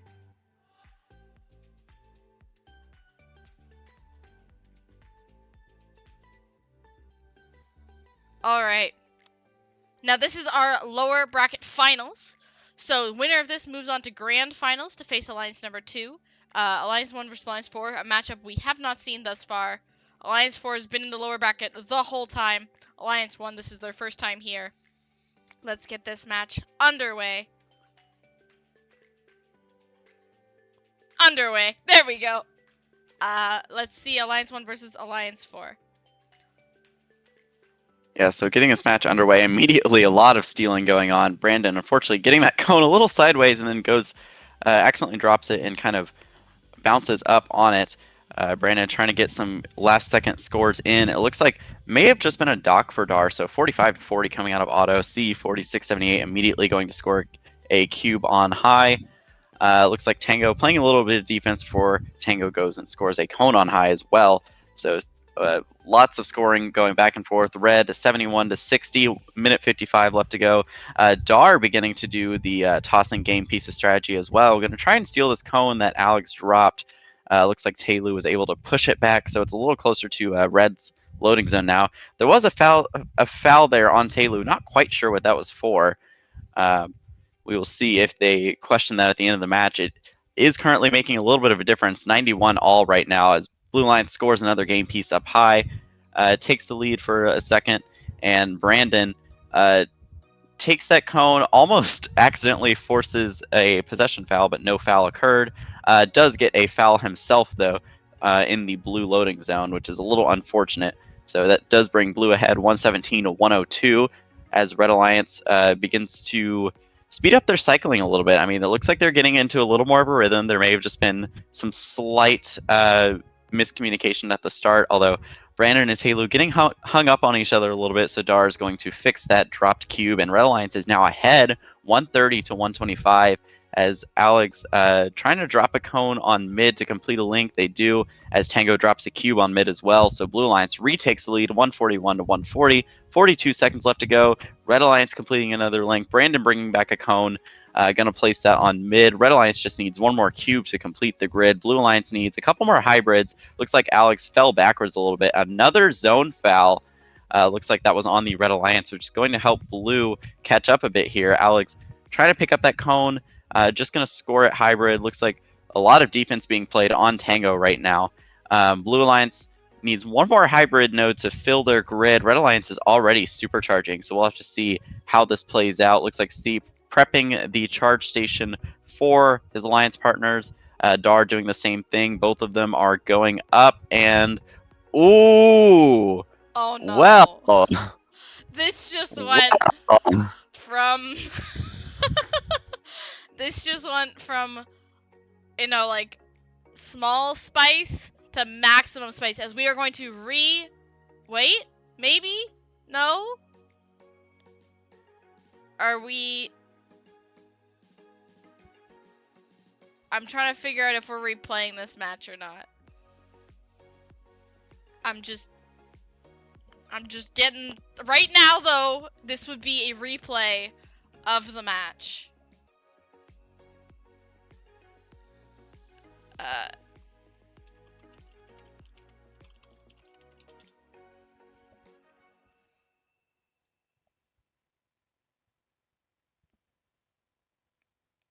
Okay, we do have a question box. This is a little bit different. We know that C had a time limit, couldn't play after 6:30. It is now 6:41, so he was pushing it as late as he could. I don't know what's going to happen here for the outcome of this match, whether or not it's a replay or if it's if there are any calls to be made. Oh, but this is spicy.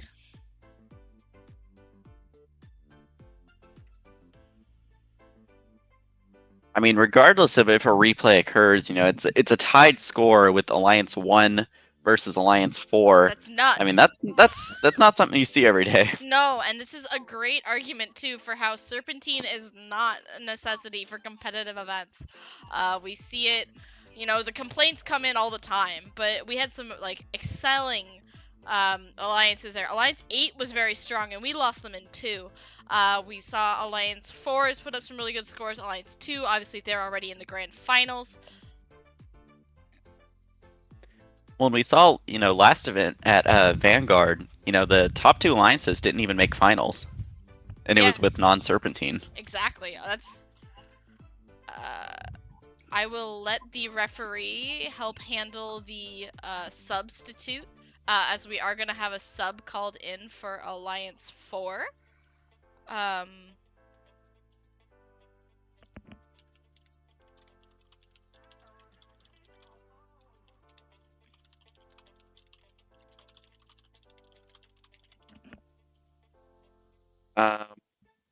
So are we replaying the match? I don't know yet. Andrew is gonna tell us that, and then so there's been a no call, so this match will be replayed. And we are just looking for the substitute for Alliance number 4 as we speak.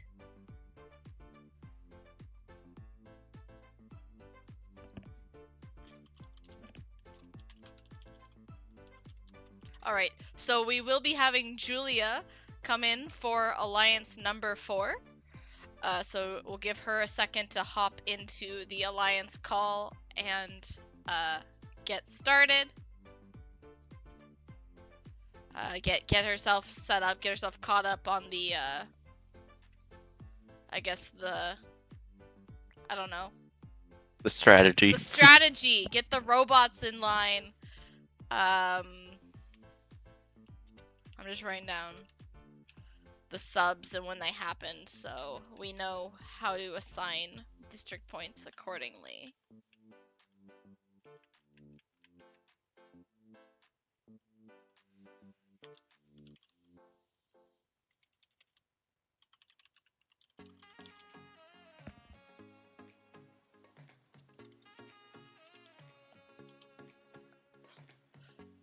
Though I do believe Julia has played 2 events already, so it will only affect C's points. Yep, C would not get district points for any matches going here on out. It's the same thing as Dragon. When Dragon got subbed in, assuming this is their second event, they would get points for the win in match number 9. And yeah, and for anybody that's unfamiliar with how subs work with district points, we do use FRC rules for district points, so it is a percentage of matches played is how many elim district points you get, rounded to the nearest whole number. Alright, I am gonna close that.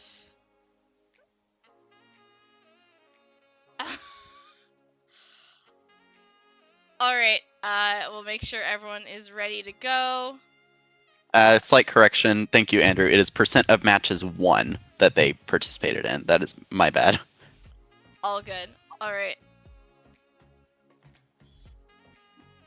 All right, I think we are good to go.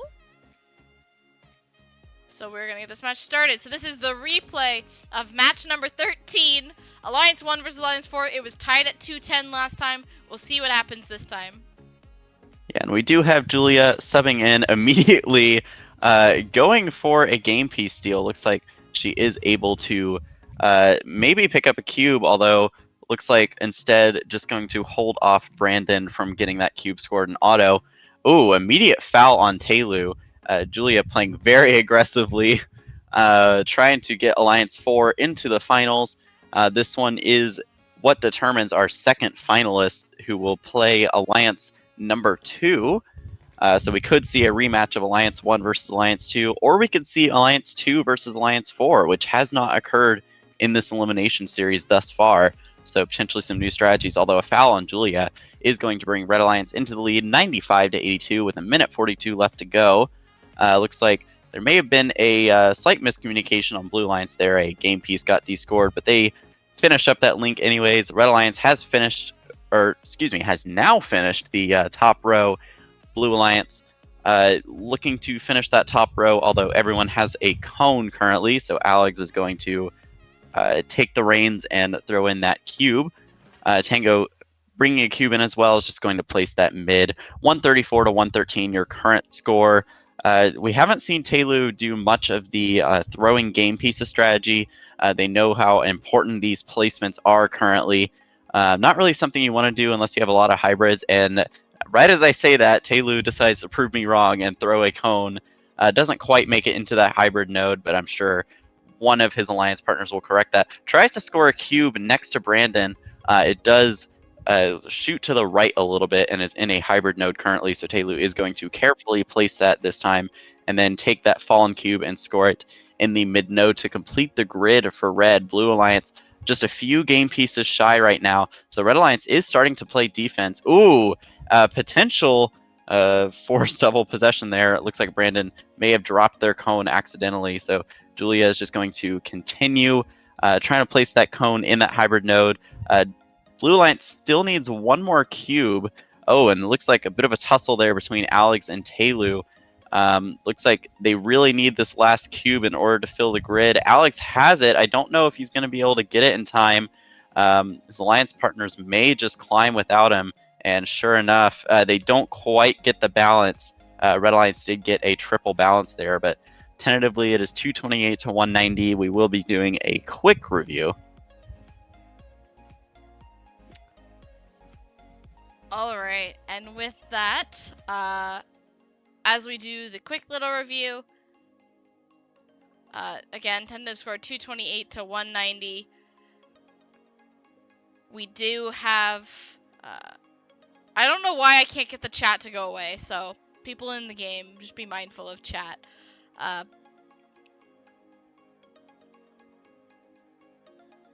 But I think,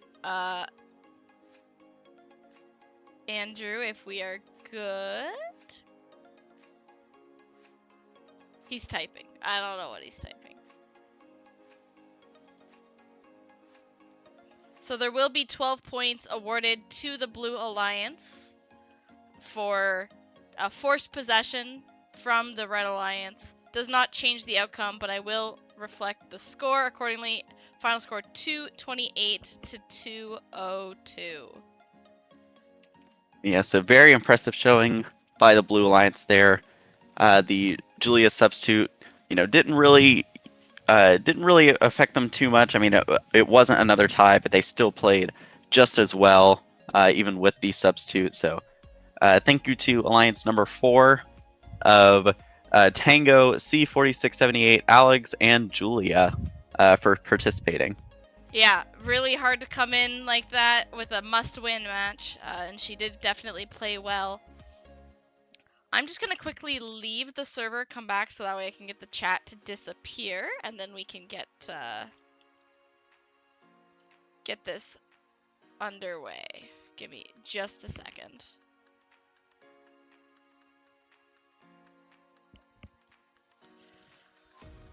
That way the players can have their chat to themselves.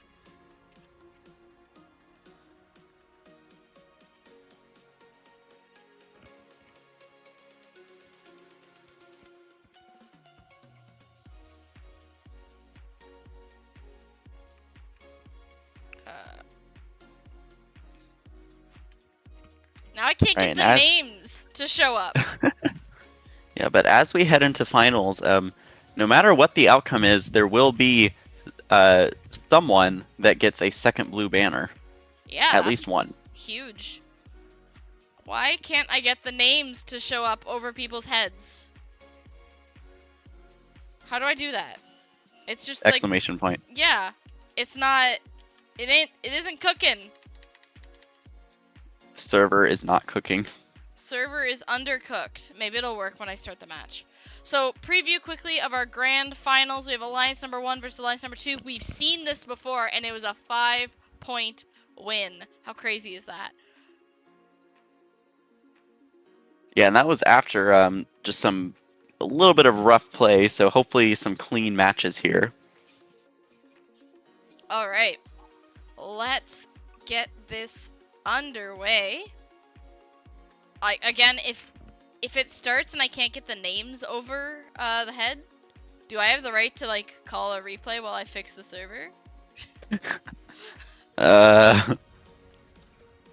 Good question. We'll see. We'll get this started once my computer finishes having a moment.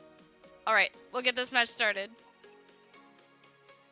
Luckily, Jeff, you've got the Andrews with actual names over it, so it's fine for you. It's just the stream won't see. Unfortunate for the stream, but as we get into Autonomous, Dar immediately tossing a game piece, going to steal that cone. Brilliant play by Dar, and we do see Josh back on the breakdown robot. Looks like able to get that balance at the last second. So 55-49 currently. Ooh, 60-49 as Wax does get a foul for entering the zone there. So we shall see how the rest of this match goes. 2 minutes left. Currently a 20-point difference. Not really what you would expect with the top two alliances, but Red Alliance, again, seems to be doing this sort of patchwork game piece strategy where they just score where they can, kind of leave some links open so that their score jumps at the last second. Blue Alliance very much focusing cones right now. They do have quite a few hybrid nodes though, so already a couple of links. And as I say that, they do get another link, although Taylu is going to quickly bring that cone up a level. There was another foul. I didn't see who that was on or what it was for, but Red Alliance kind of fighting to keep this cone in their zone. 103-90 with a minute 15 left to go.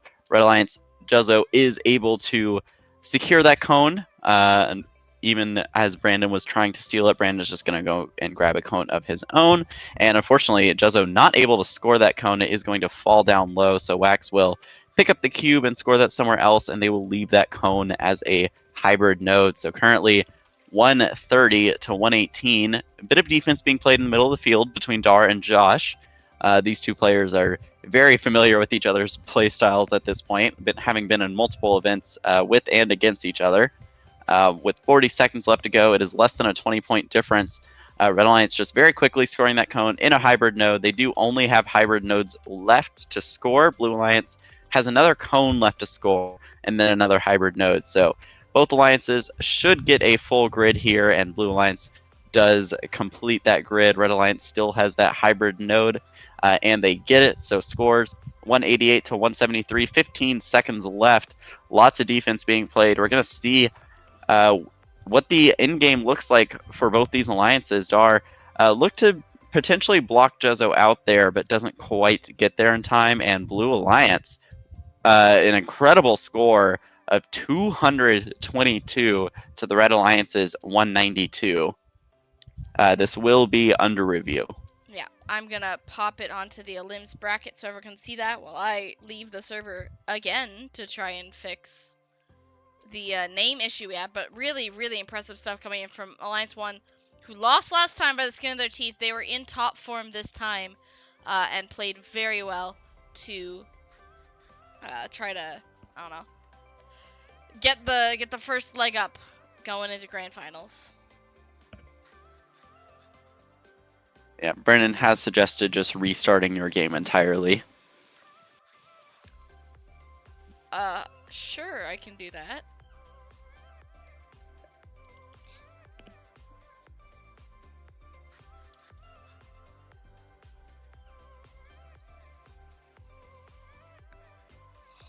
We have a from our ref. Excellent. That's what I love to hear. Andrew's already given me 1 red card. What's the harm in getting a second? True.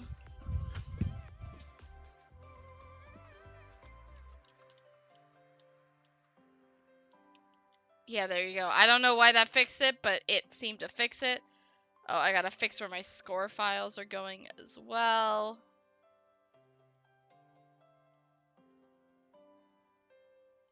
Because otherwise it will not update the scores. I remembered to do that. That's like a huge win of me trying to learn how this bot works.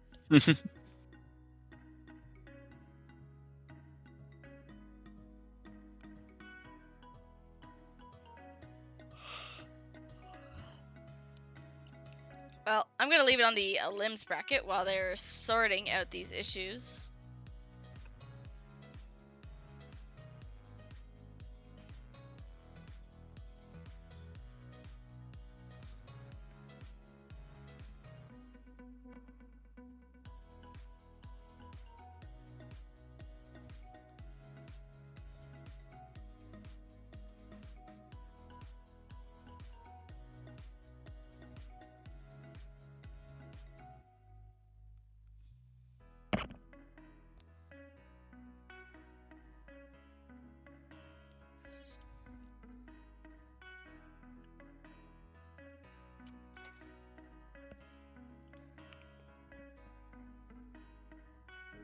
Let's see how long this coffee takes to kick in. Watch it not kick in until I'm like trying to get to bed tonight. Yeah, that would be brutal. Alright, so we have a ruling. There is a G204 call on blue, resulting in 12 points given to the Red Alliance and a yellow card on the Blue Alliance.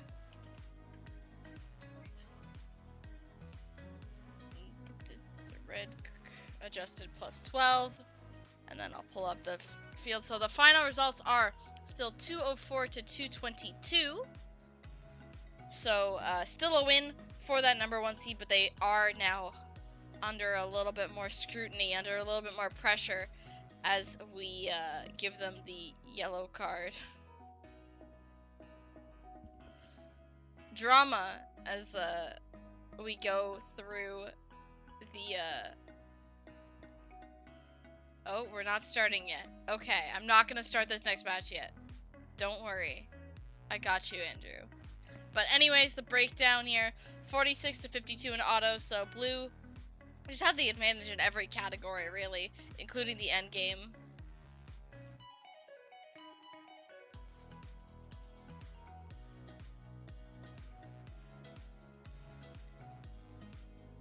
I am really jamming out to this music, you know?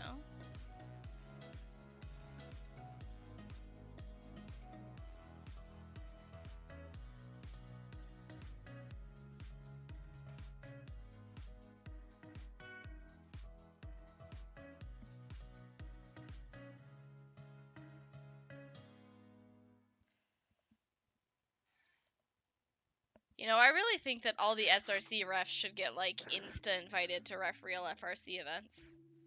You know, I tried, but they were really short-handed on judges at the event I signed up for, so that's how I became a judge. Fair enough.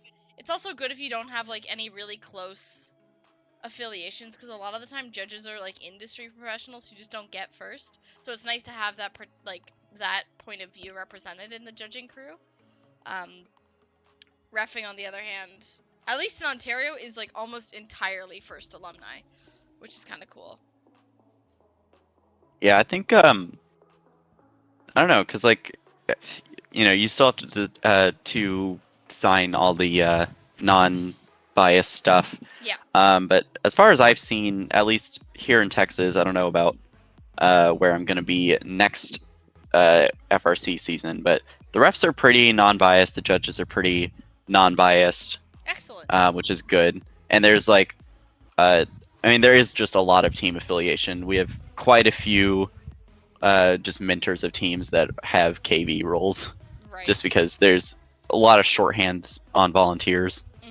A lot of events happening. Yeah, one of the biggest things that we do is like you can be a KV, like a K volunteer,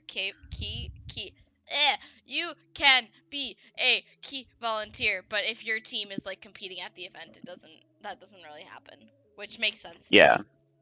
Which the only time it really affects things is judging. You just have to recuse yourself if you're associated with the team. Yeah, exactly. All right.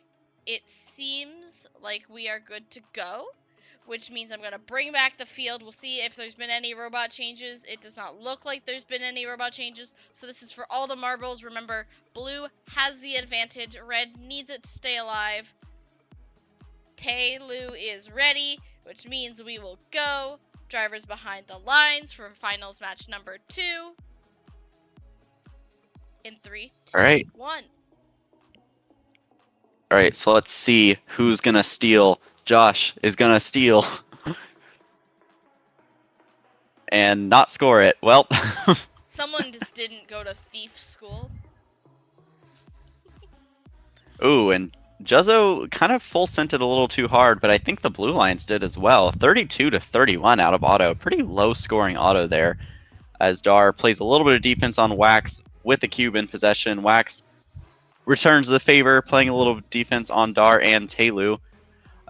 Looks like Brandon, getting shoved into that zone a little bit there. Brandon is just going to continue scoring anyways, scoring that cone up high. They do have 3 cubes in one hybrid node. I assume they are going to correct that, and they do, pushing one over to another hybrid node, which already has 2. They're just going to leave it there, and Brandon, unfortunately, getting another zone foul. So the score is currently 77 to 71, 68, kind of flashing back and forth there. With 90 seconds left to go. Ooh, Brandon! Oh my goodness, we have another breakdancing robot. That's going to be a little bit of trouble there. It looks like able to recover, but I'm not sure if he is able to free that cone. So may necessitate a reset there. But it's still getting flipped backwards. So and it just freed itself. Okay then. Cones do cone things, I guess. That was entertaining. Anyways. As long as he's able to keep his cool. One thing too Yeah. that I've noticed is like Brandon is new to multiplayer, so is new to things like zone fouls. Isn't as cognizant as someone who might have been doing a lot of multiplayer like ranked in practice. So that's one of the biggest things that I think we can attribute it to that. But is able to keep his composure after that series of moments that he had, let's say. Yeah, and despite that, the score is still pretty close. There's been a few miscommunications on Red Alliance from what I've been seeing. Lots of, they're kind of hitting each other, and look at that. Wax just accidentally descored a cube while trying to score a cone, which is going to give Blue Alliance a chance to catch up here. Taking a little bit to score that again. Is able to get it scored, though. Trying to supercharge with that cone. Blue Alliance, ooh, they need the climb here. Oh my goodness! Oh, you're kidding me! The match is under review, but another tie. It's like, I'm sorry, Curtis, you wouldn't have been able to make the whole event anyways. This has been an absolutely crazy event so far. It's, we'll see what this ends up being called as. But in the meantime, can we just appreciate the plays and the tricks, I'd say, that were happening. Yeah, it looks like there is a discussion with the head ref and Brennan, who has made an appearance once again.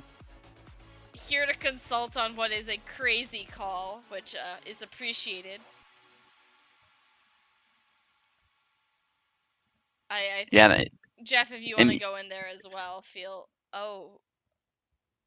and for the most part, we had a few events where players were intentionally pushing the limits on the rules, but I think this event, it's just been, just unfortunate interactions between players. Yeah, it's pretty difficult.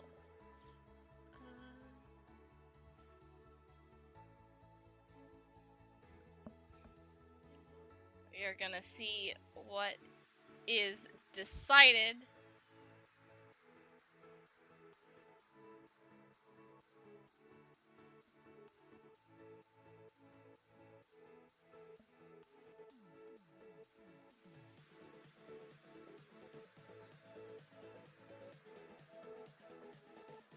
There is a cue box. Yep, I think it sounds like a decision has been made, and they are just communicating that to the alliances before we put it out on stream.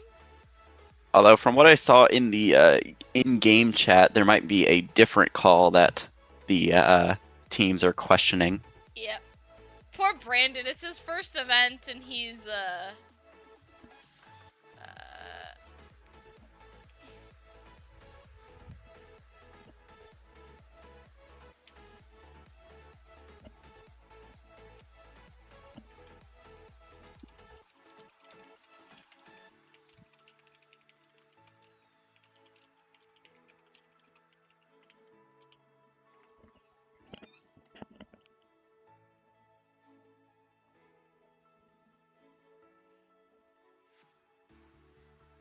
yeah, this is definitely going to be dramatic here, as decisions are being decided.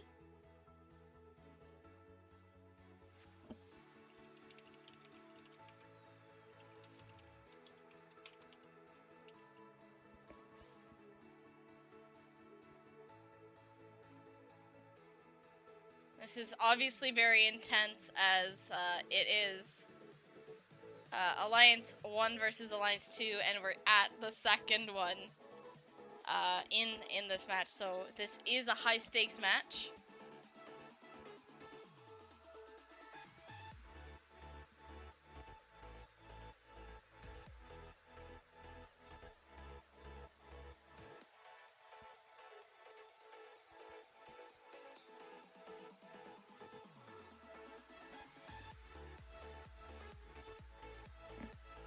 At least the music is popping, you know, like, Oh, I should turn on the stream to hear the music. yeah, go for it.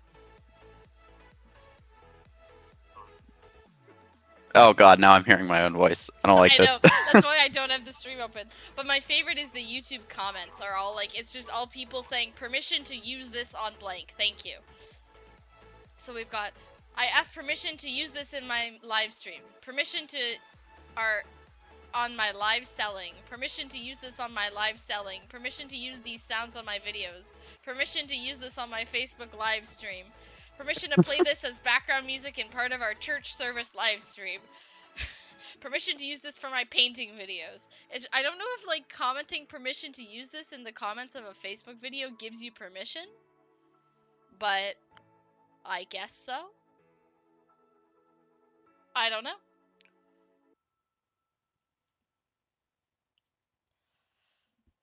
So yeah, the refs are still discussing with members of each alliance. Actually, just kidding. Not members of each alliance, members of one alliance. If you're listening, Alliance 1, it might be smart to have someone in as a silent observer to see what's happening in the question box. But that's neither here nor there. Wow! There we go. Oh, they all did it. I didn't mean for all of you to do it. I'm sorry. The entire Alliance 1 just joined the question box. That's not what I meant, but that's okay. Oh man. Oh. Here, let me pull up the, let's look at the elims bracket for a little bit. So, we saw there the last match was 204 to 222. Maybe no one, okay. 204 to 222. Our current tentative score is 192 apiece, which means that the score was lower, a little bit less. We do have 2 full grids, which is cool.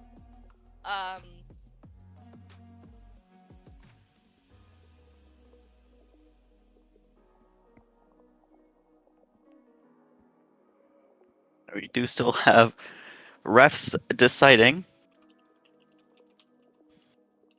Somehow, this is going to result in a red card on the commentator once again. You're right.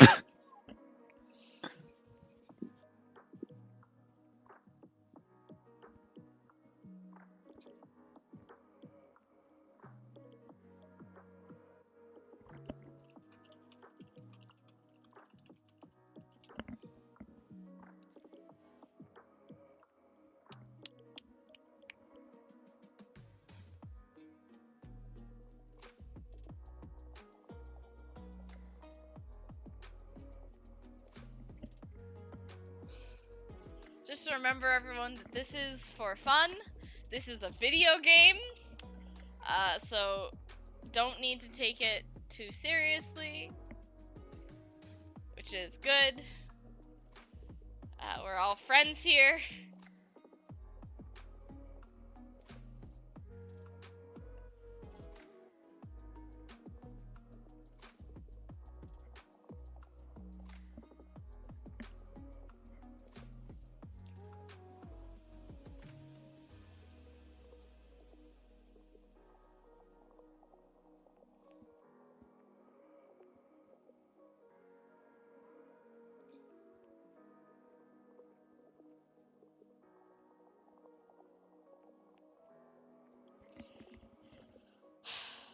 Any exciting plans for the rest of your day, Jeff? Studying for an exam. Ooh, what exam do you have coming up? I have, I don't even know Well, what it that's covers. not very.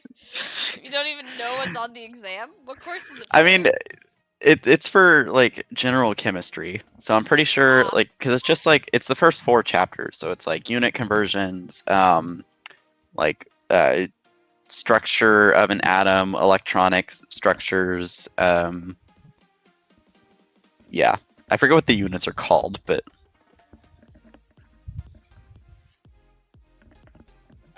like the unit. Oh, I was gonna be like, you mean like Fahrenheit and Celsius? No. no.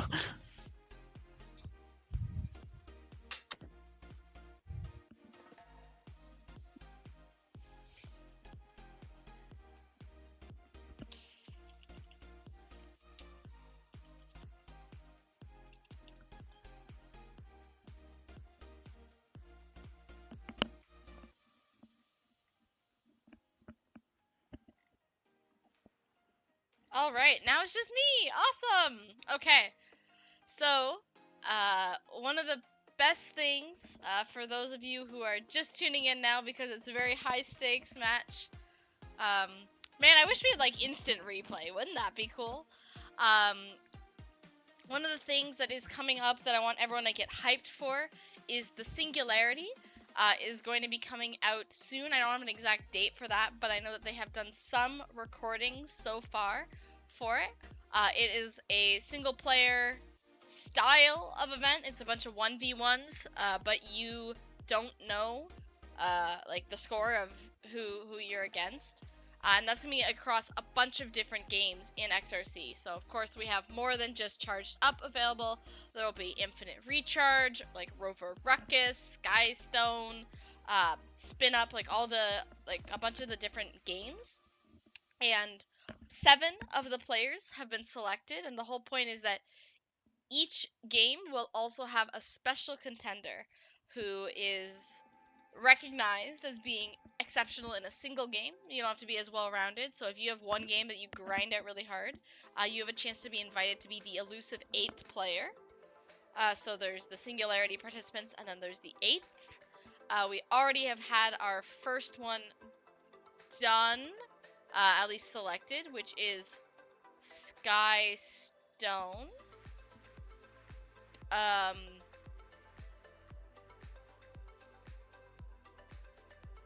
Let me see what I can find about the Singularity to talk about. Yeah, so the order of the games is Skystone, which is coming, which was done on June 5th. Video hasn't come out yet, but that's been done. Bacon was the 8th player for that. Then we have Ultimate Goal. Our player's been selected. Then we have Rover Ruckus, Freight Frenzy, Spin Up, Rapid React, Charged Up, Infinite Recharge, and then Power Play. So lots of different games, and a lot of those games still to have their 8th player selected. So if you're looking for something to work on those games, grinding out those single player scores, you could be invited to be the 8th, which would be awesome. And if not, like, it'll be really cool to watch this come out anyways. It's been a while since we've had like basically like a movie of XRC made, and it's really cool how this community continues to grow in ways like that. Other things we have coming up, again, based on interest, the season is going to continue. So we'll either be looking at our championship event or more district events shortly, or I guess qualifiers is what they're called. Qualifier event shortly for those who haven't played their second event. We also have, what else do we have? I'm looking at cool things we can do. If you haven't already signed up, you can always join our ranked queues. Ranked queues are cool. You can experience different games, play fast and furious matches.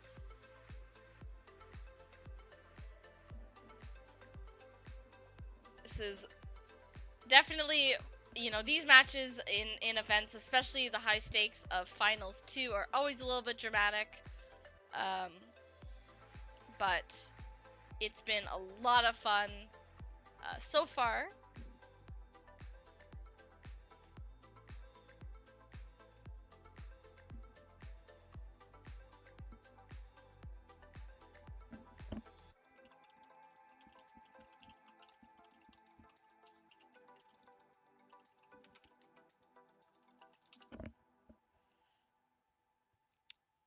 So what else do we have to talk about? One thing in this event that I really like, personally, is that we had 3 different robots played in qualifications and in elims. We saw the Larry and Everybot represented, which is really cool. We, of course, have a lot of breakdown players, as it is widely regarded as relatively competitive, but we can take a look too.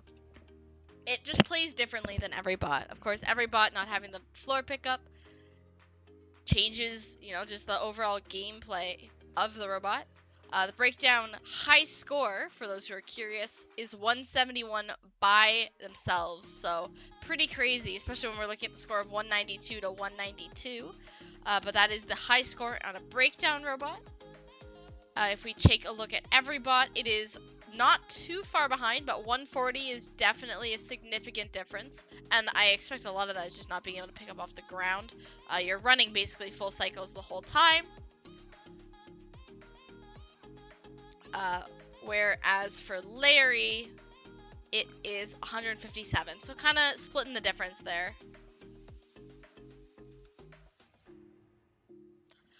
Just for those curious, there are 2 other robots playable in Charged Up, although they don't get a lot of love, Zeus and Johnny 5. Zeus leaderboard is a 151, and Johnny 5 a 118, so obviously Johnny 5 a lot less popular.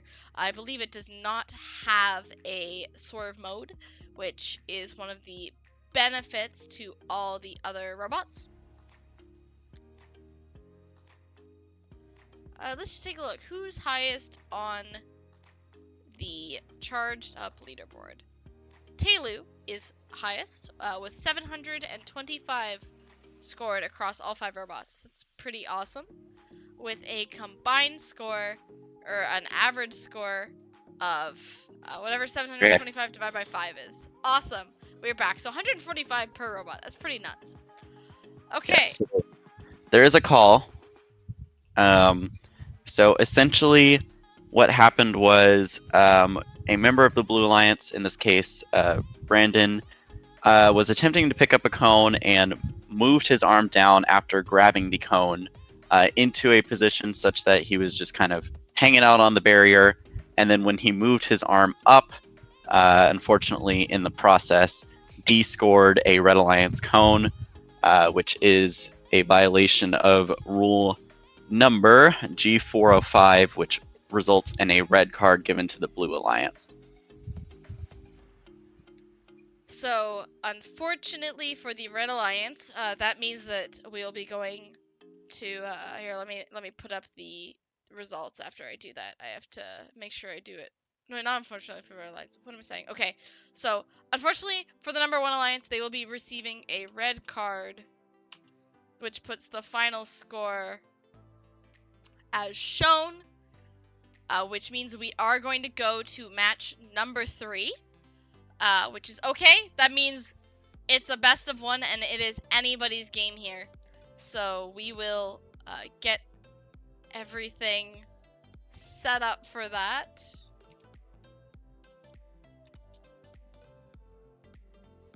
Definitely a very difficult call. Do not envy the players there. Just wanting to make sure, obviously all the players aren't back in their, oh, there's Johnny 5. We were just talking about him a little earlier. Make sure all the players are back in their alliance chats. Make sure the answers to the questions are provided. We don't have all 6 robots on the field right now, so we will be waiting for them to all log back in and go from there. Yep, so we are moving on to finals match number 3. What a time to sub with Prime. Thank you, Noah Ton, for the subscription. Much appreciated. Subbing helps us boost our Twitch status, as well as helps us pay for things like the servers that we run on, which obviously aren't, server time isn't cheap. So we really appreciate that. If you're interested in supporting Second Robotics more, we also have a merch store, I think, still. Do we still have? Yeah, we do still have a merch store. So you can always get merch at store.secondrobotics.org if you want your Second Robotics merchandise.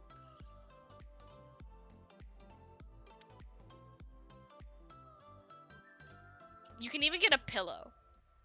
Like, that's kind of cool. You can indeed get a pillow. You can scream and as into someone that who pillow. collects pillows. Yeah, you can scream into that pillow at the end of these matches when they don't go the way you want. And then it's perfect. Alright, we do have all 6 players ready, which means I'm just going to check that our staff are ready to go, and then we have the green light, thumbs up.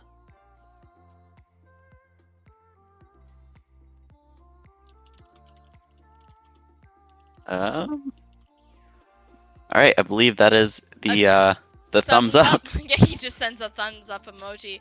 All right, finals number 3. Alliance number 2 in red. Alliance number 1 looking for redemption in blue. We are gonna get this match started. Great. And all the robots once again glitched into each other on the match preview screen. Perfect. All right, and we do see a 6 breakdown match. The only time we have seen this has been in the finals so far. And of course, these alliances are trying to steal as many game pieces as they can from each other. It looks like Juzzo may have fallen off the charge station there, so not quite getting the balance. So 45-40 going into the teleoperated period.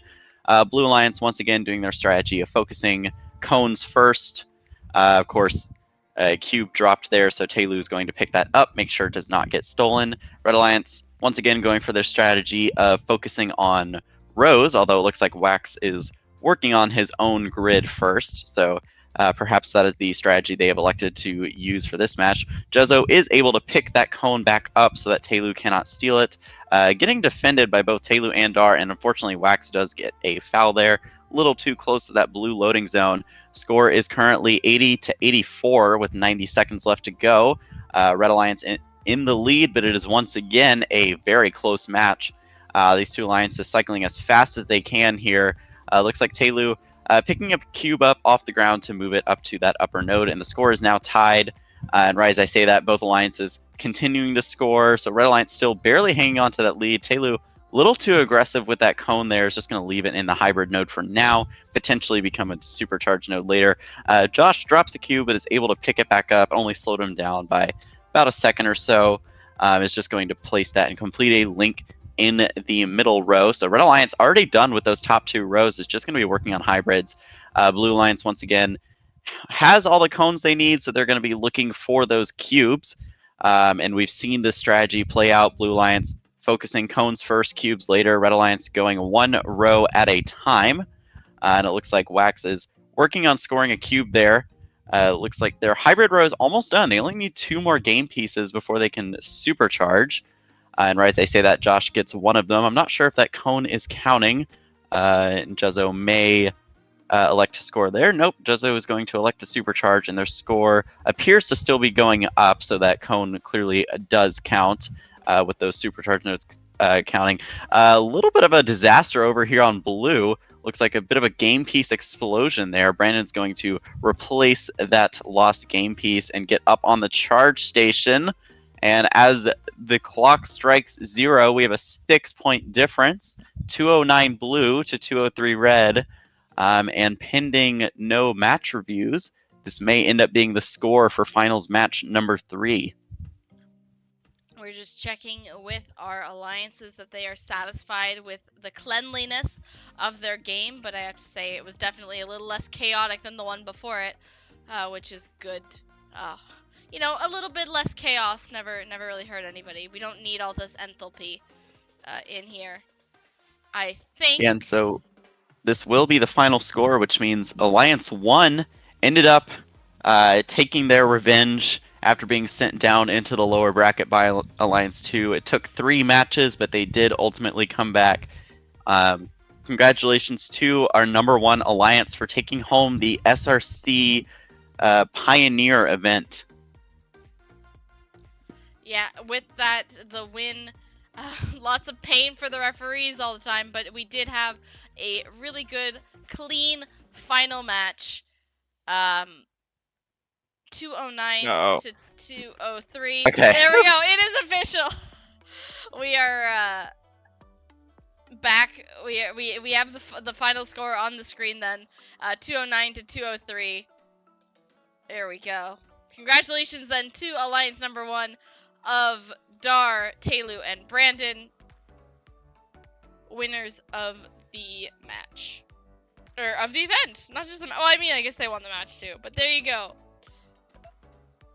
Yeah, and congratulations to Alliance number 2 of Josh, Wax, and Juzzo. Played pretty hard, carried the upper bracket. Running the upper bracket all the way. Sending Alliance 1 down to the lower bracket, but Alliance 1 did come back. It's a little bit of a bumpy road getting there, but we got there. Yeah, we made it through. I'm happy to put this one in the books. Congratulations to our winners. Good night, everybody. Have a good evening. Take care.